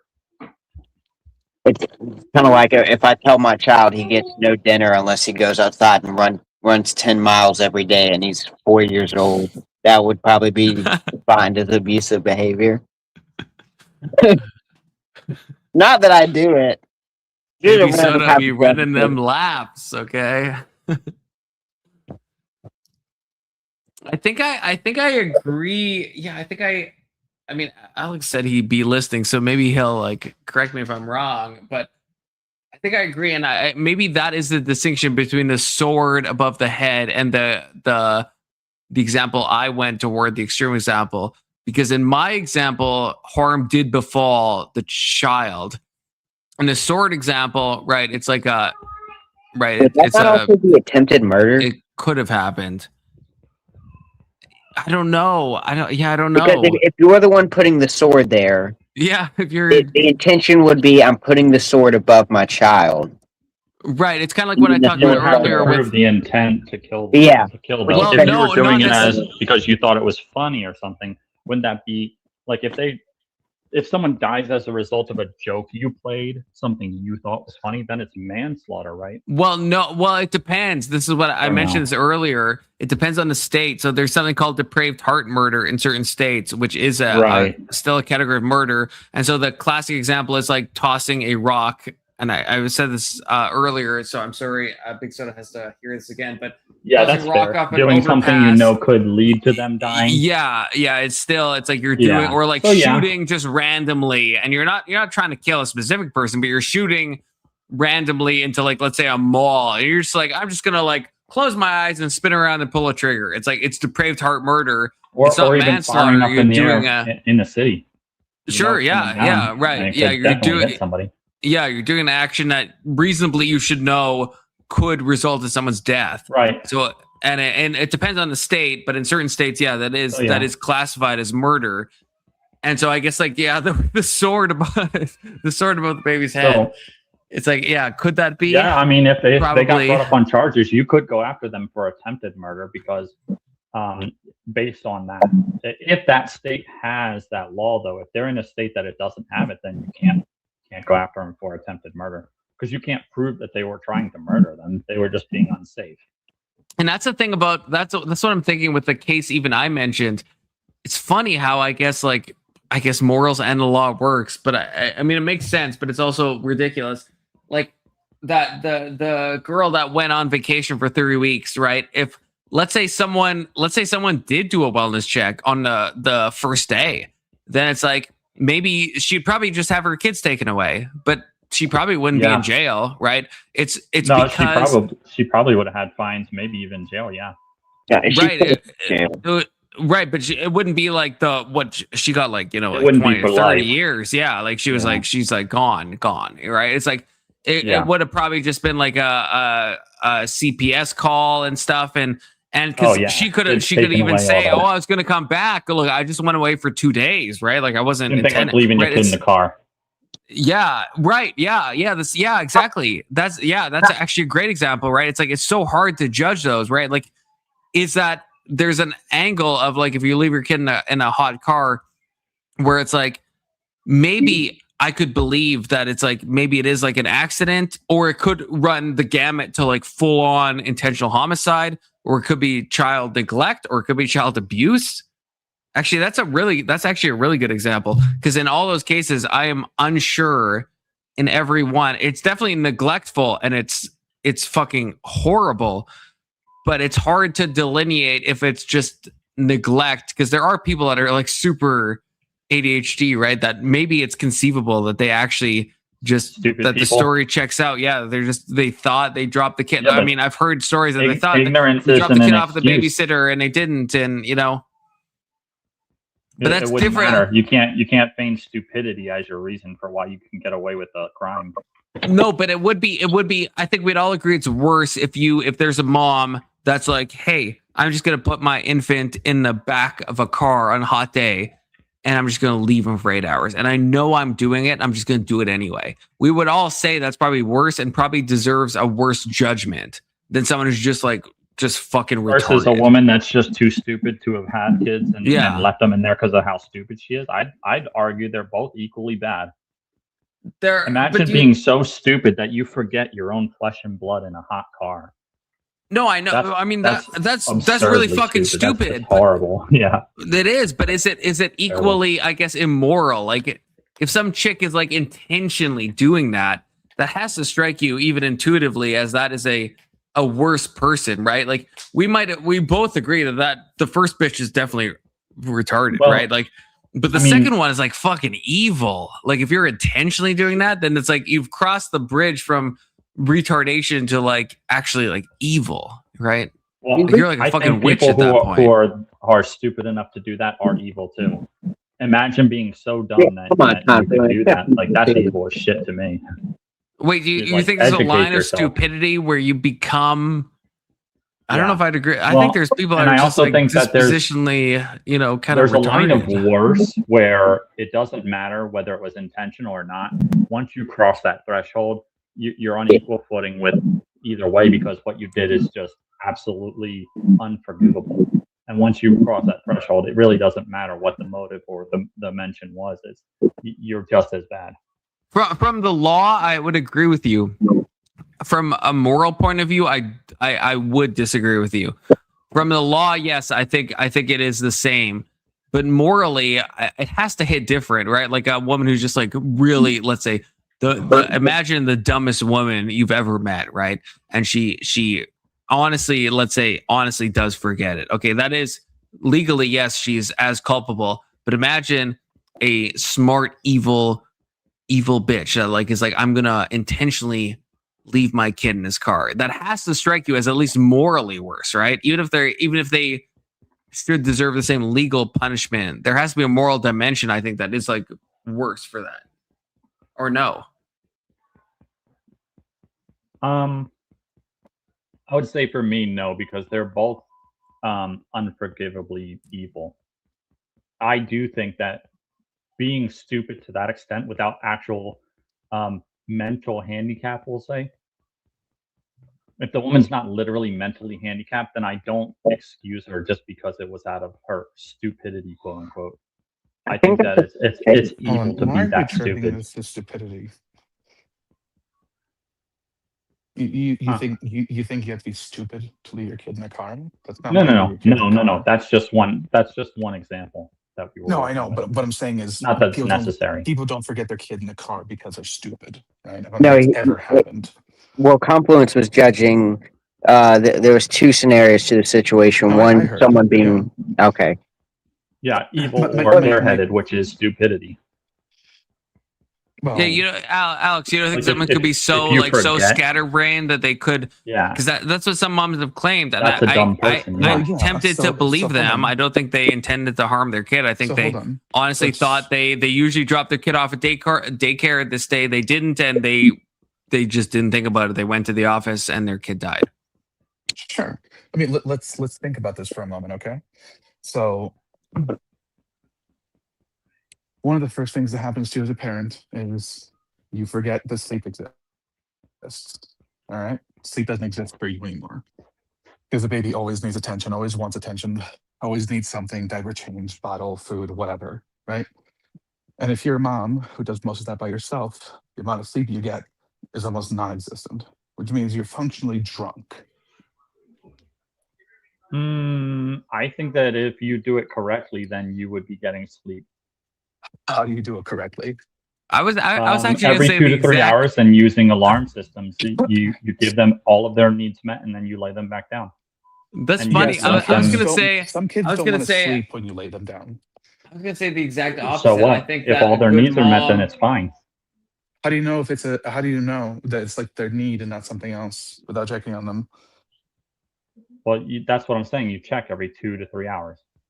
Well, you know, kids could die in a much shorter time frame than 2 or 3 hours. Like, Sure. I mean, we could walk outside and die any second now, or get hit by a bus sitting in our house. They can also live for. This is what I was. Yeah. I think both of you would agree with this. The bad parent probably gets the most sleep, right? If you're like a shitty parent, right? Like you can, you put them in a room and you just leave them there to cry.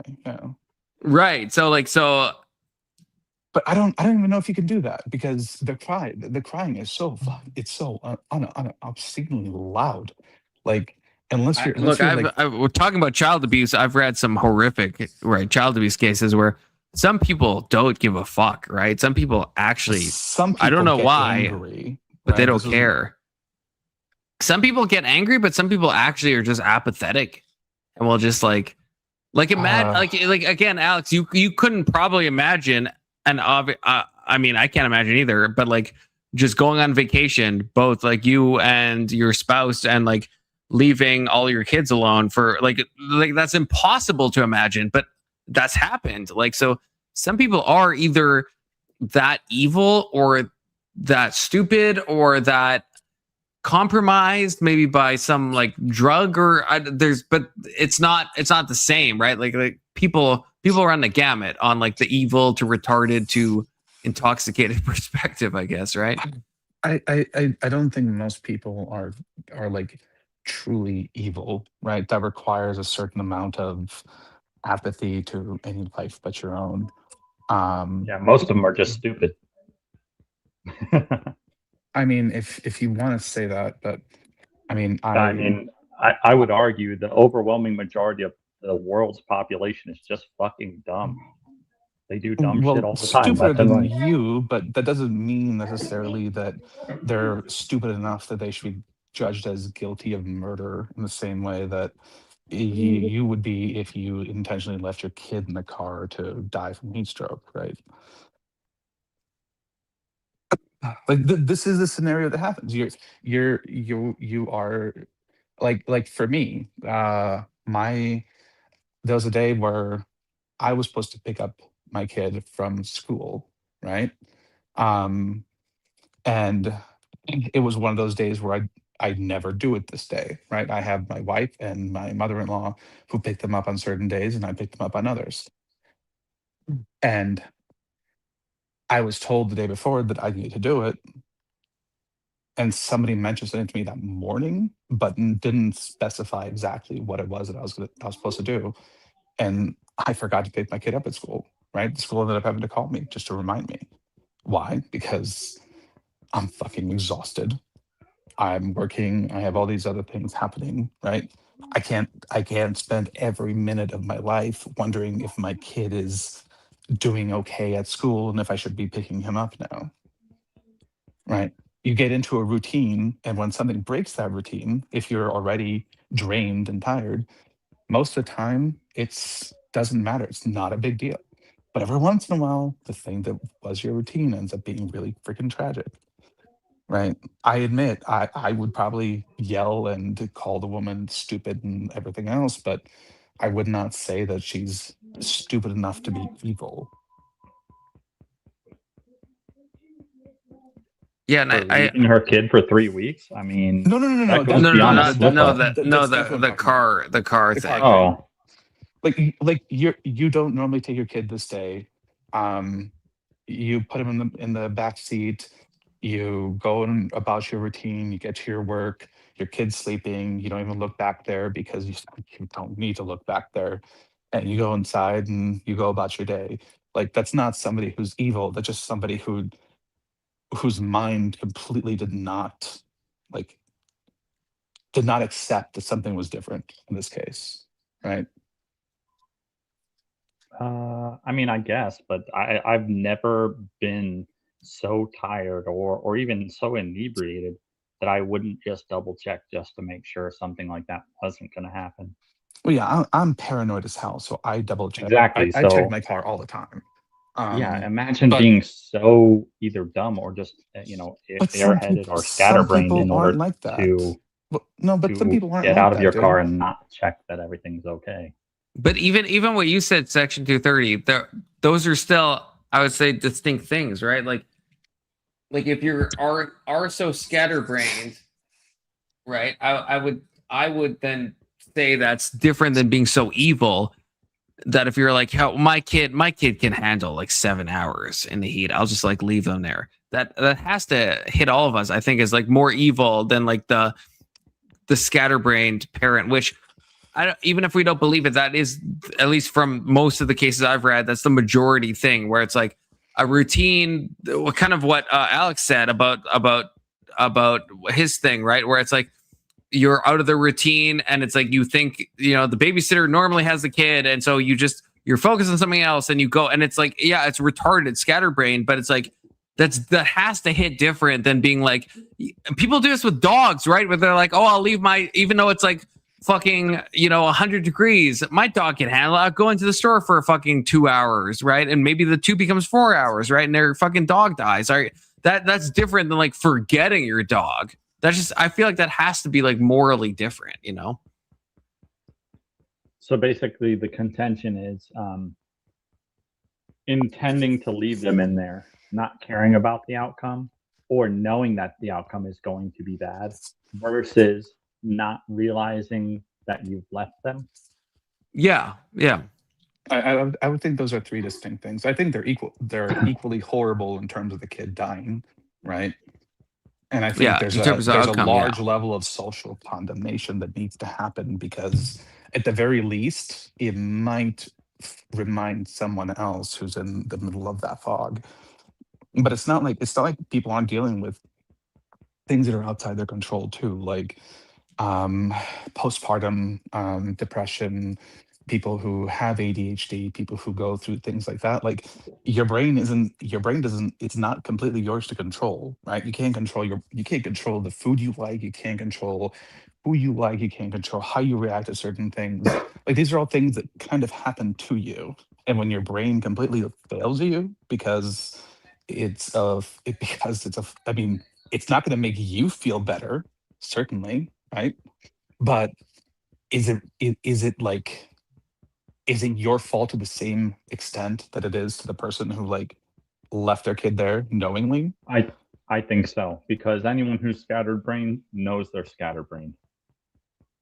And right, so if but they're how not do you acting in a way to mitigate that, then it is still just as much their fault.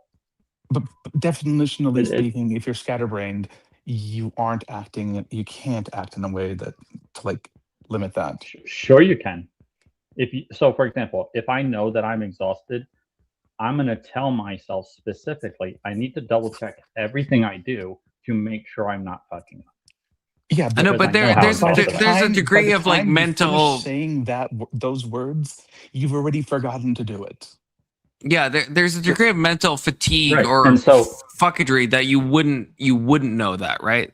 Like there just is, right? I would have to literally be passed out to not have the mental faculty to complete the task. I don't know. I feel like, okay, I have to go pee. So I will say this one thing, and then you two have to carry it. Okay. Well, I pee briefly. So I will say this one thing. So on the one hand, I think I don't want to make this a right versus left thing, but I think that there is a dynamic here where it's like people will talk about when people talk about like the mental stresses, there is an overemphasis on things like ADHD and autism and neurodivergence where we'll use that to excuse things. So I do appreciate that on the one hand. Oh yeah, a lot. On the other hand, I think like I have been around someone who's had like postpartum depression, and I think it's nothing that I would have ever have guessed. It's so categorically different, like the way someone might behave or the way someone talks or acts. It's so like it's there. On the one hand, it's like I think we do overhype some types of like mental illness stuff and we make them more than they are. But on the other hand, experientially, I've been struck by like how out of character people can act when they're afflicted by like certain things, like way more than you know someone for a long time and they go through something and it's like it's completely out of character, like absolutely just like person. You don't completely even know who they are anymore. It's Sure, it doesn't I map agree with on to that. the reality at all. So I think those two things are in tension because I don't want to minimize it by being like, oh, that person has like ADHD and so that's why they left the kid in the car. But I also experientially I think like there is a degree of like postpartum anxiety or postpartum depression where it's like I think like a mother can absolutely do things that are like totally completely out of her wheelhouse that you would be like absolutely shocked that they would do this, right? And I don't think it's actually them. I think there is like a degree of mental illness or whatever Actually, that's like fucking with them. Can I ask you a question, Section 230? Sure, yeah. I'm gonna pee. I'm just gonna call you Sack, or what do you want to call you? My 4-year-old has a bigger bladder than him. I know, right? Look,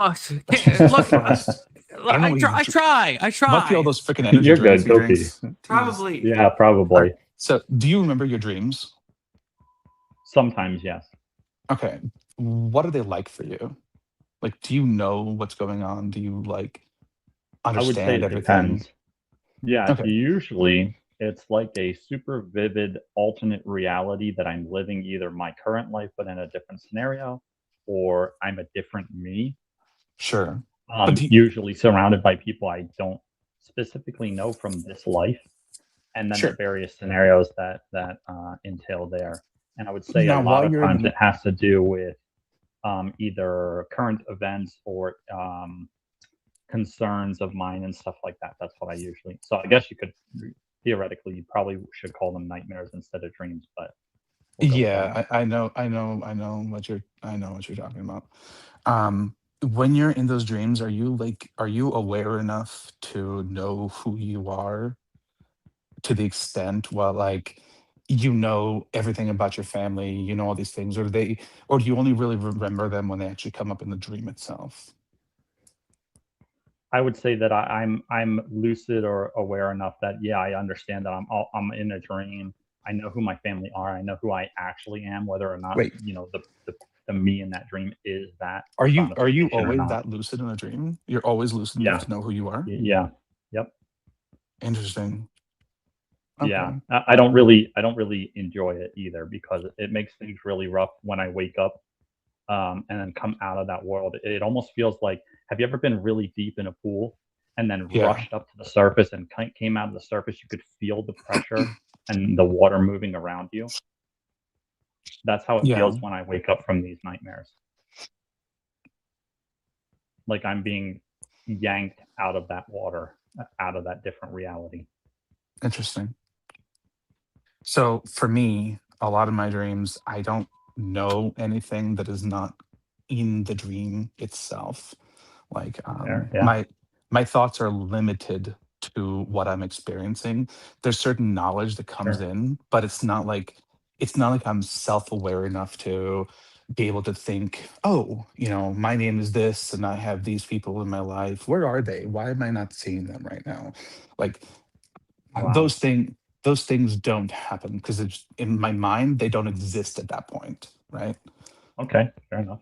So this is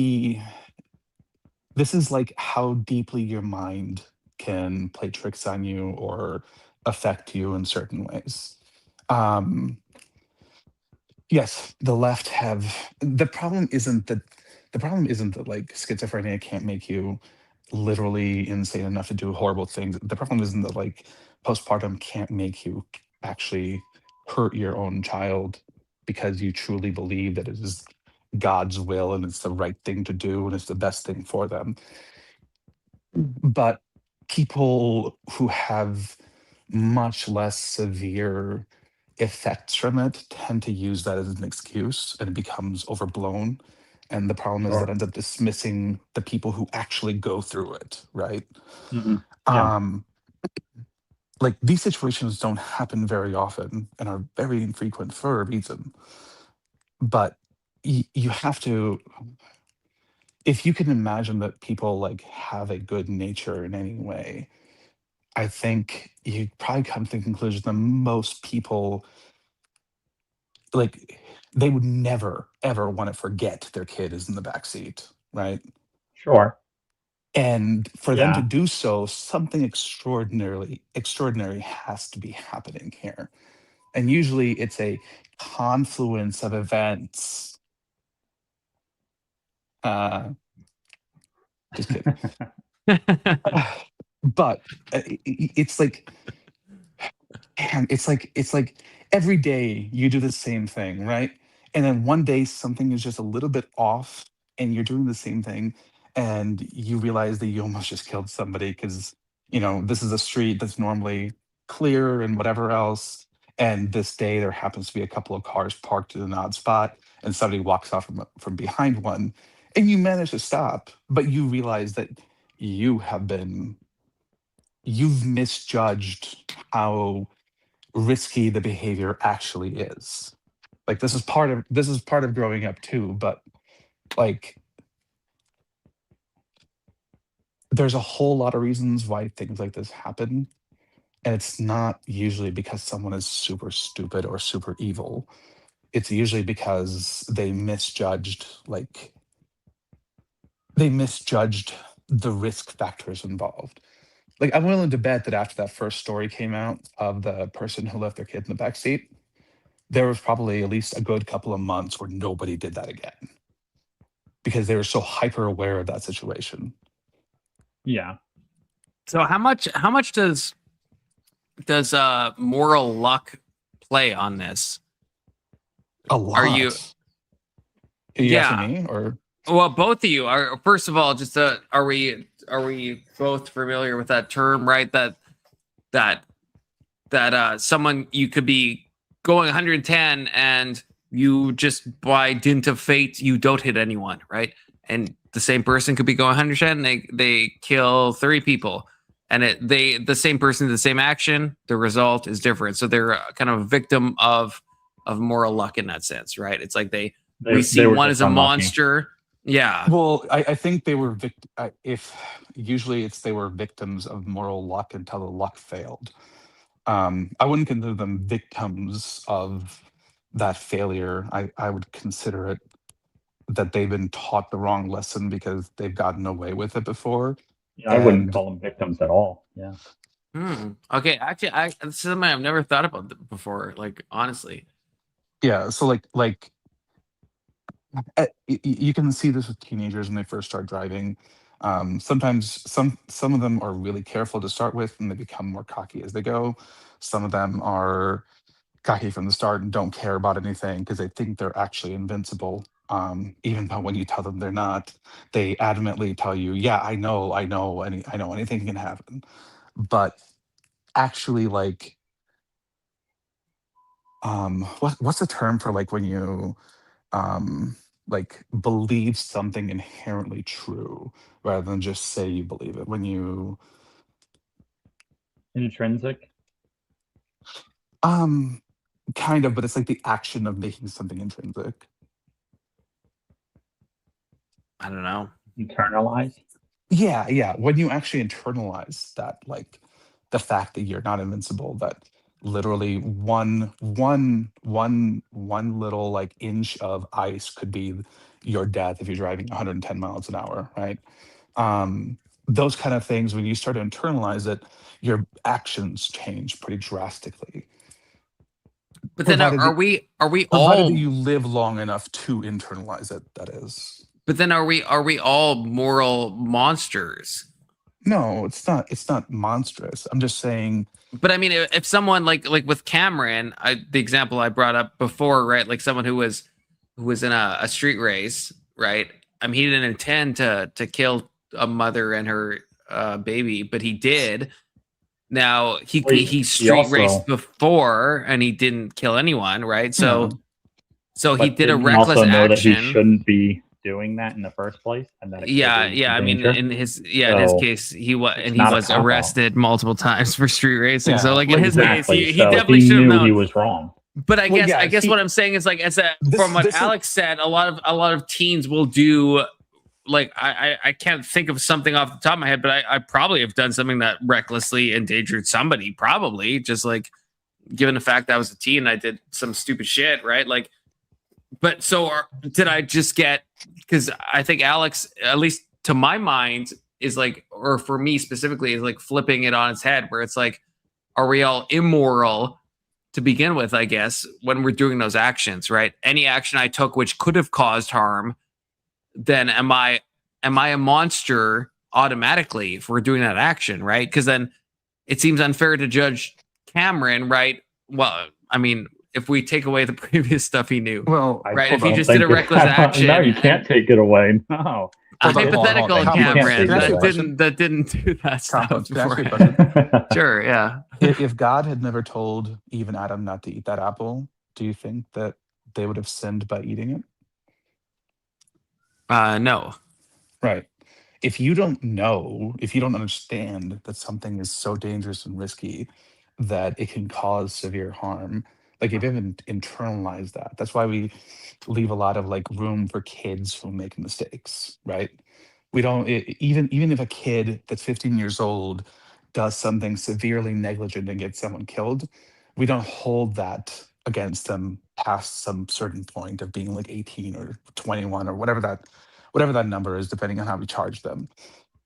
It's because we know that people don't understand the nature of their actions and just how dangerous or risky it is, and how little benefit there is to engage in that risk to begin with, right?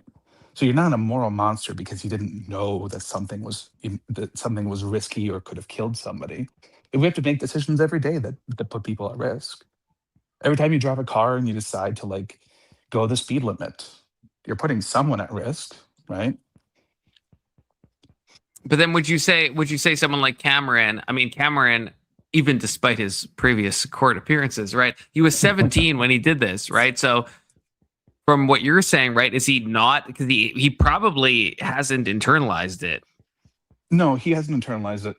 But so is he a monster? Is he, I mean, I know I'm like kind of like dichotomizing things. Is he a monster? Is he not? But I would say he knew he was doing the things that were wrong, and I think he absolutely engaged in behavior he knew was probably immoral. The question of whether he's a monster, I don't think he's a monster. I think he's just a piece of shit. Yeah. But how do we parse this? Because I know people like I know people like in current times that will talk to me about like going X amount miles per hour, and I disavow it every time because I don't fuck with that shit. Because of stuff like Cameron, I know how it can happen.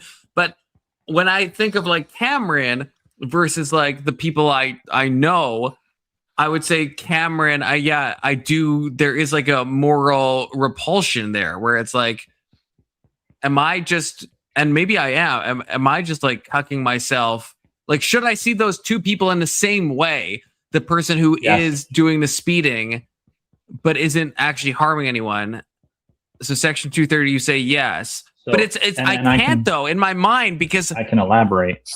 I can't. I just feel like even if I should, I feel like I can't because I just think of like the people that are dead, and I'm like, but the age provides understanding for why it happened, but it doesn't excuse the action. No, exactly. Both in this example, both these people are the same age. And then stop being an asshole, and it doesn't make you an asshole for life. But for that thing you did, you were an asshole at that point in time. So for what Cameron did, he was an asshole for doing that, and he knew better, and he did it anyway. That was fucked up. So for that, he is a piece of shit. Now, can he redeem himself in some form or fashion? Perhaps. That's not for me to decide. But for doing that, he was a piece of shit. Yeah, but there's no way I can. He was. But I mean, I guess then how would I possibly bridge that gulf? Because the person I know is like the same age as Cameron, right? And it's like, and there's I know just speeding I is can't. wrong. I know, and I've said this. May be wrong, but hold on. So they're being a piece of shit. I know, but I can't in my mind. There's no way I can see them. Like if I met Cameron, I would be like, you killed two people. Like I can't square that fucking circle. Like I don't know if I can. The outcome of their actions matters as well, right? Just because they're being risky does not make them the same level of somebody who was risky and ended up. They're less of a piece of shit. Yeah, they're less of a piece of shit. But the goal is to try and make them understand, right? And you can't make them understand by excusing them because saying, "Oh, well, they just don't know." They're capable of understanding. They just haven't had the experience, or they haven't thought about it in such a way to bring that understanding into their own minds, right? Like my 4-year-old cannot understand death. Can't. And that's why 4-year-olds can't drive a car. Right. So if your friend can't seem to understand at 17 that he shouldn't be driving that fast because it could kill somebody else, not to mention himself, but if he doesn't understand that, then maybe he's not old enough to drive, and we should change the limit for driver's license. If I could take away his license, I fucking would, brother. You see what I'm saying? So, and if you have to say that about someone, you can still be friends with them, and you can like them for other reasons, but you can also acknowledge someone's failings. And that's all this is. So, but why? To go back to what we said. But you both said he's less of a piece of shit than Cameron because he hasn't killed anyone yet. I know, but that's just that's a moral luck thing. Like, from his intent. I've sent this guy the article of Cameron, and he doesn't. So if anything, isn't he more? So isn't he? Isn't he a worse of a piece of shit? No, in a way. No, because he hasn't taken a life. Yeah, I know, but that's the luck part of it, right? Like he could have, but if the luck just luck, and if he keeps driving like that, he inevitably will. Yeah. Well, maybe there's probably some people who have driven like that since the day they started driving and never hurt anyone. And conversely, there's someone who does it on their first time. The first time they ever speed, they kill like 5 people. Right? Here's the thing: it's chance, right? It's not just luck; it's also chance. Yeah. Like they're rolling the dice. In the I mean, when I say that, I mean the same thing. Is there a distinguishing between that? Yes. Probabilities and percentages. Yes. So when you say luck, you seem to be implying that it's because things were good enough for them. No, moral luck just means like the same thing as, from my understanding, moral luck philosophically, it means the same thing as chance. It's like you roll a dice, it's a bad roll, it's a good roll, it just depends. So I don't mean to imply anything like fatalistic about it. I just mean purely roll a dice. Like okay, imagine this, okay? If I gave you if I gave you a die that goes 1 to 100, right? And I tell you, hey, roll it. But if you hit 1, I'm going to shoot you. Right? You get it all ready, you have the thing on the table, everything. You think they're gonna roll that die even though the chances are really small? Is that the end of it? That's a question I'm positing to you. Well, I mean, there's no benefit to me rolling the die, so no. Well, there's not really any benefit to speeding either, right? Well, but there is though. That's the problem. It's I guess fun. I was. Well, again, yeah. So if you Alex, if you said if you roll a 1, then I pew you, but if you roll anything else, then you have a fucking goated time. Then if I was a teenager, I might be like, hey, well, maybe, right? Like. That's the problem, right? It's not just like it's not a nothing or death. It's like endorphin rush, or you're getting something. Otherwise, you wouldn't be speeding, right? You're getting something out of it. Yeah, of course. But once you sober up and you realize the danger of it, that good time ceases to happen. You're suddenly more worried about killing someone than you are enjoying yourself, right? That's what I'm trying to say. When the danger is immediate, people tend to play it safe. But when the danger is like an amorphous thing that might happen, right? But then to go back, so to go back to what we're talking about, right? If we're comparing Cameron with the person I know, it's like, if they both haven't internalized it, then why are we saying Cameron is more of a monster, right? If they both don't understand it, then under what metric are we kind of judging one person? Or isn't that just chance based? Isn't that just they're both rolling the die? One of them hit the 1, one of them hit a 17. I mean, there's like dint of luck, right? Dint of fate, dint of chance, like same shit. Those two numbers are different. The result is different. I mean, I don't know. I mean, a fucking button says backwards logic. I don't think I'm. Just hold on. I think I'm forwards logicking. No, I understand. Doesn't matter if they were unlucky or not. Yeah, I understand what was the result you're getting at, right? You're basically saying, should we really punish someone because they happen to be unlucky this time versus not punish someone because they happen to be lucky this time? And I understand. I understand what your point is. But the fact is that we as humans have the ability to foresee consequences to some extent, right? Being negligent sucks. I know guys from my previous job that drive drunk every weekend, right? And I've told them that shit isn't okay, but they'll continue to do it. Now, am I like good friends with them? No. But did I still talk to them? Sure, right? But eventually, when or if their luck runs out, I will feel differently about them because now they've actually committed a harm, right? There's no harm in just speeding.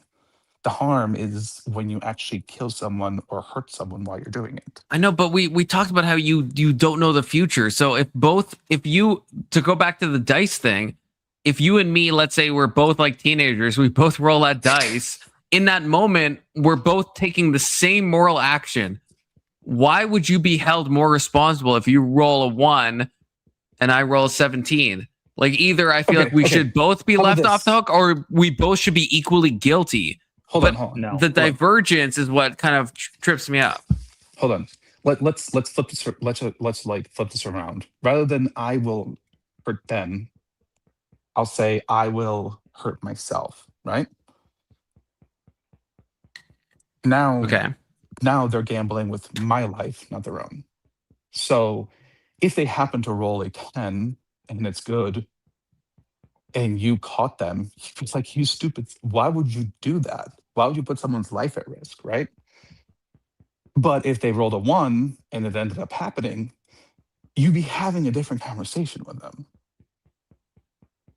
It's not just you're stupid and you did something risky.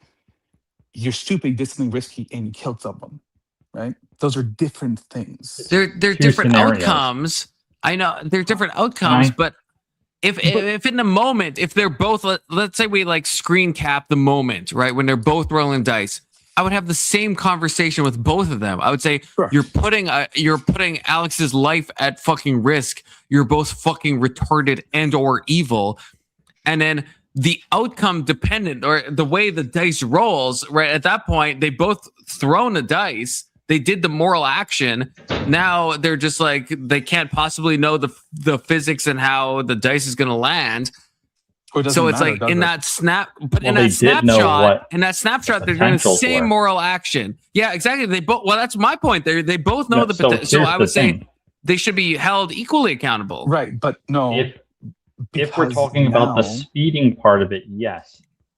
So, for example, say they're both street racing at the same time on the same road together, and the cop pulls them both over, they would be held equally responsible. Now, if one of them swerved and hit some, innocent on the sidewalk, and then both of them got pulled over, now they're both getting charged different because one of them hit somebody and the other didn't. Well, was that's also a exactly what speeding happened with charge, Cameron. I mean, and he the was other person would get yes. the murder charge or So hold manslaughter on. charge. Yeah, Here- and I here's don't know. the- Is that okay. fair necessarily? I don't know. Of course, it's fair because they did more harm. I understand where you're like you're failing with this.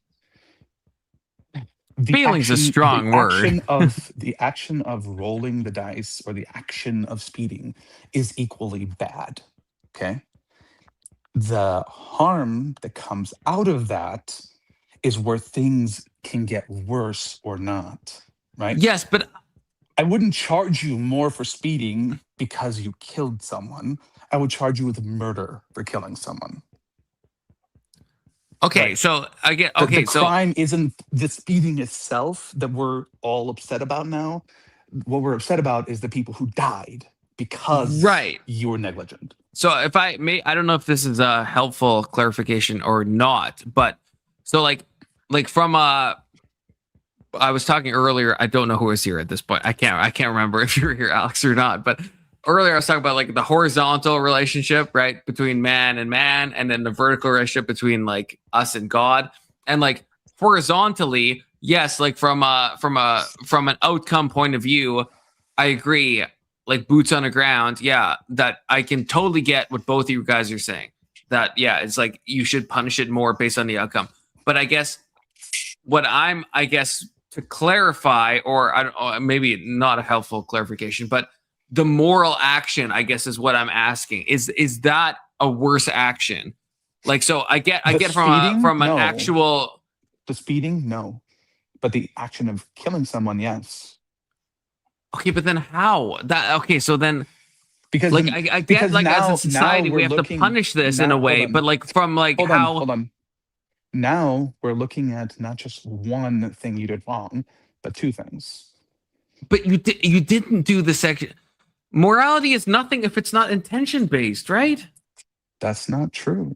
Well, that I guess you can cross a moral even if you didn't intend to. Like I don't know. Right? Like can you? Somebody who decides to play God, are they not crossing a moral line?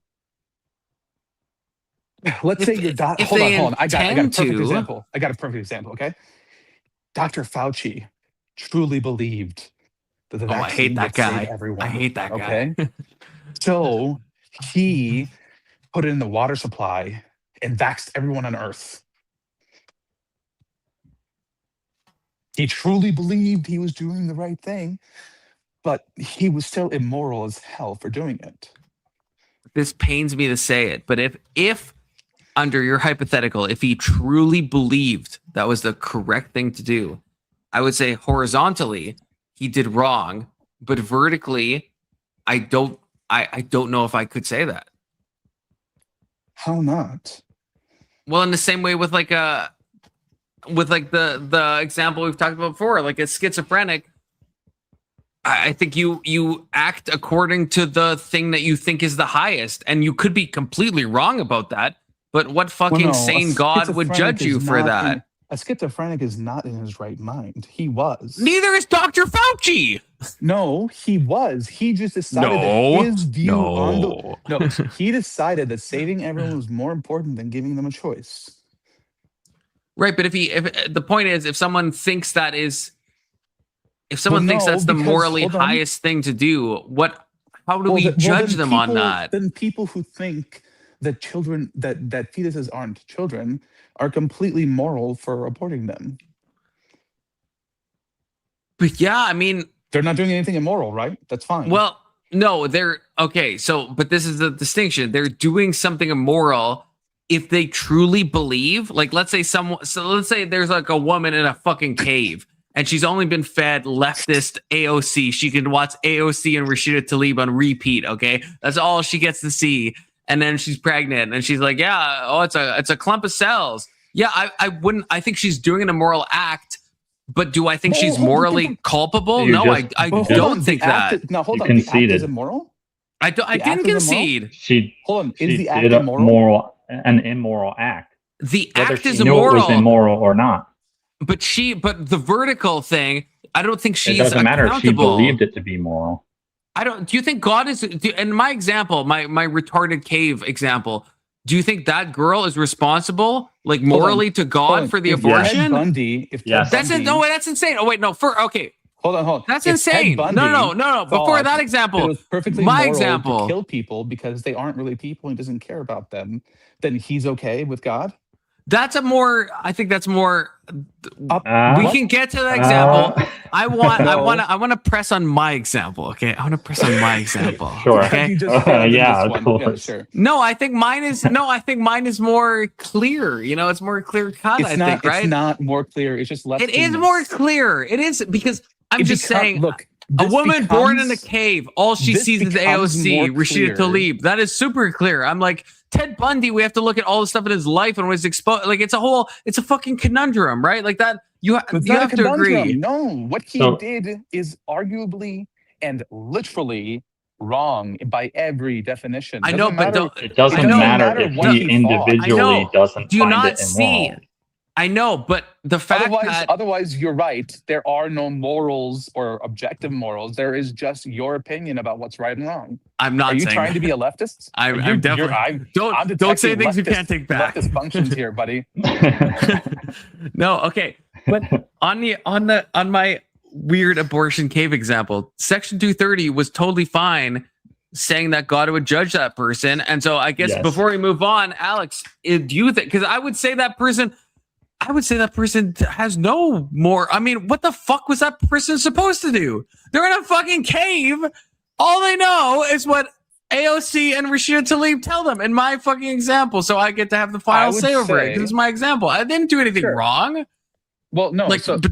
here's- did something wrong, but they didn't sin against the Lord divine, right? So she was objectively, morally wrong to do what it is that she did, right? Yes. She broke something. She did something immoral. She committed an immoral action. Now, is Yes. there perhaps a justification that explains it? Would God perhaps take that justification in his mind to decide this is reasonable enough for me to accept this? Maybe. I don't that's for fucking know God to how he decide. judges How is that anything, right? How is that a maybe? How is that a fucking maybe? Well, Because we don't get to maybe- decide one way or the other Because what God would maybe God gave you an eternal moral compass. She felt that something was wrong about doing it, but ignored it. I don't know. Right. I don't know what I don't know what like an all-powerful being did to give us the ability to have moral intuitions and how he judges us if we don't follow them despite knowing that something seems off about this. Okay. Fine. Let's say nothing in my So how God let's say will nothing judge was isn't wrong in something that we cave can figure example. Let's say nothing felt off. Would God judge her? Like I said, Was that if again? God gave don't her say no maybe. other way, Well, how would you say? here's How is the that a thing. maybe? Hold on. If God gave her no other way to know that what she was doing wrong, I'm guessing God would probably forgive her for that. You're guessing. How is that a guess? How is that a Because guess? I can't absolutely speculate about what God would do. God is not a rational being to me, right? My rationales are probably not his rationales. Man cannot know God's mind. So you Yeah, how can't the say one hell- way or the how- other which way he would choose. And judgment doesn't automatically mean that he would judge her negatively. He will pass judgment on us all. Why Now, I whether didn't say he will I didn't choose to forgive yeah, I didn't say her or that. not is the difference. He has I every said- right to judge her for it, though. I didn't say he might that. come I to the said conclusion that the he very forgives. fact that he has to forgive her in the first place tells you that she did something wrong. Yeah, because the rest of us understand. well, what I'm she I'm did not was wrong, 'cause conceding we that. do That's know. the important part, Alex. You're I'm not not conceding conceding what? that. You I'm don't not think she conceding did that anything she. wrong? I think she did a wrong action, but I think there is some. I don't know if it's semantic overload, but like wrong. She did a wrong action, but she didn't do a wrong intention, right? Like the vertical who should- again, Hold the on, hold on. horizontal. Let me ask you a Who question. should we hold responsible for Let it? me ask you a question. No Okay. one. No Hey, one. hold on, In hold my on, hold my on, cave hold on. example, no one. Hold on. Let me ask you a question. If you found out that something you did yesterday actually caused someone to die, would you feel a little bit of guilt about that? Even though you had no intention of Yes. doing so? Yes. Okay, why do you think you would feel guilt about that? Isn't that your What? moral intuition telling you that something happened here that you were a part of that isn't right? And you No. would feel the need Well, to somehow make amends? I even would if you argue that's didn't probably intend based to on cause how it? he was raised, though. No, actually, I will. This is like I'll make this quick. It's a bit of a tangent, but watching a show called Pluribus. Okay, anyone seen this? Yeah, I've heard of it. I haven't seen it. Okay, I didn't watch so I won't try to give spoilers, but there's an I know what it's action. about. It doesn't matter. Oh, okay, Yeah, I okay. don't care about So I spoilers. mean, if anyone in the chat, okay, curious, then maybe mute this part. But okay, so host species, kind of alien adjacent. I'm not sure. I'm on like episode 3. Okay, take over a planet, right? And there's this one woman who is Kim from Better Call Saul, and so all of the host controls all of the human beings. They all act in unison. Actually, It's a hive mind. It's a hive yeah. mind. Actually, when I watched this, I was thinking of you, Alex. I'm like, is this why Alex was talking about a hive mind the other day? But maybe not. Maybe a weird coincidence. But I was thinking about this, and so yeah, everything else is a hive mind, and it's like a one person that we see in the show, you know. And when there's that weird thing that when she shows emotional negativity to all of the hive mind, then they all kind of have a seizure collectively, and a bunch of people then will die. So imagine if an alien species is controlling everyone else besides yourself, and if you could freeze them up, well, there's going to be airplanes that fall, car crashes that happen, right? Because you're freezing everyone else. Now, she didn't know about this at the time, so she caused this action, and it resulted in, I think, in the show, like 11 million people dying. And it's like, that is something that she is definitely, in my opinion, watching the show, I would say there's no world in which she's held morally culpable. There's no possibility, at least the first time, that she could have known that this would result in the death of 11 million people. I think it's absurd that any god anywhere would hold her accountable to that. There's no conceivable way she could know that. So in the same way, like, that's what I'm kind of punting toward. Can we not imagine a situation where that kind of thing happens in our normal reality, where they're acting to the best of what they know, and the result is catastrophic as it is in the show, but like, at least I think for most normal people watching that show, they would not impugn guilt upon that person in the show, right? They wouldn't say, oh yeah, she's guilty for those 11 million people dying, right? That even in the show, I think it's an absurdity on the entity that created that connection and caused them to die because of that. There would still be someone that's culpable for it. Why does there have to be someone culpable for every? Yeah, I don't know if I agree with that. Hold on. If we just walked into, like, let's say we met an alien species and they were allergic to our breath if we were too close to them, and one of us gets too close to them, we kill them, right? Like, you wouldn't say that we're morally culpable for their death, and you wouldn't say that they're morally culpable because of their weakness. But something did happen that is wrong. And if you are the type of person who shows remorse and wants to try and make something better, everyone would be like, oh, okay, he's gonna find a way to make this right. Because someone was still harmed, right? The morality then is how you respond to it. But if you're like, oh, well, I couldn't have known that, it sucks to be you. Right, but okay, so no, I hate to bring this back, I guess, to the fictional world of the show, but in the show, she does feel guilt. She should. So like, and so that, I guess that's what made me bring this up, is if you said something, an action I did yesterday, if I had no reason to possibly think it could cause harm, right? Like your example of like your breath being, a toxin or whatever. It's like, yeah, I would feel guilt, and I think I should, but I don't. I can't imagine a god that would like hold me morally culpable unless the culpability is me not feeling guilt. Like maybe I could punt to that and say that if I was just like, well, fuck around and find out, bitches, then maybe I'm culpable in that sense. But like the original action, I can't see it. Caused is part of the morality, right? Wait, say again? Being callous to the harm you caused, even inadvertently, is part of who you are in terms of morality. Yes, 100% agree. So the fact that you you didn't know that it would hurt them, and you felt some sort of like remorse or response and wanted to do something to fix it, or wanted to avoid doing it again, right? That fact means that you are not only forgivable, but likely everyone will say it wasn't your fault. You couldn't have known. But if you don't act that way, then clearly you didn't care if it killed them in the first place, right? Yes, but so then your intent isn't as meaningful there, because if based on your reaction, we know if you knew, you wouldn't have done it.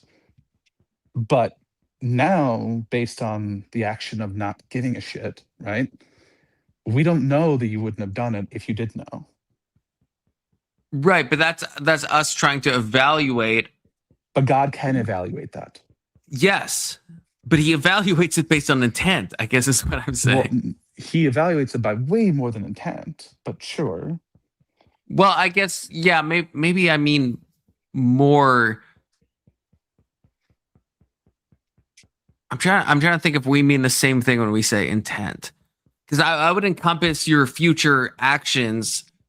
Like when I'm talking about what I intend to do yesterday, nonsense actions I did, if they resulted in death, I kind of clump that in the same basket of like, what is my response now? Because I intended to do no harm then. I didn't even think about it. And if I found out, then I feel like those things are connected. I don't think they're like separate events, right? Sure. But again, your response to it makes a difference. I guess what I mean, yeah. Okay, wait. So maybe this doesn't help anything. I would say that almost any moral person would feel something about that, right? Even if they want to bury it because they don't want to admit that they did something wrong. Like most people would think internally, damn, like I at least in part caused that. That's a sign of remorse. It's a sign that if they knew differently, they would have avoided doing that. But if you don't feel that way at all, right? Like a sociopath, let's say you were the only one who knew that this would cause that event, right? You're a complete out. A person who has any moral integrity wouldn't do it. And we'd know that based on their reaction afterwards. Yeah.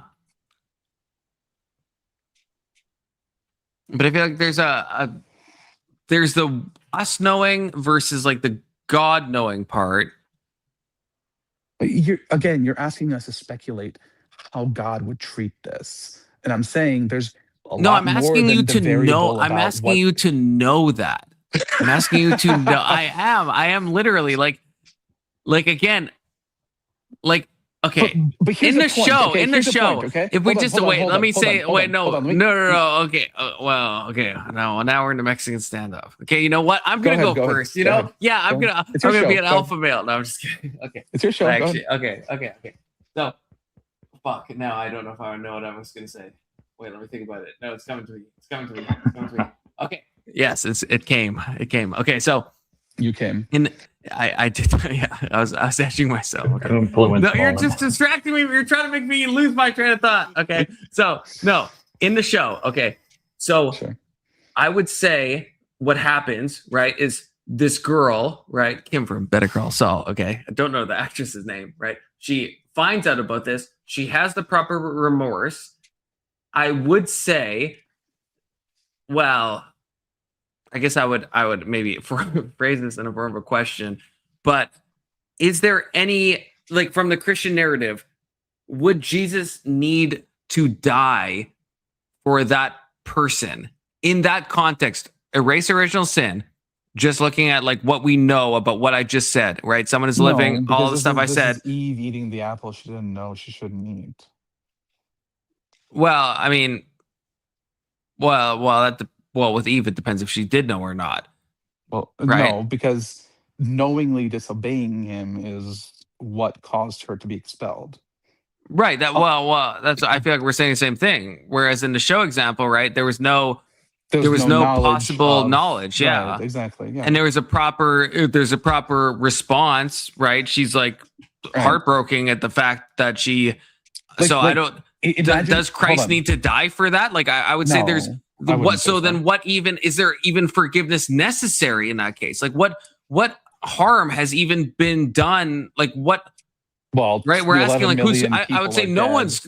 Yeah, but there that's the harm like horizontally, but from like the moral point of view, I would say like what. There's no sin that has been committed, right? There's nothing that needs to be forgiven in that specific case, right? Sure. To an extent, yeah, I guess. Like I said, I wouldn't hold them morally culpable myself for something they couldn't have possibly have known. Shouldn't you know that that any conceivable God wouldn't also? Because what would they possibly be holding them culpable to?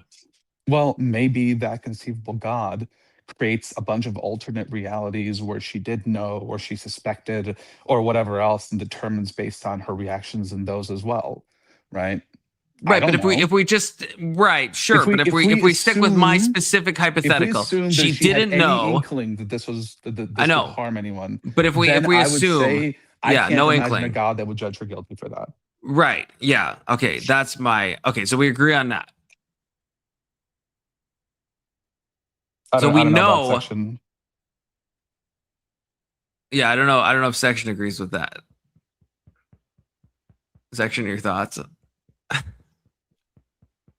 about whether or not God would have his own criteria for judging people?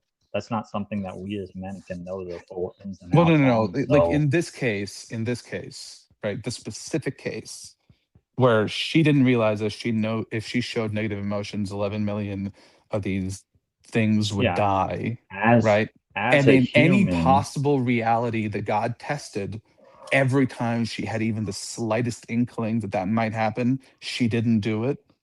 Do you think there's any reasonable God that would still condemn her or find her? So as if she did know what was going to happen and she chose not to, would she still be held accountable? Is that what you're saying? No. I'm saying like God created a billion different realities where she knew to some extent or another that something would happen if she did this. In every reality, except the one where she had no idea at all, she chose not to do it. Do you think he would hold this one act against her? No, because she chose not to do it. Right. And even if in those other realities she did still choose to do it, it wouldn't even be up to me as a human being with a human mind to say whether or not God is going to judge her heart. I was just either. The reason I said that is because I was hedging because I don't know I don't know what criteria God would use, but if he tested every possible alternative and found the only one she makes his decision in is the one where she had absolutely zero knowledge of it whatsoever, I can't imagine any just God saying, no, this is still on her. Like, but again, there could be criteria we don't know about that would somehow still, I just can't imagine it being about this particular thing, right? Yeah, if the analogy I think is self-contained and we don't add anything else, then at least I would definitively say I don't think there is, not to be like Dawkins pilled, because I'm not, but I actually do think, in this specific case, I would say there's nothing that could be that could explain why any just God would judge that person in the limited of this specific. There may be other reasons that she was judged. We don't know that, but in this specific case, he wouldn't be like, "Oh, you dumb bitch," right? Yeah, and this is just from the one sin we're talking about. It's like I think it has to be. It has to be very certain. I think that there is no just God that would do that.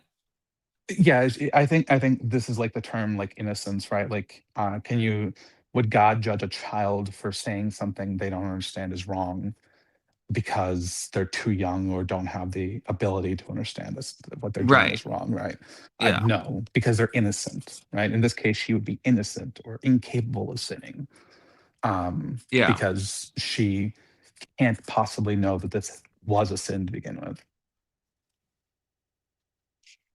So in Yeah, the and case that's of the woman who was kept in a cave situation, if we isolate it to basically this specific set of circumstances where everyone that she'd ever met told her it was completely fine and there was nothing wrong and she had no inkling, no knowledge that anything could possibly be wrong by this, then yeah, I would say that she did not knowingly commit any sins, or she's not morally culpable for what she did. I can put That is, some if I biblical believed backing that to support what Confluence is getting at. it would support it I did to a- an extent, but the A fact quick is, GPT thing. oh, okay. So, so two quick examples of what we'll call is New Testament ignorance mitigates guilt but does not erase the sin. So Jesus on ignorance. When Jesus was crucified, Father, forgive them, for they do not know what they are doing. So he's actually asking for forgiveness for their sins, for the people who don't know that they're sinning. So actually, if we use that as a baseline reference, someone who committed a sin but didn't realize it, someone who committed a wrong without realizing that it was wrong to do so, can still find forgiveness because of that. And then further on, Jesus acknowledging ignorance as a factor in forgiveness. Paul on ignorant sin. Paul admits he persecuted Christians in ignorance. I was shown mercy because I acted in ignorance and unbelief. So that would say like he didn't understand that what he was doing wrong, and then later had the chance to repent or whatever. So in his instance, the moment he did realize that it was wrong, he felt bad about it, therefore repented, and therefore was still eligible for forgiveness. So in either instance, if they never come to the knowledge that what they did was wrong, there's still some yes they sinned, but their ignorance can mitigate the guilt tied to that sin when being judged, if that makes sense.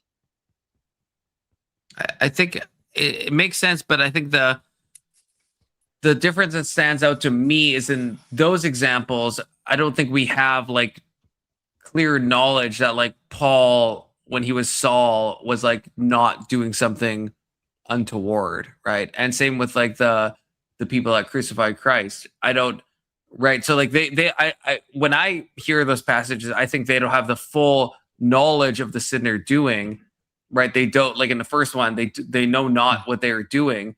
I think I think, to me, I would still think they probably had some inkling that like doing what they're doing is bad, right? And same with Saul when he was a Pharisee and he's crucifying Christians, but they could it wasn't at about least him crucifying them, persecuting. Or sorry, Persecution can come in a lot of different forms and factors. Yeah, sorry, that was a mean that was he a did mistake. anything I didn't mean to say illegal. that. Yeah, And crucifixion for but criminals was Saul, actually I mean, a common Saul was practice for the other aspects. Hold on, so sector, they thought he was actually culpable. Section.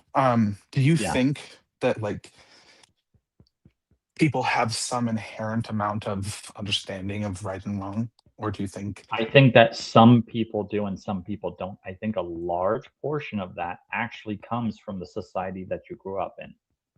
Well, no. Like, even in a society that you grew up in, right? Like, even in like tribal war societies where like your first kill is like this important thing, even there, most people have to be trained not to hesitate. And it seems like maybe deep not down, to hesitate, but that's a fear thing. That's not necessarily based on a morality claim. Well, no, so, but for I'm example, saying like they in seem to certain Middle feel- Eastern countries, they actually find it good to go off and murk people that don't align with them. Sure. And so if you're brought up in there, can you really say that you have a proper sense of morality? No, I'm not saying they that. might still be scared to go and do the act, but that doesn't mean they understand that what they're doing is wrong. Well, no. What I'm trying to get at is they may not have a like a real understanding of the wrong that they're transgressing. Yeah. But it seems like all of us have some, at least before we do it the first time, some semblance of this doesn't feel right. I would argue not. No. Now, it depends on when you say all of us. Are you meaning Americans or you mean globally? Globally. I would disagree. I would say maybe even the majority, I could agree to that. But I wouldn't say everyone does. Especially low IQ people. They think less and less about that kind of stuff and have less and less emotional connections to things like this. It might They be don't less think on the same complete, but plane. you don't think they have any point in their lives, right? Like it might be lesser, sure, but in any part Or of it the might be easier globe, to ignore, or they might dismiss it more readily. But I think that instinct is still there. I'm not sure. I would actually. The thing is, I don't know if there's a way for us to actually know one way or the other without actually meeting all these people and asking them a very specific set of questions to determine how they grew up and know this. Well, Because this is. I think that. Go ahead. So this is kind of my based on my theory of the world. Yeah. Like, I think regardless of whether you were born with people who were moral or not, like the first time you did something wrong, a part of you is aware or has like some sensation that what you're about to do isn't something good. And once you ignore it, it becomes easier to ignore it, to the point where you may not feel anything at all. But it seems like I agree with the second half of what you said, but you have kids, right? Yeah, of course. Without going too deep in, I have several myself. I guarantee you that you there guys are are things so that my cool with kids all your did kids. that they didn't realize at all what they were doing was wrong. And even after I told them it was wrong, they've done it again and still didn't seem to understand that what they did was wrong. Well, I don't think their that brain they is developed. inherently know. We have to teach them. Well, no, I don't think their brain is developed enough to have that awareness. Like there's a reason why like in the Bible Jesus said that kids are exempt from this, right? Yeah, because so- they're not capable of understanding it. Yeah, they're not. Their Sure, brain so is your not previous developed to the claim point. would be at the age of maturity then?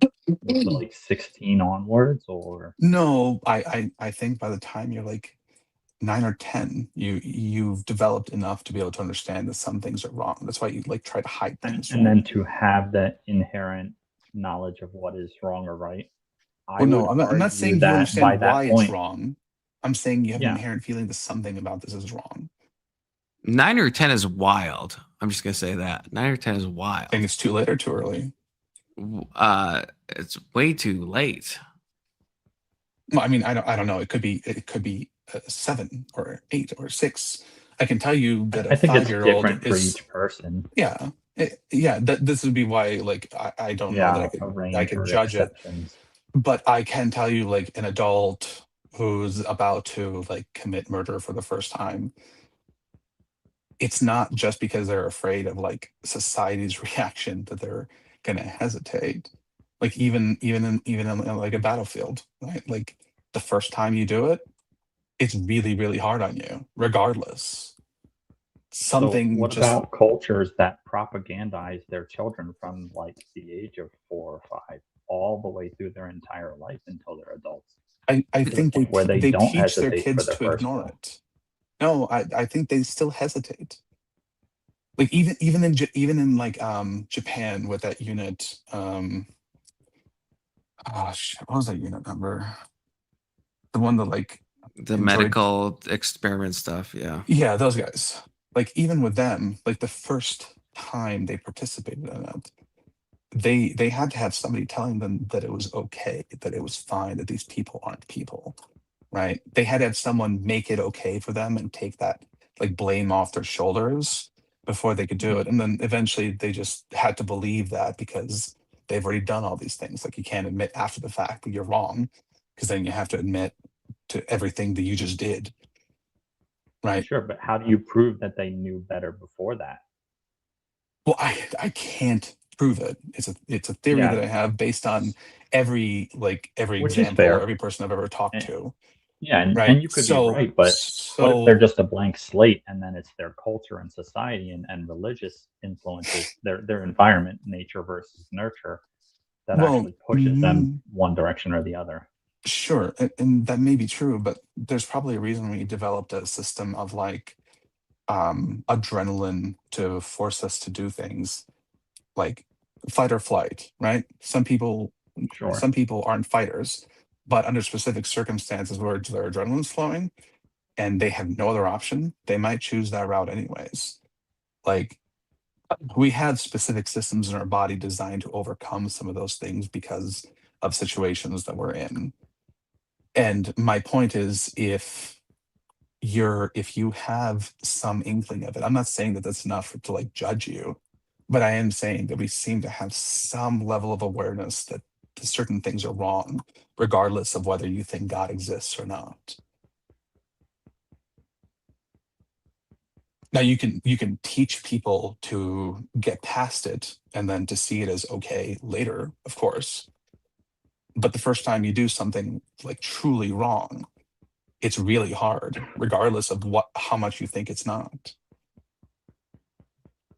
I mean, I feel like that's why, even if we look at like the extreme examples, like if we look at like Hamas, right, where it's like right there, we've probably most of us have seen the the stuff they put out, right, with like the what is the name, Farfour and stuff like that. It's like meant to talk to kids in the training camps where they're like taught to behead people from like a very young age.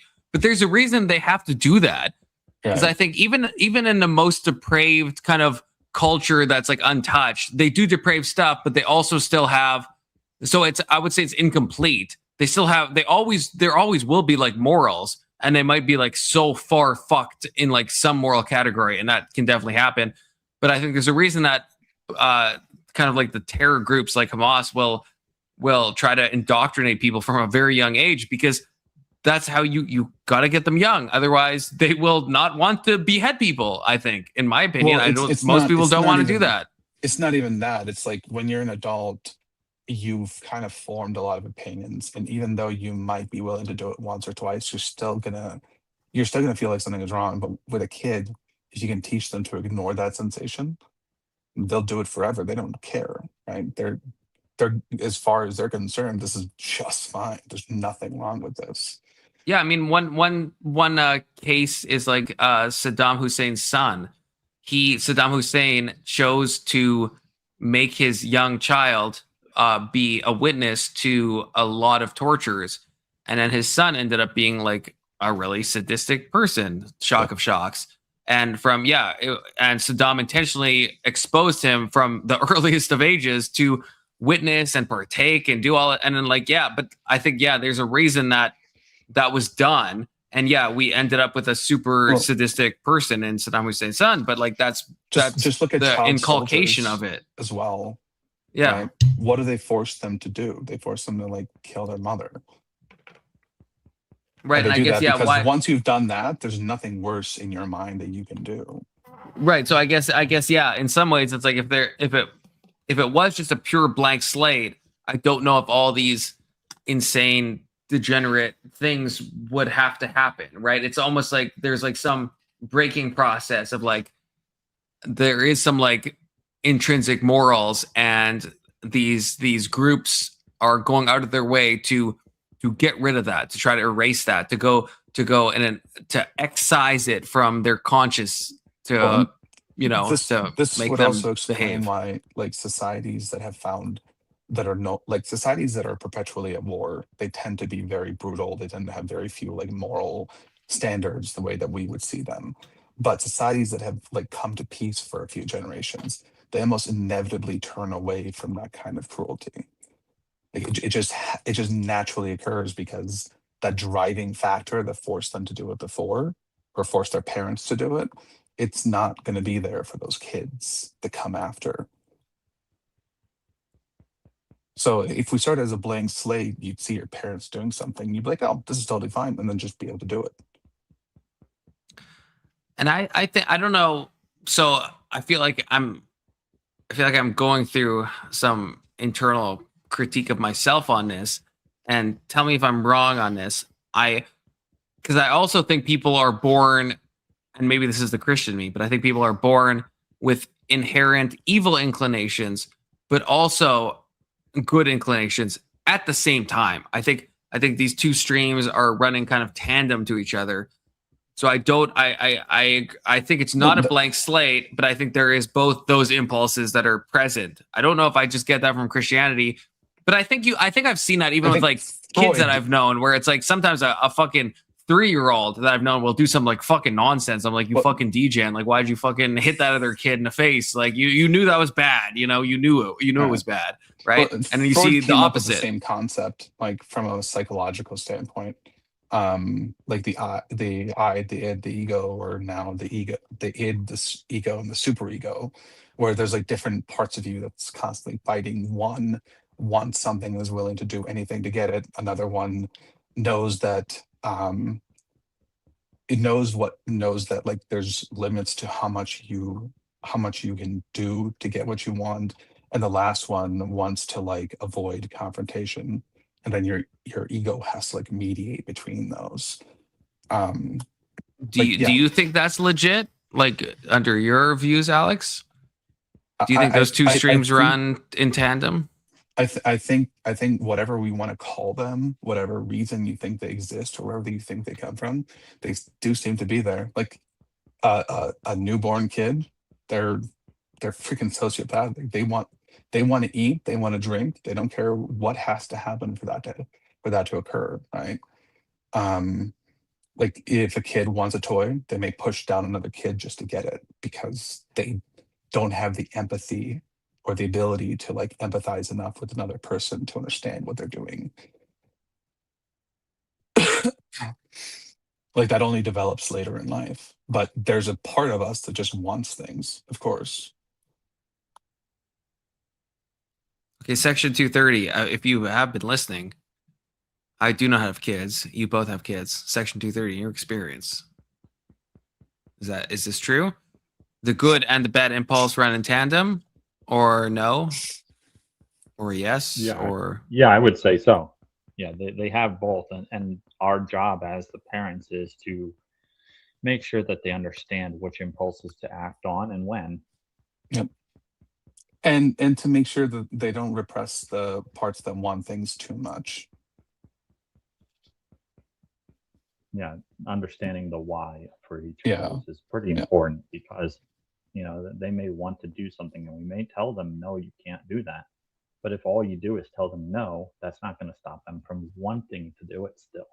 And inevitably, a lot of times you have to explain it out to them before they actually understand this is why you can't do it. Yep. That part is so important.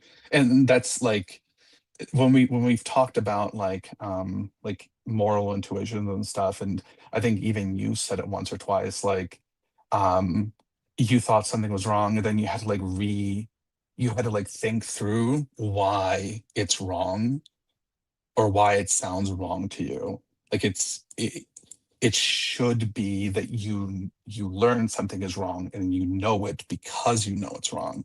But it seems like what's actually happening is we know something is wrong, but we don't actually understand why, and we have to like parse through it and test it in different ways to figure out what about this is wrong. Yeah, I brought that up. I've been stun locked a few times of stuff that I know in my heart of hearts is not good, but then to prove it.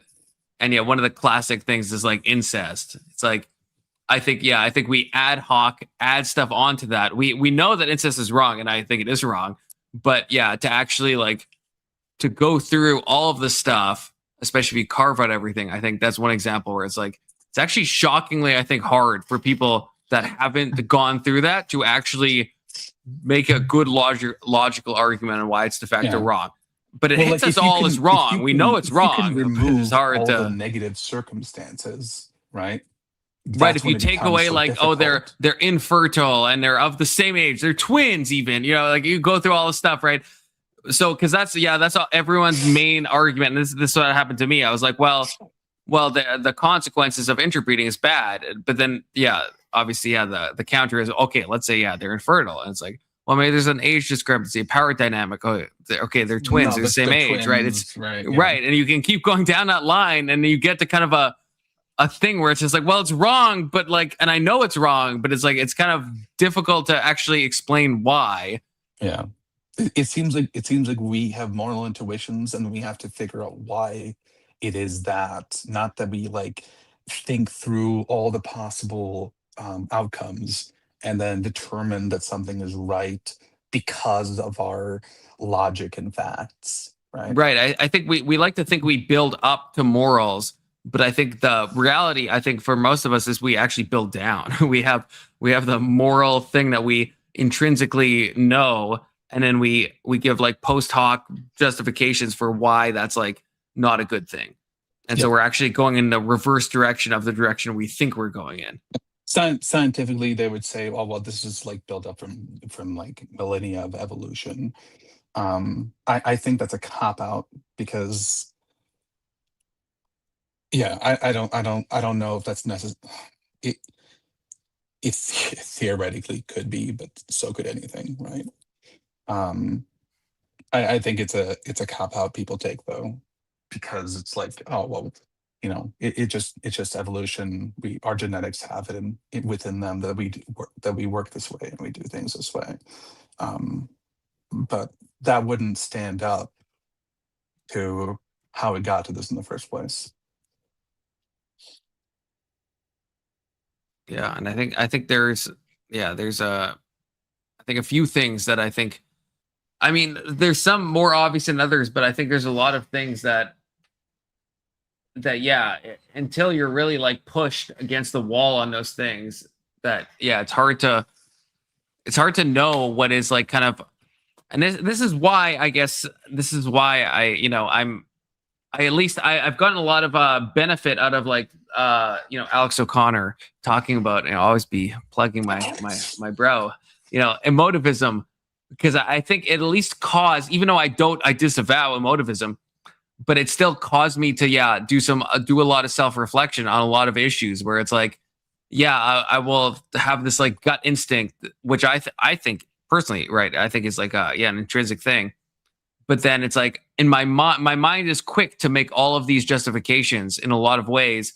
And it's like, it's been an interesting kind of introspection to realize that, that what I think is going in one direction is actually going in the other direction. Maybe not. Yeah. Evolutionary. I do agree. It's a cop out, because what I would say is like, maybe it all builds up to that, but at least in our mind, we are deceiving ourselves because we think that we start at axioms and we like build up, but that's in a lot of cases, that's not what's happening. Right. Like, well, maybe in almost every case, right? Like if you're, I don't know if because unless we do build up, right? Like, like everyone that is watching right now. Okay. We got 12 people right between the two streams. Okay. So hit that like button, first of all, but second of all you 12 people, right? You'd all say like murder is wrong, but we probably all knew murder is wrong before we worked backwards to decide why it's wrong, right? Like there's probably some intrinsic thing, or you were taught it or whatever, and then you go backwards to think, well, why would I think that? And that probably happens with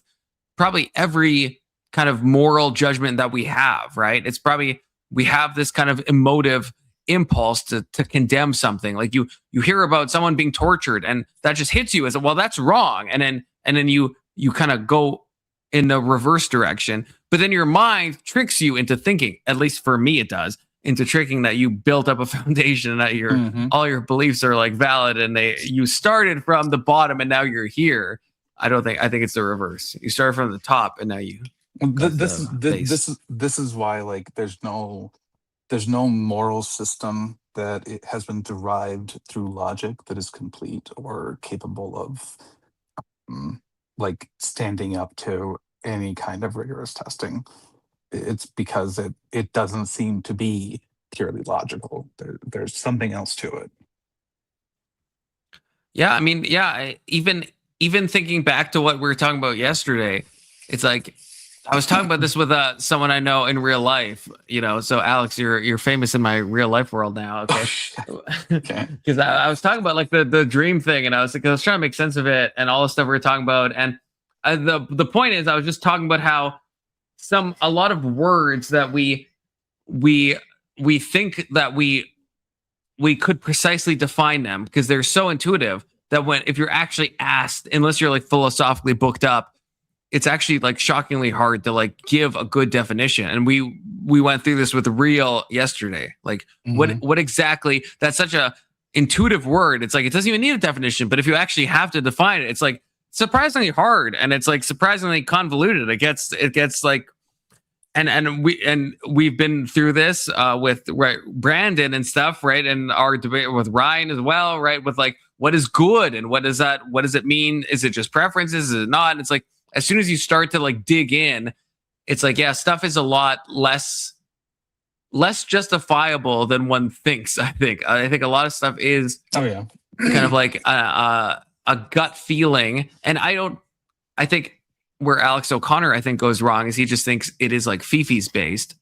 At least that's my vibe. And I don't think that. I think it's an intuition, a spiritual intuition, a real intuition. I think that's valuable, possibly the most valuable thing we have. And so I think it's actually, maybe that's cope, but I think it is fine to take that pure spiritual intuition and build backwards. I think that's actually a goated thing to do. Because I think that's the best we can do. Because we never build up, because we're not fucking robots. Yeah.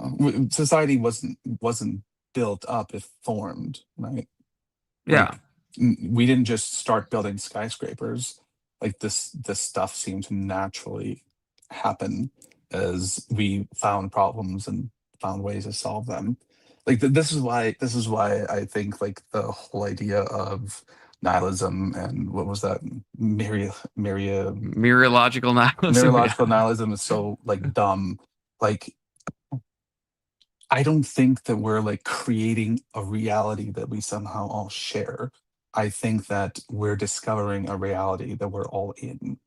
And if we're discovering things, that means that it's not just like a social construct. This thing exists and we try to name it based on our understanding, and our understanding can change, it can update, of course. But to say that everything is a social construct and nothing's actually real, it just dismisses the actual reality we live in. And it seems to imply that you can come up with all this by yourself with nothing real or tangible to give you a leg up to it. I think that's such copium. Yeah, and I think it's probably maybe the most prevalent form of copium that there is, because no one, I mean, who wants to admit that all the intuitions that they have are actually, felt first and explained later, right? Like, no one wants to say that, right? It's hard to justify it, right? I think the only people that can like readily accept that would probably be people who believe in God, because to them they are discovering a world that God created for them. But to people who are like starting from a secular point of view, they can't hold that opinion because it's a contradiction to the very idea that the universe is like randomly created, right? Yeah, I think there's a thing, I can't remember what it's called now, but there's like it makes me think of like a critique of Angry Goon. You are correct, sir. That is exactly how you teach kids. You bite them and you bite them back. My oldest, he loved hitting my wife on the breast while he was breastfeeding. Like he like delighted in it. And so then I started like smacking him on the hand every time he hit her. And it took 2 times. And he looked at his hand, he looked at her, and then he stopped doing it. Dang. Like, it works, dude. It works. I'm thinking about people. I don't know. Do you think this works in the same way? Because I've met people in real life that if they have like a puppy that's like biting them, they'll like bite the puppy back, like not like Yes, in a it hard works. way. And like, is that valid? Because I've heard Yes, people it's say valid. this. And I'm like, Yep, is that it normal? is. Yes. Okay, so that does transpose. Because I've just Like, heard, it just it- sounds it ridiculous, works. but I'm like, yeah, it's possible. Yeah, so like dogs, that's how they learn from each other when they're biting too hard. Because you Puppies' teeth are fucking sharp. Okay, they're fucking needles. I've been grazed by many a pups. Okay, so we do think that this transposes to animals too. Oh yeah, of course. This is kind of how you develop. This is how you develop. This is how you develop like empathy towards someone else's experiences, right? Like you're a guy. I assume at some point something has like hit you in the nuts, right? That is a true assumption. Yes. Okay. Before it did, could you possibly begin to imagine the level of pain that is caused when that happens? Nope. And I remember it clearly. 4th grade. A fucking asshole. I'll even say his first name, Anders. Fuck that kid. He fucking just. He just fucking remembers their first. Yeah, he just fucking booted me. I was like just standing with my, just normal way. He just fucking hoofed me in the nuts. And it's very vivid. So you're right about that. Yeah, I actually have a theory about why that's so that seems to be such a line that just there's no man on earth who's just like, oh, this is okay. Like is this a Freudian theory? No, it's actually evolutionarily based. Evolutionary based? Yes, it's based on like the idea that let's say that there's like two groups of people. One is super sensitive to it, one is not, right? The one that is not is probably going to be taking hits there more often than the one that is. Be less fertile, yeah. And maybe not in the first generation, but as their generation moves on, they're going to not only be less fertile, they're going to be more prone to like to deviations in genetics and stuff like that. So yeah, I absolutely think that there's like an evolutionary thing to, it's not immediately terminating, but it does eventually terminate that genetic line. I mean, I feel like that has to be true because like from that perspective, right, there has to be a reason why getting hit in the nuts hurts so bad, right? And it's probably a similar evolutionary thing where it's like it's something in your body is like, hey, don't get hit in the fucking balls. Yeah. It's not going to work out long term. Like you can hear your children screaming, like your ancestors and your children screaming in your ears when it happens. It's like the worst experience you can ever have. And there's no other reason to have such a vulnerable spot in your body. Because if you think about it, like if you're fighting an animal or if you're fighting another person, having a spot that vulnerable to pain, not very like evolutionarily friendly. Like you wouldn't consider this to be like something that people want to have. But when you consider the fact that this is like the only way to procreate, and as you lose more and more sensation, you're more likely to get hit and less likely to procreate. It's like it's a self-terminating gene. Like there's no escape for it. Yeah. So only people with sufficient sensation of pain down there can actually end up having their descendants survive. It's true because the first thing you do, at least maybe this is only true of people who have been hit in the nuts, but if you've ever taken any martial arts or been in a fight, I think it is weirdly instinctive to like not stand like completely parallel or whatever. It's like there's a reason you put like one leg in front of the other. I think if you hit in the nuts, it's just like I think it just happens naturally. You're gonna and I think you're kind of shielding your nuts, right? From a direct it's flow. Not just that, but like what would a guy have to do for you to be willing to like hit them in the nuts? Or what would they Well, have to according to that fucking Anders, the fucking not much for that fucking asshole. For who? But for Anders, the guy who fucking kicked me in the nuts when I was in 4th grade. For him, it wasn't a high bar for that fucker. But for me, to hit someone in the nuts now would be a higher bar for sure.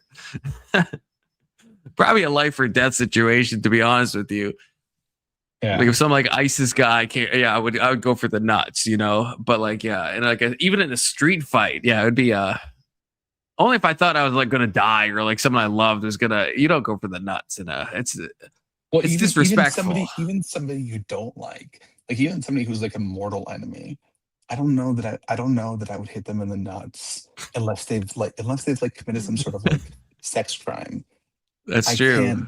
I can't imagine myself doing that to anyone, regardless. Like there's something like intuitively like this is not what we do. Section 230 on the nutsack question. What are your thoughts? I think it's a good time to bring you in as any. I mean, this is such a weird topic. Obviously, I've also been hit there. Yes, it hurt excruciatingly. I would say there are some dudes that actually like it though, so that they may be the exception. But they may be one of those self-terminating genetic lines. But not meant to continue from a line that wasn't self-terminating though, so they can always keep reappearing.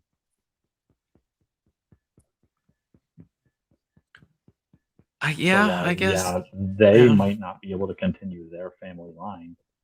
I'm sorry, what was anyone's family line along the way, I guess. That permutation will show up again, even if that specific lineage doesn't procreate. Right. It'll still happen. Yeah, I guess not to make it political, but like the gay stuff, right? It's like you would think that would be from even a non-moral thing. You think that would just be something that is not super beneficial. I know there's been like people that say like, oh, there's some reasons why it maybe is beneficial. I think it's a bit of cope. I think it's probably more likely someone just crops up, but isn't actually, beneficial. I mean, because it doesn't definitionally lead to procreation, to have that predilection. Right. So, Alex, explain that one. Well, I mean, genetic abnormalities happen all the time, right? Is that what are you going on record saying that being gay is a genetic abnormality? I mean, that sounds. Oh no! I was still talking about the person who enjoys getting kicked in the. Yeah. Hey, don't yuck another man's yum. What do the people say? No, I think I got that right. I will. I don't care. I will as well. There is no exception to this. None at all. Okay. Agreed. Bring back kink shaming. Okay. I actually agree with that. Depends on the kink, of course, but some kinks ought to be shamed. But going back to the male gaze, Alex, right? As feminists like to say, right? That is an interesting question. I'm not actually sure to what extent. I think through exposure to it, you can maybe there's probably people who are genetically predisposed. There's people who are predisposed due to trauma, and there's people who are predisposed because they just don't have like a firm one way or another. I think most people are born with like opposite sex attraction, and I think most people probably couldn't become that way even if they like tried to. Like they might be able to do it, but it wouldn't be something that like they want to do. Yeah,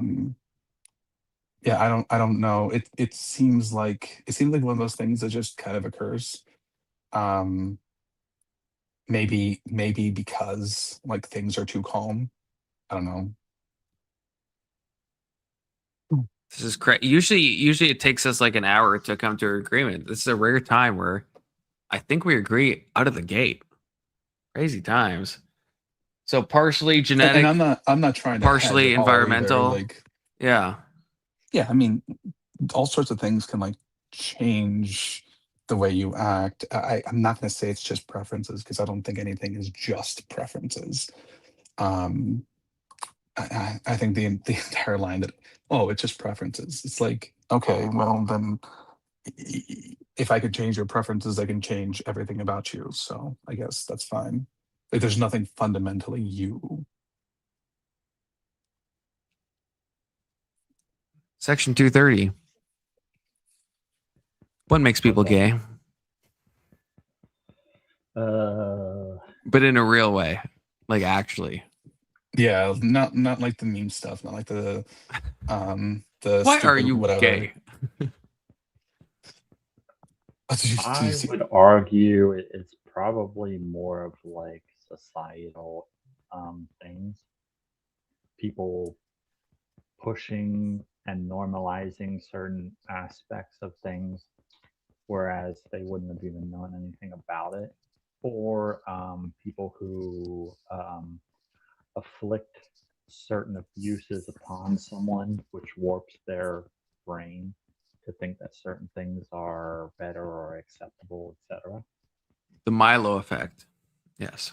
I would argue that a majority of people who are like that actually went through something traumatic and as a result tried to make sense of this world and ultimately reached a conclusion that's not beneficial to them. I mean, I don't know about the not beneficial part. Well, I mean, not being able to procreate and have a nuclear family is kind of not beneficial. Yeah, from a purely gene spreading point of view, probably not super beneficial. But I mean, so they could make it work, but it's not the optimal. Well, maybe this is like a variation of populations are getting too big, and like there's something inherently. Well, not in major cities, we don't. Well, if we spread out from major cities, we have. Well, I understand that. We could actually like quadruple where the world where do population you and still be fine. where do you tend to find the most amount of people who are Yeah, but you can't tie evolution. Major cities have not been a thing for like the vast majority of like evolution. Yeah, you're punting back like a couple thousand. Evolution, right? Is like a well, that was the millions of years, right? Like that was cities. the Most last people had time that this family kind and of thing farms and became homes. so prevalent that like it was everywhere.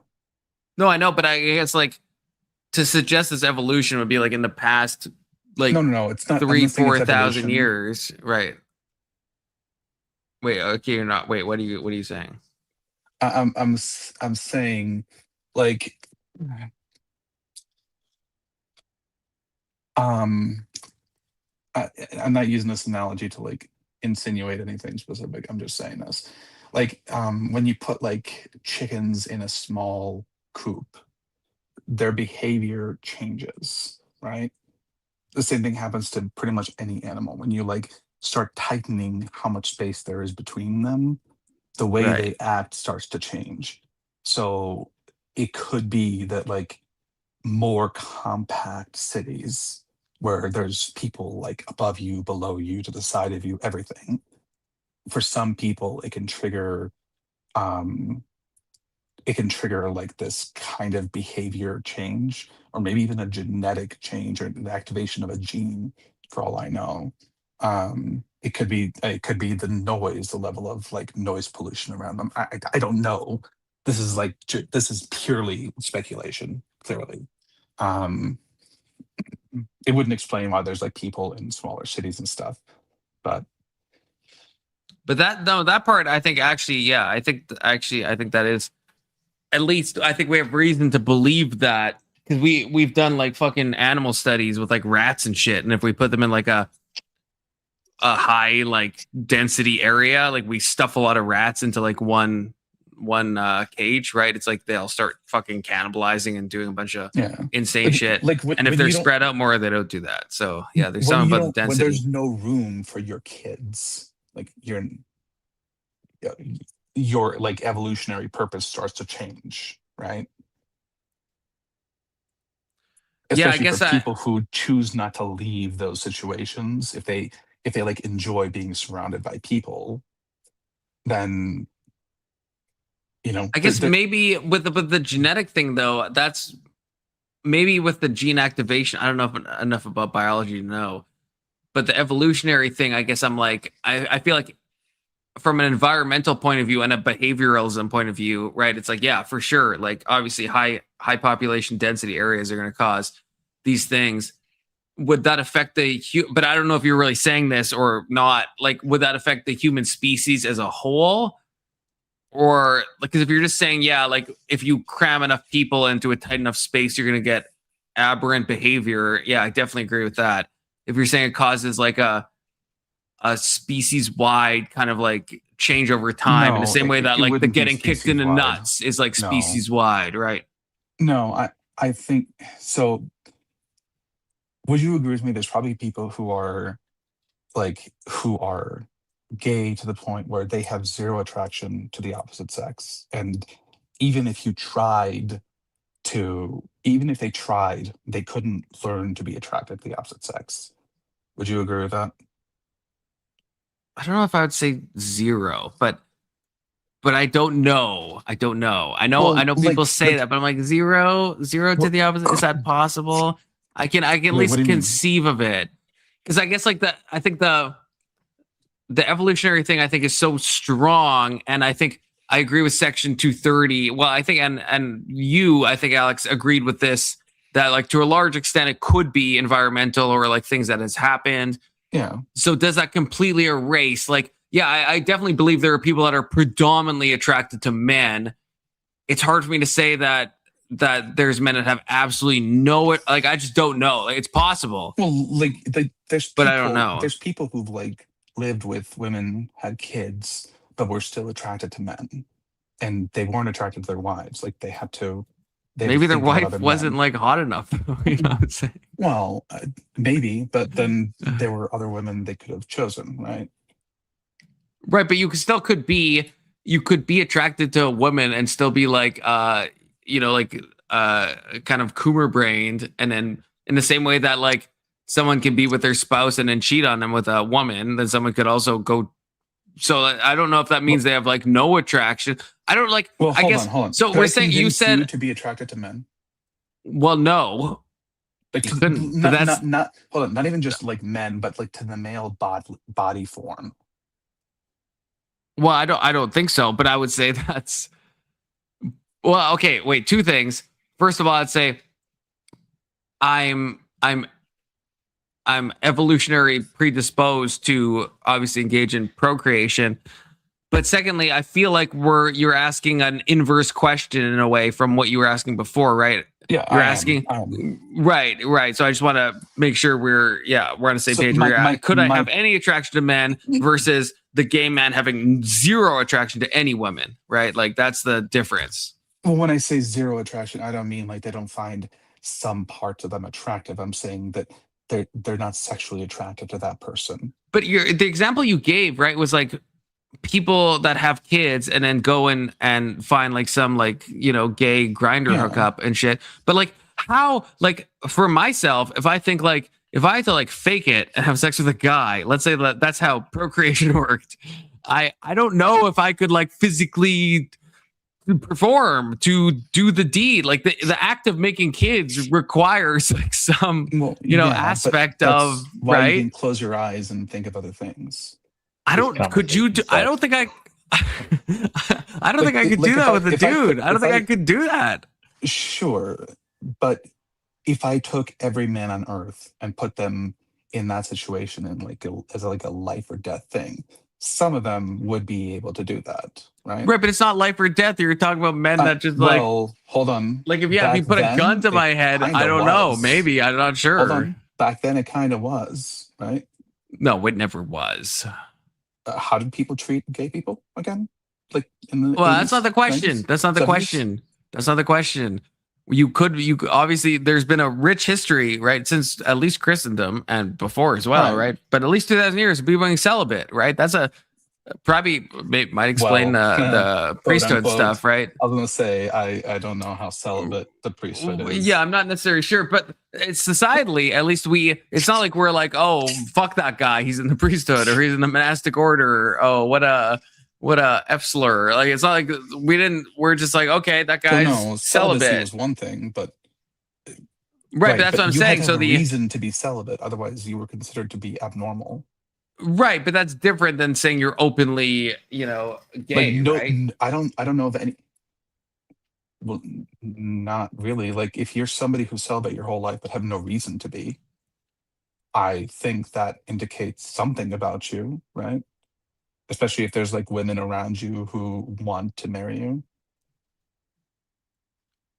I don't know if I mean, it's probably a social faux pas back in the day. I don't know if it would be like if you say you're gay, then yeah, back in the day, you're probably like, you're getting, well, from your my ass whooped a understanding, little bit. all it took was like an accusation from a woman that you're not attracted to her for a lot of people to just assume that you are, right?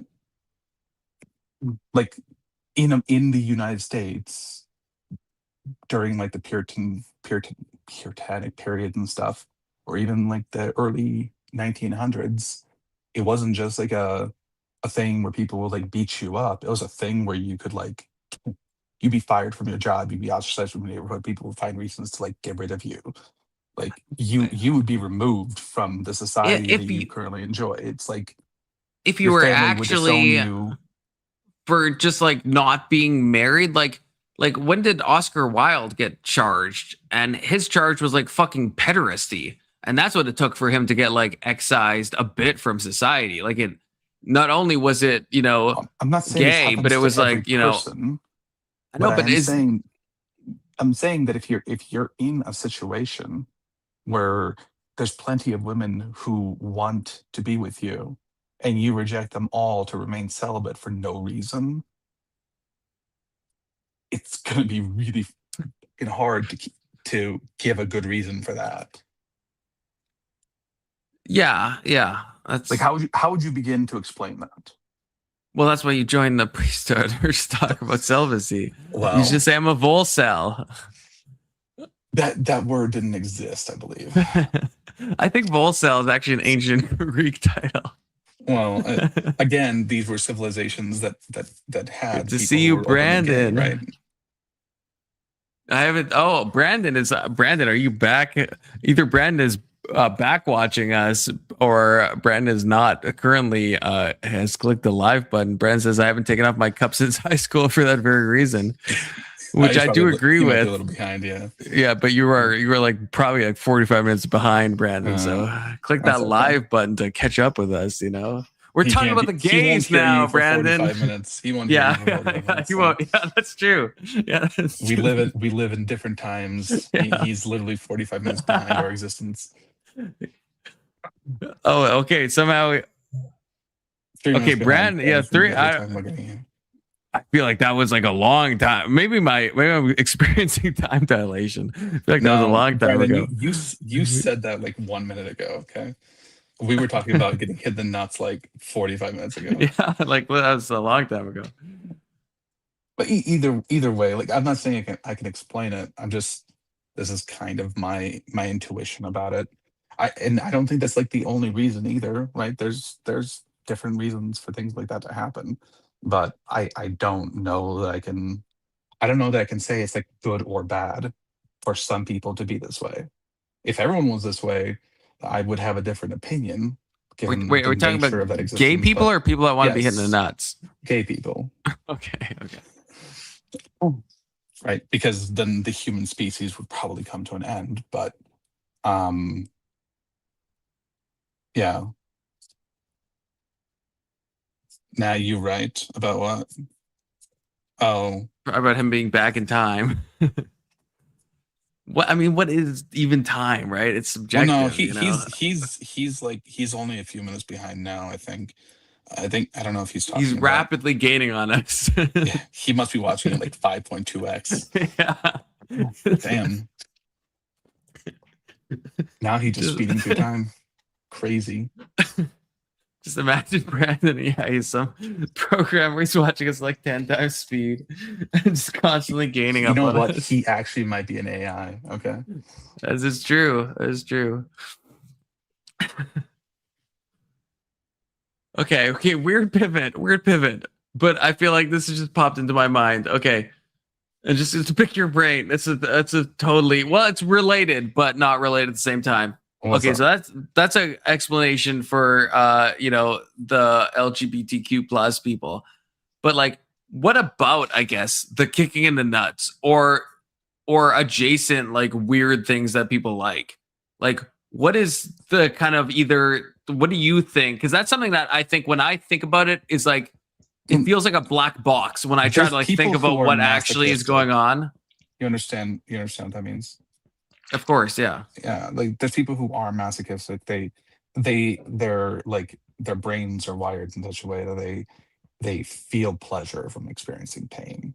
But Um, it's always specified, right? It's not like someone's a masochist and they just want you to like, I don't know, like smack their finger, right? Really hard, or like Grab electrocute them. their finger. It usually will like go into like, yeah, like kick me in the nuts a million times. Like why well, it always hold on. goes in I like a don't weird hold on. way. I don't It's know because they're all that coom-fluenced. Well, disavow, but they I are Coomer I coded for sure. I don't know if like Yeah, they enjoy being. this is why I didn't want to say this, but yeah, in some ways, why does anyone want Yeah, that? like Why I does don't anyone I, want I that? don't know I don't know how much pain it is that they're experiencing. I'm sure it's a lot, but I think a It's lot of it gotta be is a maybe lot. more. I think some of it is probably more fear of like the damage that's being caused, right? Like there's like a thrill to being on the edge of something. Like people like to do cliffhanging and stuff, even though like one misstep and they're dead. Um, so I don't know. Um, I don't know how to explain it other than it's people get bored because life is too safe and simple, and they need to But find ways to how do those complicate two things things. mix though? Like I get the adrenaline junkies and I get the Coomer. My problem is like the how do those two things like it's hard Well, for me to imagine how those two things like well, connect. so Because I like being I on a guess roller coaster. I like having sex, but I don't want to like have sex on a roller coaster, right? Like, so how does that thrill meet the sexual? so this is something I think I don't know if we were talking about this yesterday or what, but like when it comes or somebody was talking about it when it comes to oh no, this was a different panel earlier. They were talking about like whether we should make sex work legal.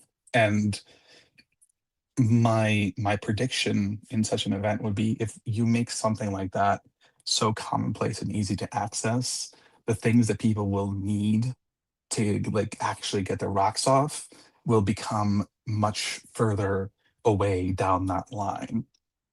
Like there's a reason people who watch a ton of pornography tend to start digging into like heavier and heavier stuff. Right. Like you're part of your experience is the experience of like this thing that you don't see very often. But why does this? And I mean, okay, so I'm not married, but I've been in long-term relationships. I Mhm. don't. Why does it not happen the same? Like I mean, I don't want to get like graphic, but it's like, yeah, maybe you try new things out if you're with like a long-term partner. But I feel like with the pornography stuff specifically, it feels like it moves people in like an extremist direction in a way that it doesn't if you're just like pair bonded. And maybe, yeah, Well, maybe you'll do something a bit adventurous, but you're not like you probably well, don't hold jump on. to. I have to read this. Brad, every time I look at your comment, I just can't. I'm cracking up, so I have to take this off the screen. It's fucking diverting me.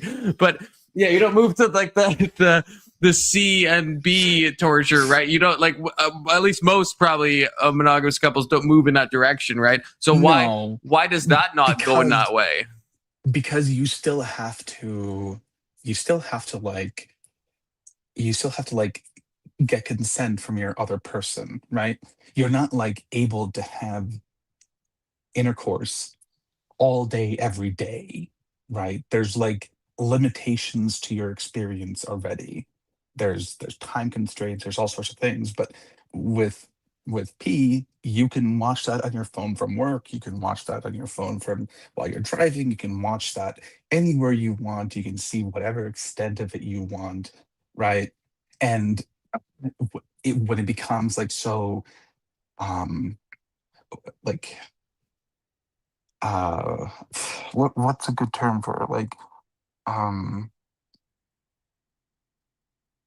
when you experience something over and over again, it just doesn't have the same effect. Like satiation?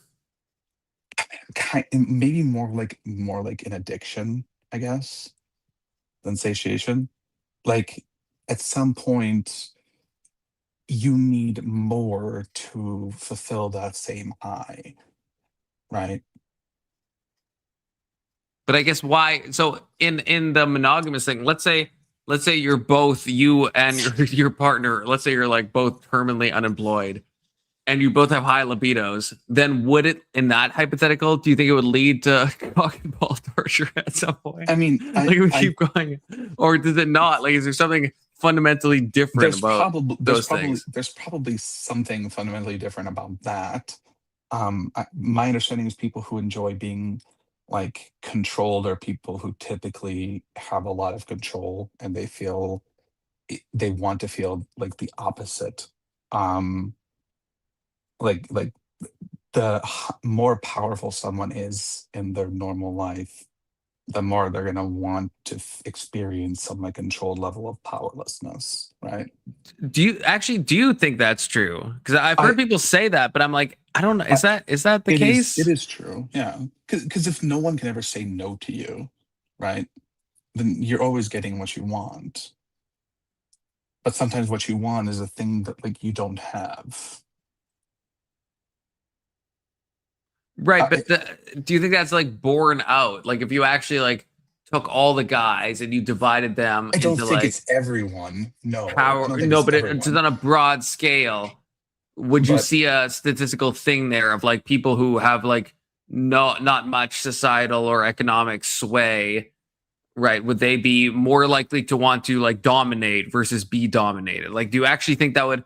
Or are we just looking at like certain like key examples? Like, hey, we found that the CEO likes to, have I would hire a dominatrix. Representation of CEOs hiring dominatrixes, and yeah, but poor people don't have the money to hire a dominatrix, right? So you got to account for that too. Well, they could participate in it themselves, but they don't. Yeah, but if we're talking like prosies, I mean, that shit would cost money, presumably, right? Like. No, but like you could do it with your significant other if you really wanted to. That's true, but I guess it feels in some ways like, like the phenomenon of like the pay pigs. It's like, well, they're all rich, but if you're a poor person, you probably definitionally can't be like a pay pig, right? You don't have the pay to be the pig, Well, I mean, some people get addicted enough to like be willing to do anything for a person. They spend their entire they spend their 401k, they throw all their money at something. Like they can be a pay pig for a little bit. That's true. Yeah, that's fair. There's levels to it, obviously. I think there's a correlation. I think you're more likely to, even if you could account for the amount of money people have or the cost of it, I think you'd be more likely to see people who are never told no to be the ones that want to experience being on the other end. Do you think that tracks on to all kind of aberrant, or I don't mean to morally load it with that? No, aberrant is just something that isn't like typical or normal. Okay, yeah, then aberrant based. Yeah. Do you think that tracks on to other aberrant sexual tendencies that people have? I don't know. Like, does it always go to the opposite, kind of like what you can't like? Because people do a lot of weird shit, right? And so it's like, and that's something that, I did a entire psych degree, and, and I have gained absolutely no knowledge on, what I should have just read some, maybe Freud, at least I'd have some hypotheses. But it's something that, it feels like some things like the power thing. It's like, okay, at least I can see that, but there's so many weird shit that people do that it's like, I don't, where does that come from? Okay. Have you ever heard of like the term free use? Feel like I have. Is that like a sexual degen term? It's like it's a specific type of like, a kink, I guess, or whatever. Like sex, kind of whenever I want sex, you give me sex, kind of thing. Anywhere, anytime, however. Yeah. Like if you can imagine being in that situation, I think inevitably you'd start to want to do more and more, like, I guess what you would consider to be degenerate things, right? Because even like if you and your girlfriend have like really high sex drives, it doesn't mean that you're always going to get what you want. You can't always have things the way you want it, right? It can still be enjoyable, but if you want to explore something, they may not want to. So there's still like limits that you hit, and those limits kind of keep you grounded. But if you have no real limits, because you can go as far as you want to go anytime you want to go, then yeah, I think you're going to be propelled to see if you can find how far you can go.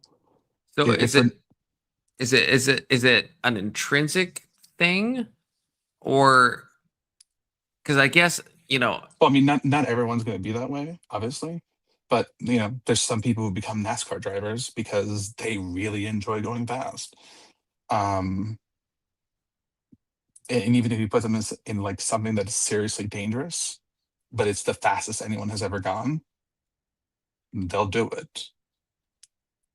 Because I will say, and I'm only saying this because there's only like a few people watching right now, but going back to the show, the Pluribus show, right? It's like a whole host, and in the show, right, it's like the alien host will do whatever you want. They're like, because they're all one mind, okay? And so not in a Kruger way. I was just thinking like, well, if someone was a hedonist, they would just be like, oh, well, they have full access to any degeneracy they've ever wanted ever.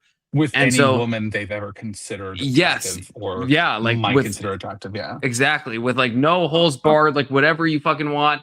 And what percent of guys would just fall into that aspect? Like what is it just the limits that hold us back? Like, because you brought up a few times, I think, right? Like time limitations and like maybe the other person doesn't want it. But if this situation removes all of that away, and you had access to every woman in the world, I mean, I think we've already seen this to like a small extent with people who had harems. Like they had like hundreds of women sitting in like a temple area just waiting for them, right? But I guess is that the rare guy, or is that what most guys would do? Like, would I do that? That's what the show's making me think. Would I do that? I hope not. But would I? I mean, I don't know. I don't know if you went to a culture where this was completely common and people would think you're weird for not doing it, and like the women are not only comfortable with it, but they want more women around them, right? Like, I don't know. In that circumstance, would you? That's the question. Right. I can't imagine the circumstance. Would you, Alex? Like, if you're not married, I mean, I don't know if I can plumb the depths of my heart enough to know what I would. I just would say like I hope not, but it's hard to say for sure. I guess I don't know. Like, I'd have to be in the situation to know how I would feel about it. I think, like, speaking strictly from like do I think I would be capable of it? Probably. But if that's like I started going down that road and I suddenly felt like this like intrinsic feeling of this is wrong, I would stop myself, clearly, because I know enough to listen to that feeling, regardless of like what like the culture around me says. But if I didn't feel that feeling, I guess, I mean, yeah, if I liked multiple women the same way and they wanted the same thing, I can't imagine why I would say no, I guess. I guess we do have at least some reason to believe that hopefully most people wouldn't do this, because I guess we have maybe an analog with like pornography where it's like, you could go deep as you want. You could be watching it all the time, and hopefully, at least most people aren't doing that. Most people don't do that. Yeah, right. Sure. And so, yeah, and that's something that you can do it, and no one will know about it most likely. And you can have look at your wildest fantasies, and it's like, yeah, I don't. I think so regardless, it would get boring really quickly. And by really quickly, I mean like within a relatively short time frame. I think you get pretty damn bored just having access to whatever you want. Not for everyone, clearly. Like there was what's his name, Hugh Hefner or whatever. But yeah. I think most people would want more hobbies. Yeah, like they want something they don't have like complete and ready access to the moment they decide they want it. That's the thing, because I think even with people, at least normal people, I think with like pornography and stuff, it's like, besides I guess like the true gooners among us, it's like I can't imagine that most people are like doing that, even if they have a bunch of free time. If they're like, I'm going to dedicate hours of my time to doing this. Like I feel like you at a certain point you just get like you just be kind of like, okay, I'm done. Well, like they what was that? What was the name of that show? Lucky something or other. I'm not sure. Like was it a a reality movie. show? No, Oh. it wasn't. It like the premise was, I think it was Ryan Reynolds or something, but the girls found out that this guy, like if they slept with him, the very next person they met would be like their soulmate. And so okay, I've heard of this. Yeah, like woman after woman kept coming, and he just got exhausted. He didn't want to do it. It became like a chore. It became like a job, right? And a moral ought, if you will. Yes, a moral ought, if you will. Yes, true. And I think that's probably the way it would go for maybe most everyone. Like we have access, like people at some point would have given like their lives to have access to the information we have access to, but to us it's like a common thing, right? Like who cares? Yeah. So once you've had something for like a period of time, I think you just kind of stop caring as much about it. Because it's there. It's always there. Like people who live in a city where they can go like people who live in like cities with natural attractions, but they never go visit them, right? Because they can always go later. It's there. So why bother doing it now? But then I guess to combo these things, then I guess what is specifically happening between the example where someone has, person A has like infinite access, right? And then they become satiated at a certain point and you're like, okay, I have to find some other stuff to keep myself occupied, versus the guy who goes into the most degenerate shit, right? Like, so person B is like seeking that constant thrill, ends up in degen land and can stay there for many years. Person A, in our example, right, like you said, gets satiated rather quickly. Is it just the access? Is that like if you have everything at once, then you kind of maybe have a macrocosmic kind of point of view of it all, and you're like, oh, actually, this isn't leading me anywhere good. It's just hedonism. Person B is getting drip fed, or like what? Or is there a different hypothesis? Well, like from my understanding, at like a lot of the like kink parties, I guess, people there for the most part aren't really doing much like sexual stuff. But what do you do at a kink party if it's apparently they just hang out for it's the like most a social gathering? Yeah, kind of. Huh. I've never experienced it myself. I can't speak to the factual nature of the statement, but I've heard from multiple people who do participate in this stuff. That's it. It's just really calm. It's like chill. Like people go there and hang out.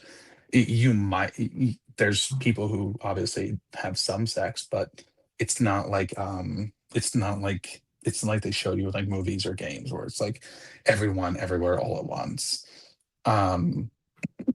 So I don't know. When it's not something that you can rarely have, you'll overindulge and then start to get kind of bored. Fun fact: I almost went, and you have to figure the whole part of the story, otherwise it's gonna sound super gay. I almost went to a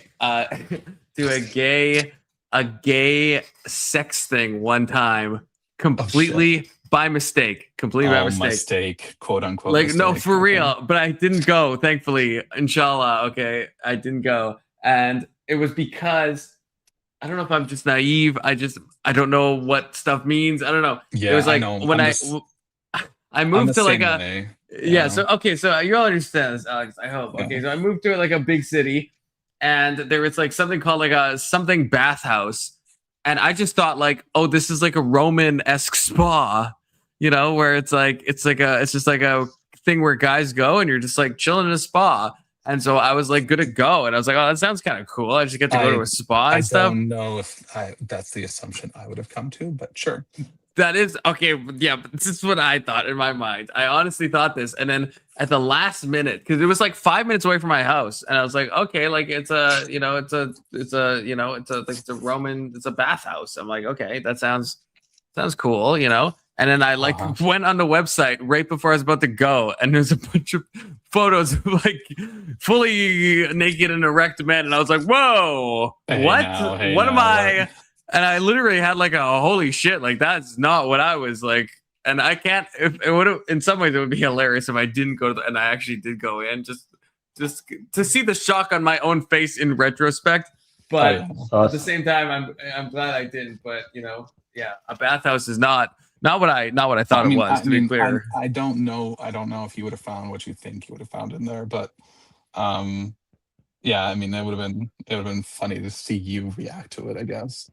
Yeah, well, the more I went, it was like there were.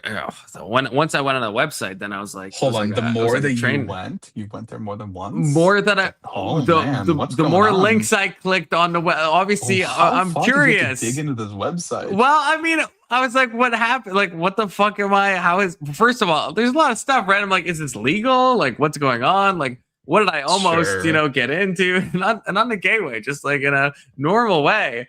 And it's like, yeah, there's like private rooms where and it's like they give out condoms, and I was like, the first thing I do when I find myself on a website full of men is I look around to see what it is that I'm experiencing. But if you were about to go there, like if this was a place that you thought was a normal place, like imagine it's like a restaurant and you're like about to go there, and then 5 minutes before you check the website, you're like, wait, that's an erect penis.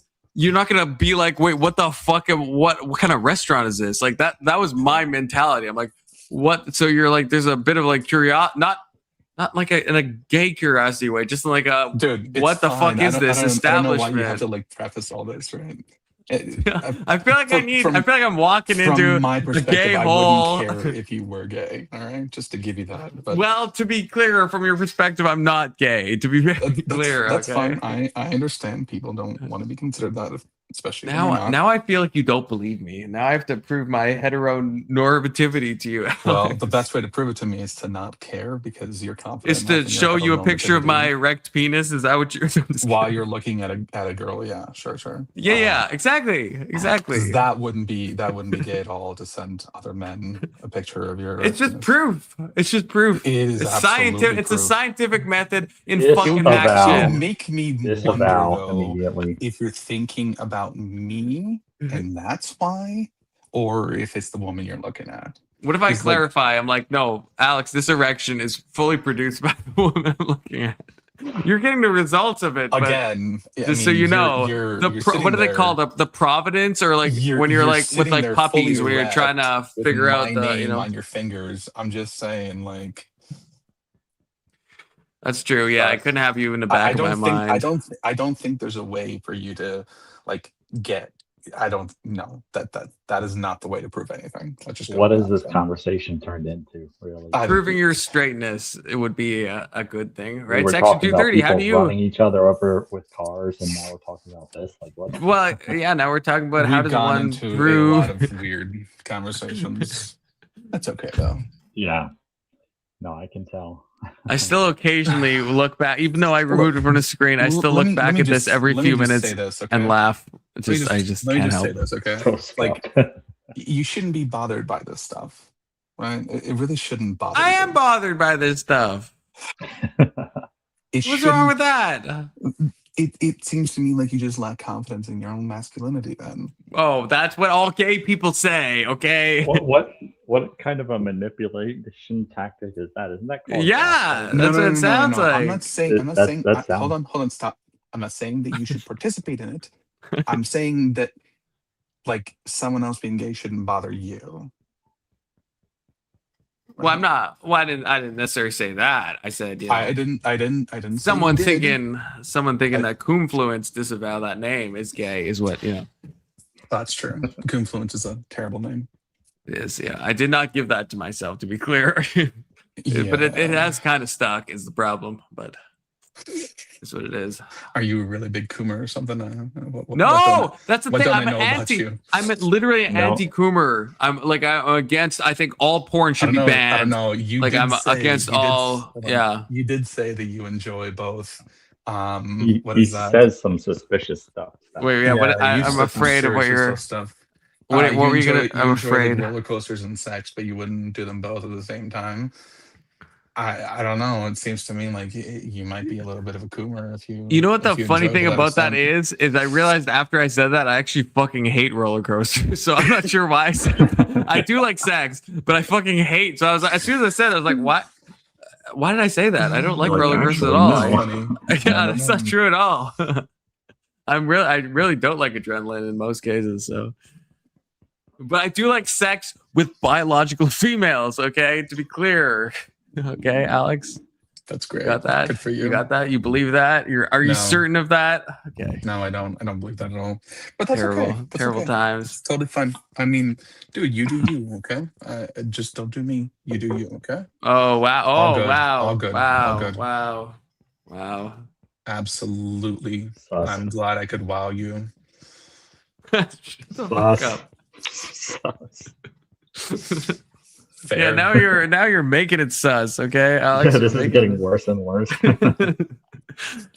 See, Alex said he wasn't suggesting anything, and I was gonna say yet, and I feel like I should have said that because that's how these people work, right? They're like, oh, there's nothing to be ashamed of. You shouldn't have an ick, and then it's like, right? It's like I'm not telling you to do anything, but then it slowly kind of moves in. It's like, hey, have you considered going to a bathhouse? I promise it's not gay, right? Like that's how it always happens. It's how it always happens. Is that what I said, that you shouldn't have an ick, or did I say you shouldn't be afraid of it, or you shouldn't be bothered by it?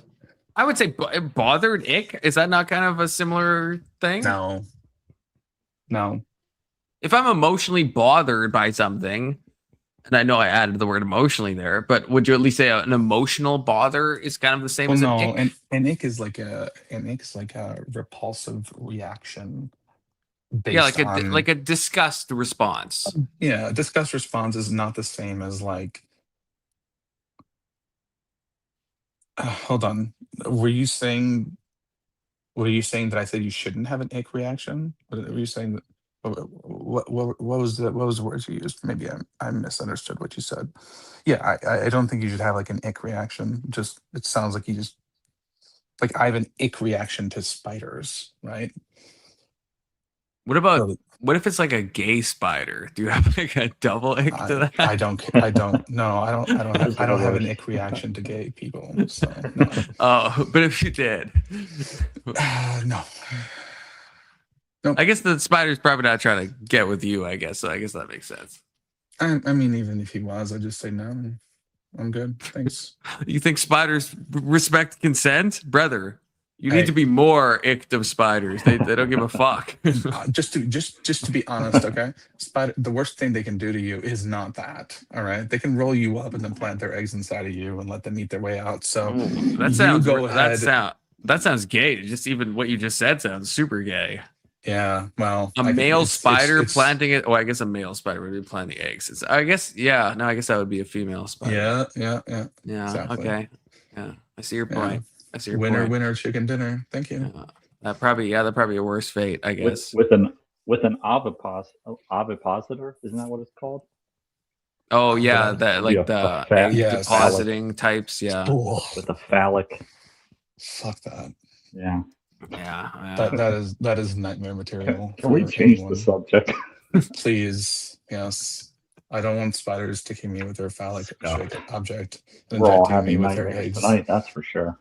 Yeah. Actually, I that, mentioned- that is not the worst nightmare at all. See, I mentioned yesterday of the nightmares about giant spiders crawling out. Your thing did not help, by the way. My sweet Whatever it dreams is didn't you were help. doing, no, I not tried the so least. hard. Yeah, I'm Did sure you at least were, have but no dreams, or did you? Fuck. No, Not hard in that way, yeah. Alex. To be clear. Okay, sure. Do a live. I mean, I could try that tonight. Like, for you, like as a No. brother to a brother. If you think that would work, I mean, No, nothing I don't will want to work. do that, but Nothing will work. Just don't bother. well, I will try something new. Not what I said, but I will try something new. Okay, sure. Okay. Sure. I will actually no, Right. Alex. Okay, Alex, this is a bet between you and me. Okay, Mhm. I will actually legitimately. This is not a joke. I'll actually legitimately try my best. Okay. I don't know what you can possibly try. All right. Well, I'm not going to tell you either. But I'm not. It's not just like thoughts and prayers. No, I will. Look. I will legit do it. You cannot affect my dreams. All right. We'll find out. We'll find out. No. Hit me because- up tomorrow. Hold on. Tell me. Hold on. Do you think if you can affect them, do you think they could affect you? No, because I think the effectiveness of the type of thing I'm thinking of has to do with willful like intention. Are you summoning a demon? Like, what are you? No. To be clear, okay. no. But I do think I think that if any type of that stuff exists, I think it's will based. And so in your dream, if you're like, I guess, willing the dream to happen, then I think possibly, but you know. But I think there is. I mean, I guess I don't think. I think Section 230 is probably. We can't see him, but I think he's probably really either checked out or give me a massive side eye. But I would point to like prayer. What is a prayer to someone else? If we think that does anything, it's you're using some aspect of your will, of your intention I don't to think it does either. anything. I know you don't, but Section 230 does, and so I'm at least bridging that gap. So Section 230 doesn't think I'm a fucking insane person. So I'm saying we think it's too acknowledge late for that, as for sure. Christians that intention can affect things. Alex doesn't yet, which is why I'm gonna try my best to give you a good dream tonight, Alex. I'm more worried about you finding out what it is that I dream about. Okay. Oh, I'm not gonna try to do that, brother. I'm not trying to. Yeah, no. You not don't. You don't want to. Yeah, you. The way you talked about it yesterday, you scared me off. I'm not gonna try to project into your fucking creepy ass dreamscape. Okay, I will just try to circumvent the bad dreams altogether. And you let me know legitimately. You don't even have to panel up. You can message me on Discord because I will give it the sincere college try for real. Just assume it won't work. Okay. That's fine. If you can say if you that. don't hear from me, it's because it didn't work. If you do hear from me, it's because it didn't work. All right. No worries. Well, I feel like that's awfully convenient. You were trying to dodge my little experiment here, You Alex. baked it. You baked that one. Yeah. I'm just saying, just pay attention when you wake up. Think of me in a normal way. Okay, in a normal way. And think, did this work? Did this not work? And It let me didn't. know. Yeah, well, you keep saying that. You haven't seen what I'm about to do. Okay, off stream. Okay. Things are about to get Okay, wild. There's if gonna be you are a going Hebrew to- if- chanting if all you over are the going to be room. touching yourself in any way, please do not on my behalf. I will not be touching myself in any way. I promise you that. I can give you that confluence assurance, okay? All right. Nothing to touching. But I will you do you. honestly You the do you, the okay? best I know how to possibly influence your dreams, which I do actually truly believe I can do, by the way. So, and I could be wrong. You are wrong. but I will. Yeah, I'll do the best that I know how.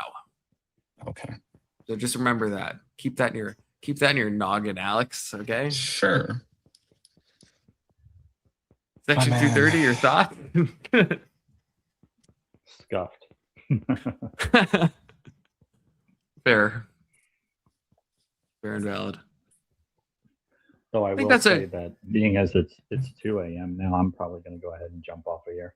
Yeah. Okay. Good time. I was just gonna say. I feel like I want to end this both at 7. I've been streaming for 7.5 hours. Also, I want to leave this fresh in Alex's mind because it works better. The more that he also thinks about it, which I know he's resilient to, but the stuff I'm gonna do is gonna make him incapable of having a bad dream, in my opinion. Especially wondering what it is that you're gonna do.